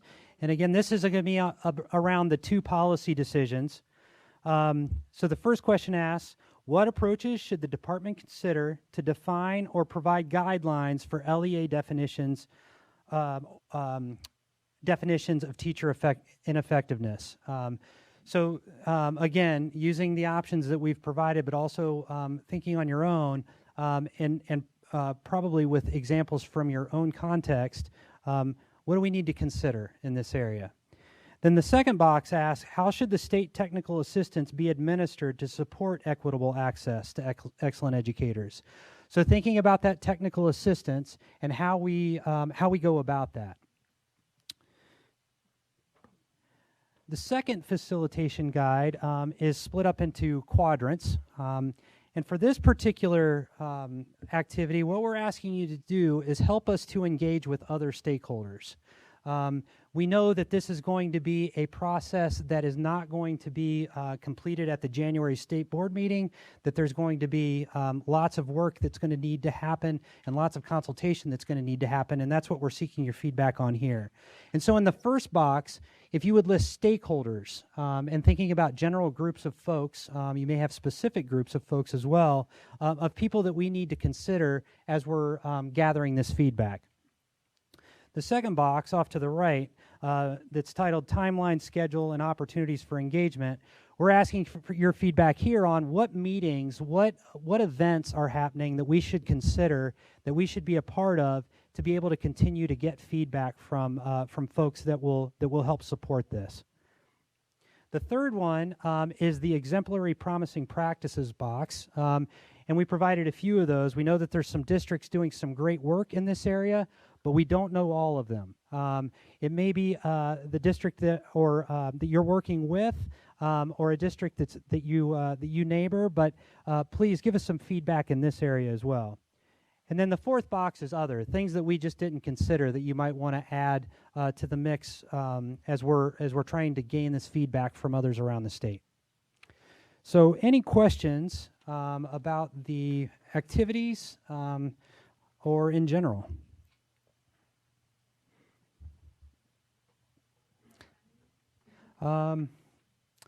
Let's do 20 minutes to begin with. Does that give you enough time? We'll do 20 minutes. I'll check in at 15 to see how we're doing. And if we need to add a few more minutes, we can do that too. Just let me know if this is not a quick question, but how does this map onto the work that CTC is doing right now around teacher effectiveness? It's all overlaid. We're having conversations with CTC. This is one of the groups that we're speaking with about this now. Okay, so it's separate but related? Yes. Okay. Absolutely. Very related. Okay, thank you.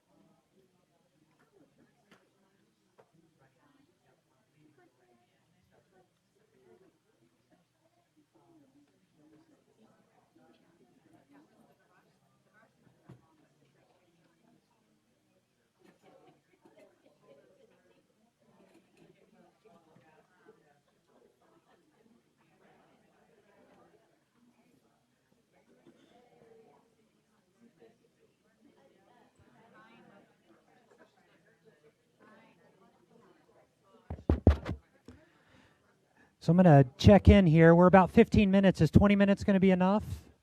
20 minutes good? Okay, we'll do about 5 more minutes then, and then we'll report out.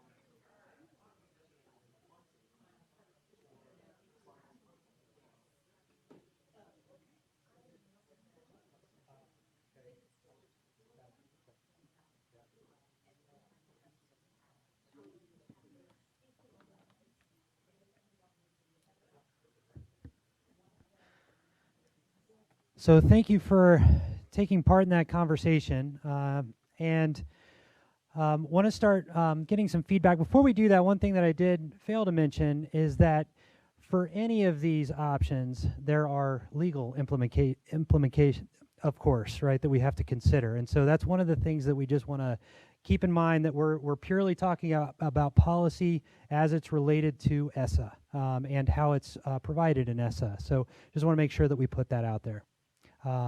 But let's start with the two big policy decision points, and we will take notes as you guys are discussing.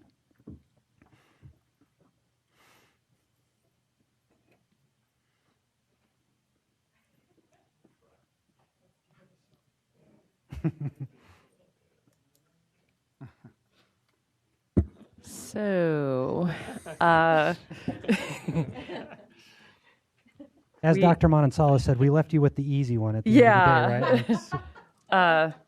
So we had, I think it's being referred to on the dais as a spirited discussion about this, and I thought Marco and I were going to be on the same page because we said we both feel very strongly about this. I said, good, and then we found out we had the opposite opinion, but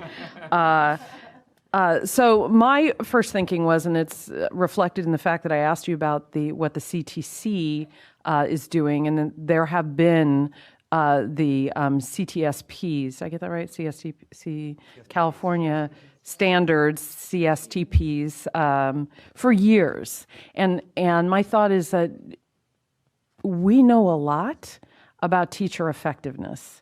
And when you explained the thought that a state representative would be going into an LEA and providing technical assistance, I thought of the challenge it would pose to have an LEA have their own standards, and for that person to have to say, so, you know, what standards do you have, and let me help you achieve those, and that there could be widely divergent standards. So, you know, for example, Marco has talked about a lot of the work that they have done, and you know, it exceeds in many ways what the requirements say. So my thought is, why wouldn't the state say what they know to be effective practices, meaning that the converse is not to have met those would mean ineffectiveness?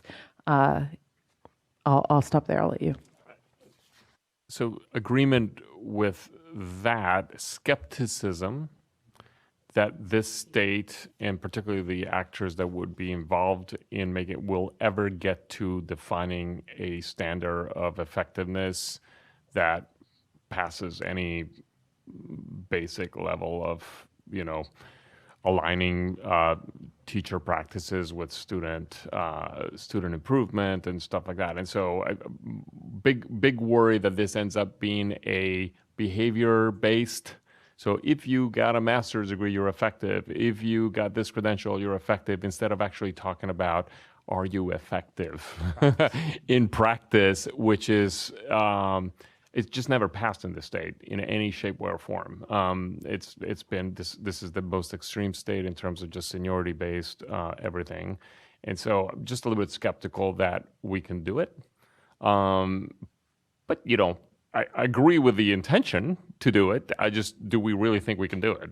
And therefore, are we going to end up with such a system that is so bad that it's almost better to leave it to local level? And at least some districts will save the day, and others will continue their own way without that. So that's the kind of the discussion that we had. I think in agreement, skepticism about our ability to pull it off as a state. Great points. So if I may, just, could everybody hear me okay? Yeah. The technical assistance that we're proposing here would be along the lines of the data as it regards the equitable distribution of educators in the categories that we mentioned: the inexperienced, the out of field, the ineffective. An idea is also to monitor intern teachers, teachers with intern credentials, that the distribution of those teachers so that it's not disproportional. That is the technical assistance that we would be doing. So it would be targeted based on data that we collect on those categories of teachers per each LEA. So,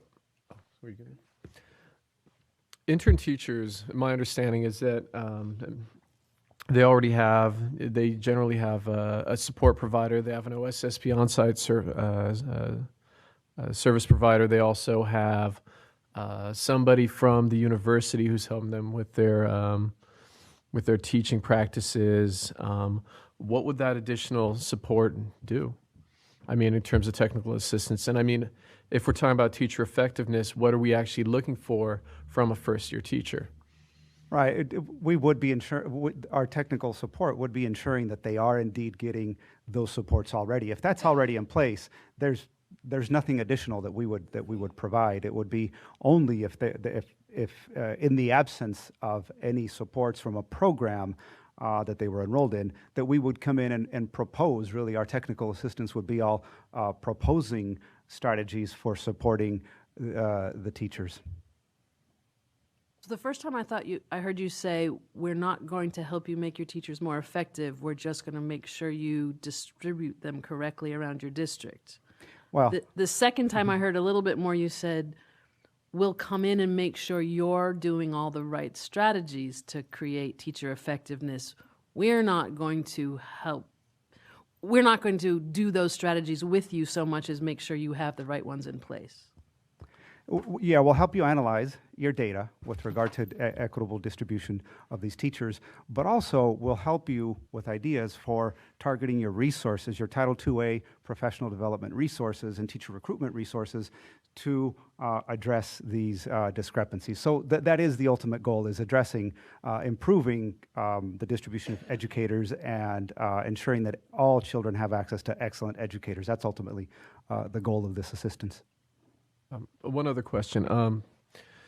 I mean, my understanding of some of the collective bargaining agreements and how teachers are evaluated, there would have to be something at the local level to actually say that an outside agency could come in and evaluate and do an additional level of evaluation on a teacher. Is that correct? You know, that's what we were just talking about, the legal implications that Yeah. go along with this, right?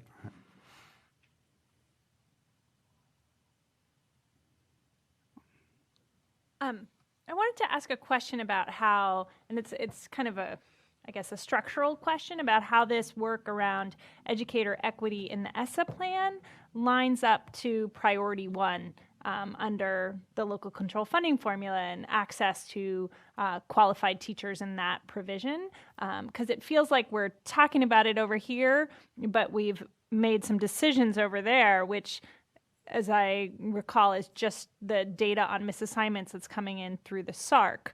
And it seems like at a minimum, the data should be parallel in these two places because we have it and because we've said it matters. It's a priority for the state of California to have access to qualified teachers for our students and for our LCFF, subgroups in particular.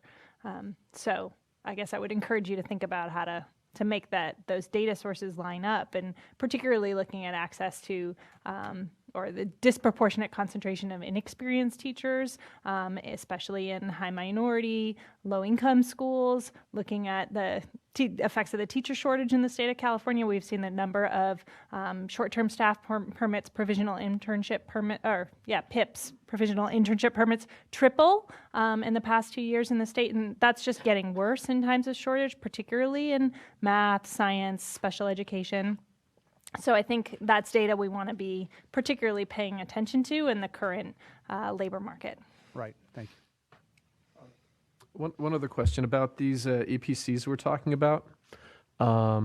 Where's the funding? Is that going to come out of Title II, or is it going to be another situation where the districts are going to have to bring in independent consultants, or is it going to come from the state?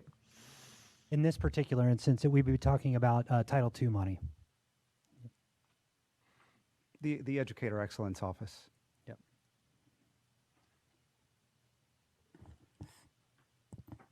So on my sheet, I wrote option 1, state to define, and then option 2 for technical assistance. It seems like if there's an issue, rather than kind of gradually do the option 1 of the gradual technical assistance of kind of getting more insistent as nothing happens, we might as well just give him the full support in year 1, and then option 3 is no technical assistance. So option 2 seemed like a good compromise.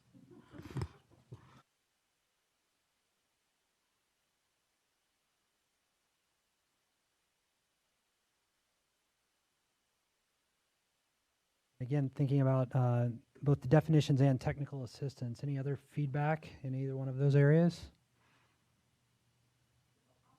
Share a little bit, just in terms of our conversation and how do I start? Let's see. We were talking about teaching, instruction, reaching students. The different components of effective teaching and really reaching students. So then we had to kind of turn it upside down to do the ineffective, because this is a different way of thinking. So when we first started, we were really talking about classroom, practices within a classroom in terms of effectiveness and reaching students.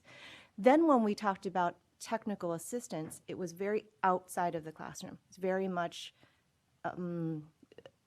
maybe a district level, state to district, and it felt a bit disconnected from what a teacher might need in a classroom who, whether they're first year or they're 20 year, they want to, with the positive presupposition that they want to do better for our students, that they probably would need support more aligned to their classroom practices than support in identifying data at a different. So it was a bit of a disconnect in terms of what assistance would be needed to reach our youngsters in the classroom. So it was a bit of that was sort of part of our conversation. Nancy, do you want to say any more? I think also we talked about almost marrying both ideas, where you would have an umbrella that would measure the effective teacher, but allowing the LEAs to have say as to how they would go about that. So it would be a little bit of both, because it would be very difficult to measure the same for all areas in all of the state for all students. So we thought of some sort of an umbrella model.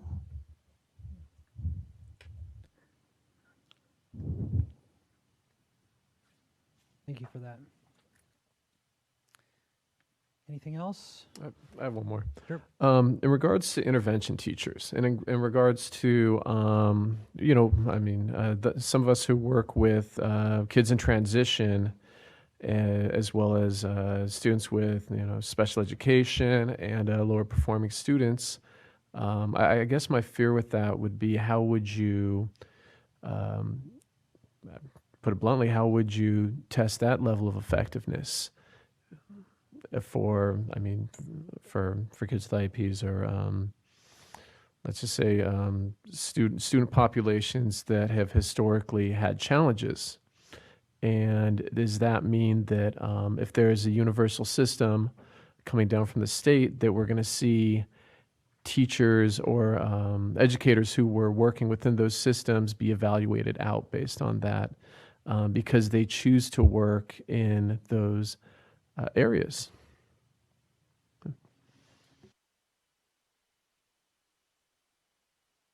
I think it's a great point. I mean, and it's come up several times today that ineffective teacher, it's about practices, but how are the supports happening at the LE level to help that teacher not be ineffective, to become effective? So this is not an easy question, as we're discovering more and more every day, because it's the systems, the support systems that they're working within are also so important.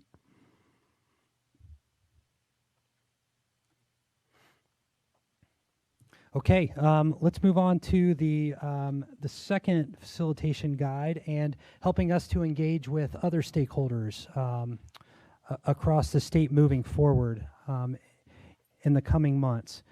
So let's start with stakeholders. Did any revelations there on folks that we should be talking to?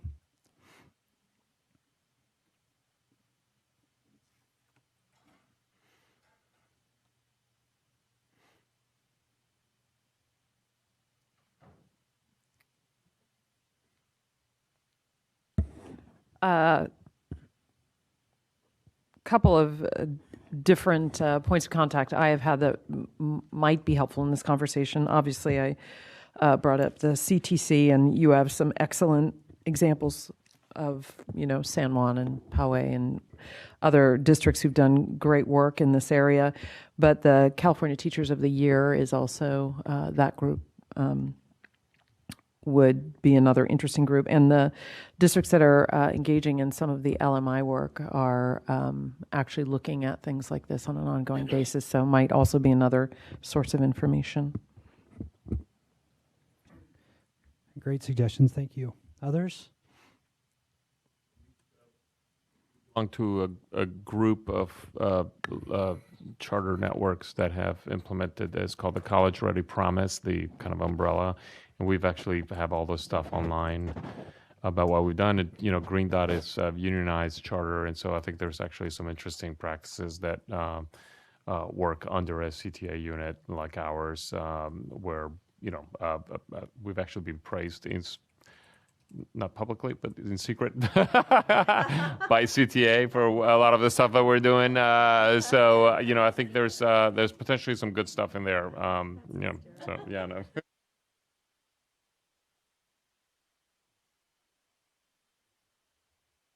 Any other stakeholders?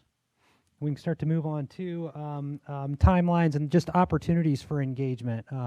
Meetings that we should have on our radar, events that should be on our radar to consider getting in front of other folks to have this discussion.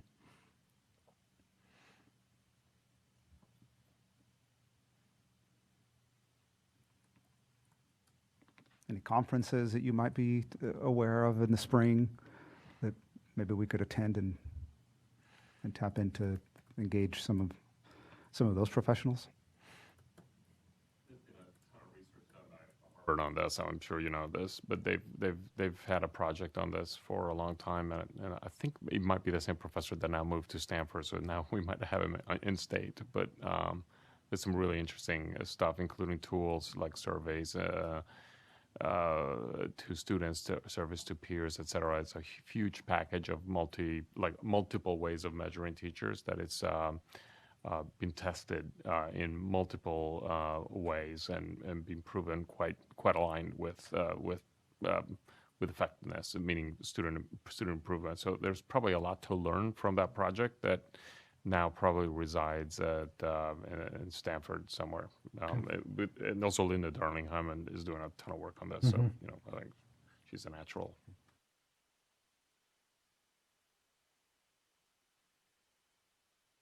Maybe also the Instructional Leadership Corps that you're a part of, Nancy, and California's National Board Certified Teachers would be another network I would tap.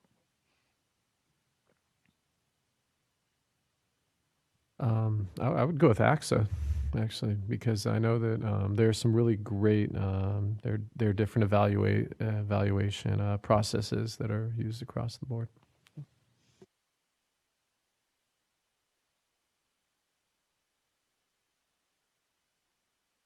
And then we can shift down to the third box, the exemplary or promising practices, systems that we should take a look at.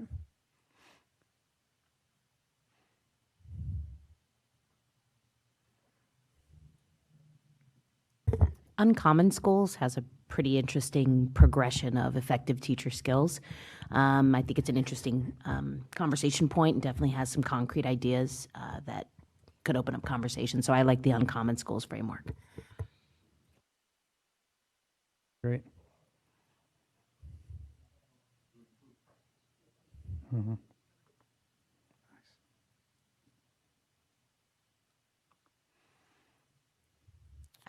National Board Certified Teachers as well, that group.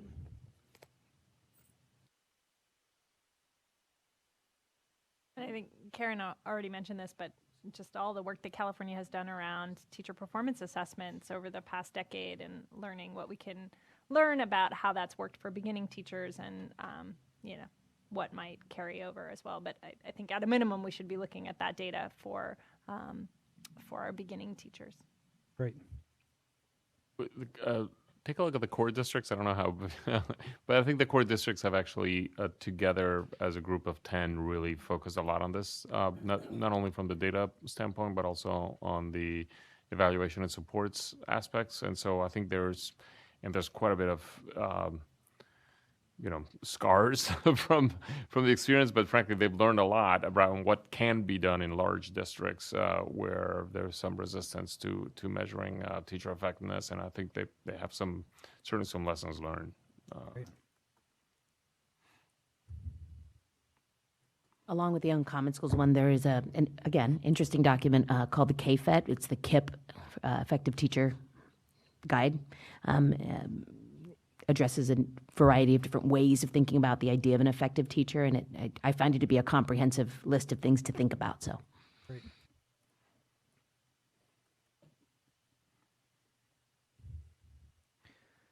We can shift on to the other two, and if there are things that you'd like to bring back up in any of the other sections, that's fine too. But anything else that you considered as you discuss these topics?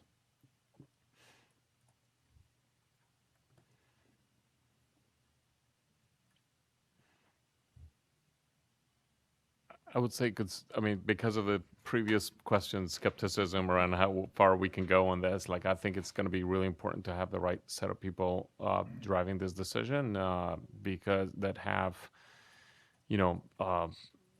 enough will to push California as far as it can go, whatever that point is. But that, it would be disappointing as we end up stopping considerably short of anything that remotely resembles actual practice effectiveness, and because not, the right people are not at the table. So I don't know, I don't know exactly who would be the right people involved, but I think you need some weight in the commission that is going to make this decision. Yep. Great. Okay, well, thank you very much for the conversation and the engagement. We really appreciate it, and I'm turning it back over to, well, it's public comment. We have time now for 2-minute public comment for this item.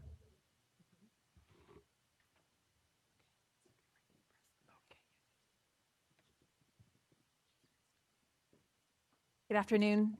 Sarah Lillis with Ed Voice. I'm very interested to hear your conversation. I think we're excited about the opportunity that this presents in thinking about the ESSA plan to move us beyond just priority one to actually talk about effectiveness, whether it is at the local level or at the state level. And I hope we don't miss that opportunity. And I think really thinking about gaps, again, this is back to your point about an overarching frame for the state plan should be about addressing and closing gaps. And I think this is a really important one that is not just about experience and qualification, but really about effectiveness and what does that look like. And so one piece that we skipped from definition to technical assistance, the piece that we hope that there's more conversation about is this sort of how we collect data, how we report. So I think if it's about the continuous improvement conversation and learning both at the local and the state level, what is the data we're going to be collecting, how are we going to be reporting it, and then how are we going to look at not only the gaps, but progress on those gaps. And so I think that we hope that that's kind of the next phase of the conversation, either here at the CPAG or at the board, but thank you.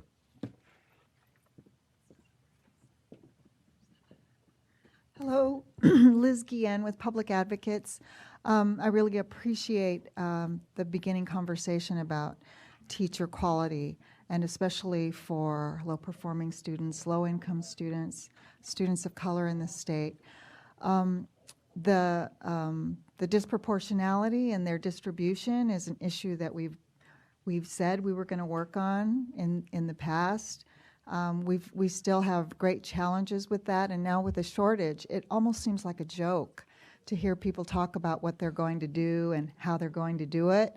But I do want to encourage us to send the message that we need the information about where teachers are and how they are qualified, which is different from whether they are effective, and who they are teaching. We used to have a better system for collecting this information about teachers, but the current administration is not interested in that kind of information. But there ought to be a way to collect that information in a way that's helpful for improvement and not for punishing teachers. We have to have a system that teachers buy into as well, because they're part of it. And so I encourage this group to really push on how to get the best information possible when you make recommendations about definitions and the standards around what disproportionality should look like. Thanks. Thank you. And that concludes public response. Thank you. So while we have item 5 agendized, I know that we will be moving that forward to our next meeting. That is correct. That's correct. And we've already went through item 6. So prior to adjournment, just wanted to look at my colleagues around the table for any closing thoughts or comments. Kim. Just a request. I think when Barbara was talking, she started talking about some of our meeting dates in 2017. And I believe we all received an email. But when I looked on the web page for CPAG, it only had the 2016 dates. That is correct. All right. But so we actually have adjusted the dates for the upcoming meetings. The next one is scheduled for February 9th. But we might have a potential conflict with that date, so we may need to look into the calendar and find a different State Superintendent's Conference. So yeah, State Superintendent's Conference. So some of you may need to attend that instead of CPAG. And then we have the 2017 dates projected, and what we'll do is we'll send out another email to the group, and we'll just confirm. At this point, we'll probably just get a gauge to see how many of you can attend, because we moved pretty much everything to a Thursday. So we'll send those out within the next week. All right. So Thursdays are my board meetings. Okay. Sometimes the 2nd and the 4th. Yeah. And so that I like Tuesdays and Wednesdays. Okay. I know. Any other comments or questions? Just want to thank everybody here for your patience and your support, and it's very nice to be here. And for everybody who presented and helped out, thank you all very much.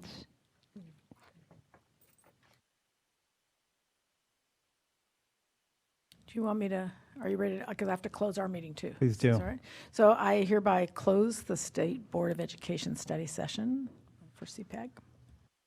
And I hereby close the CPAG meeting. Meeting adjourned. Thank you, everybody.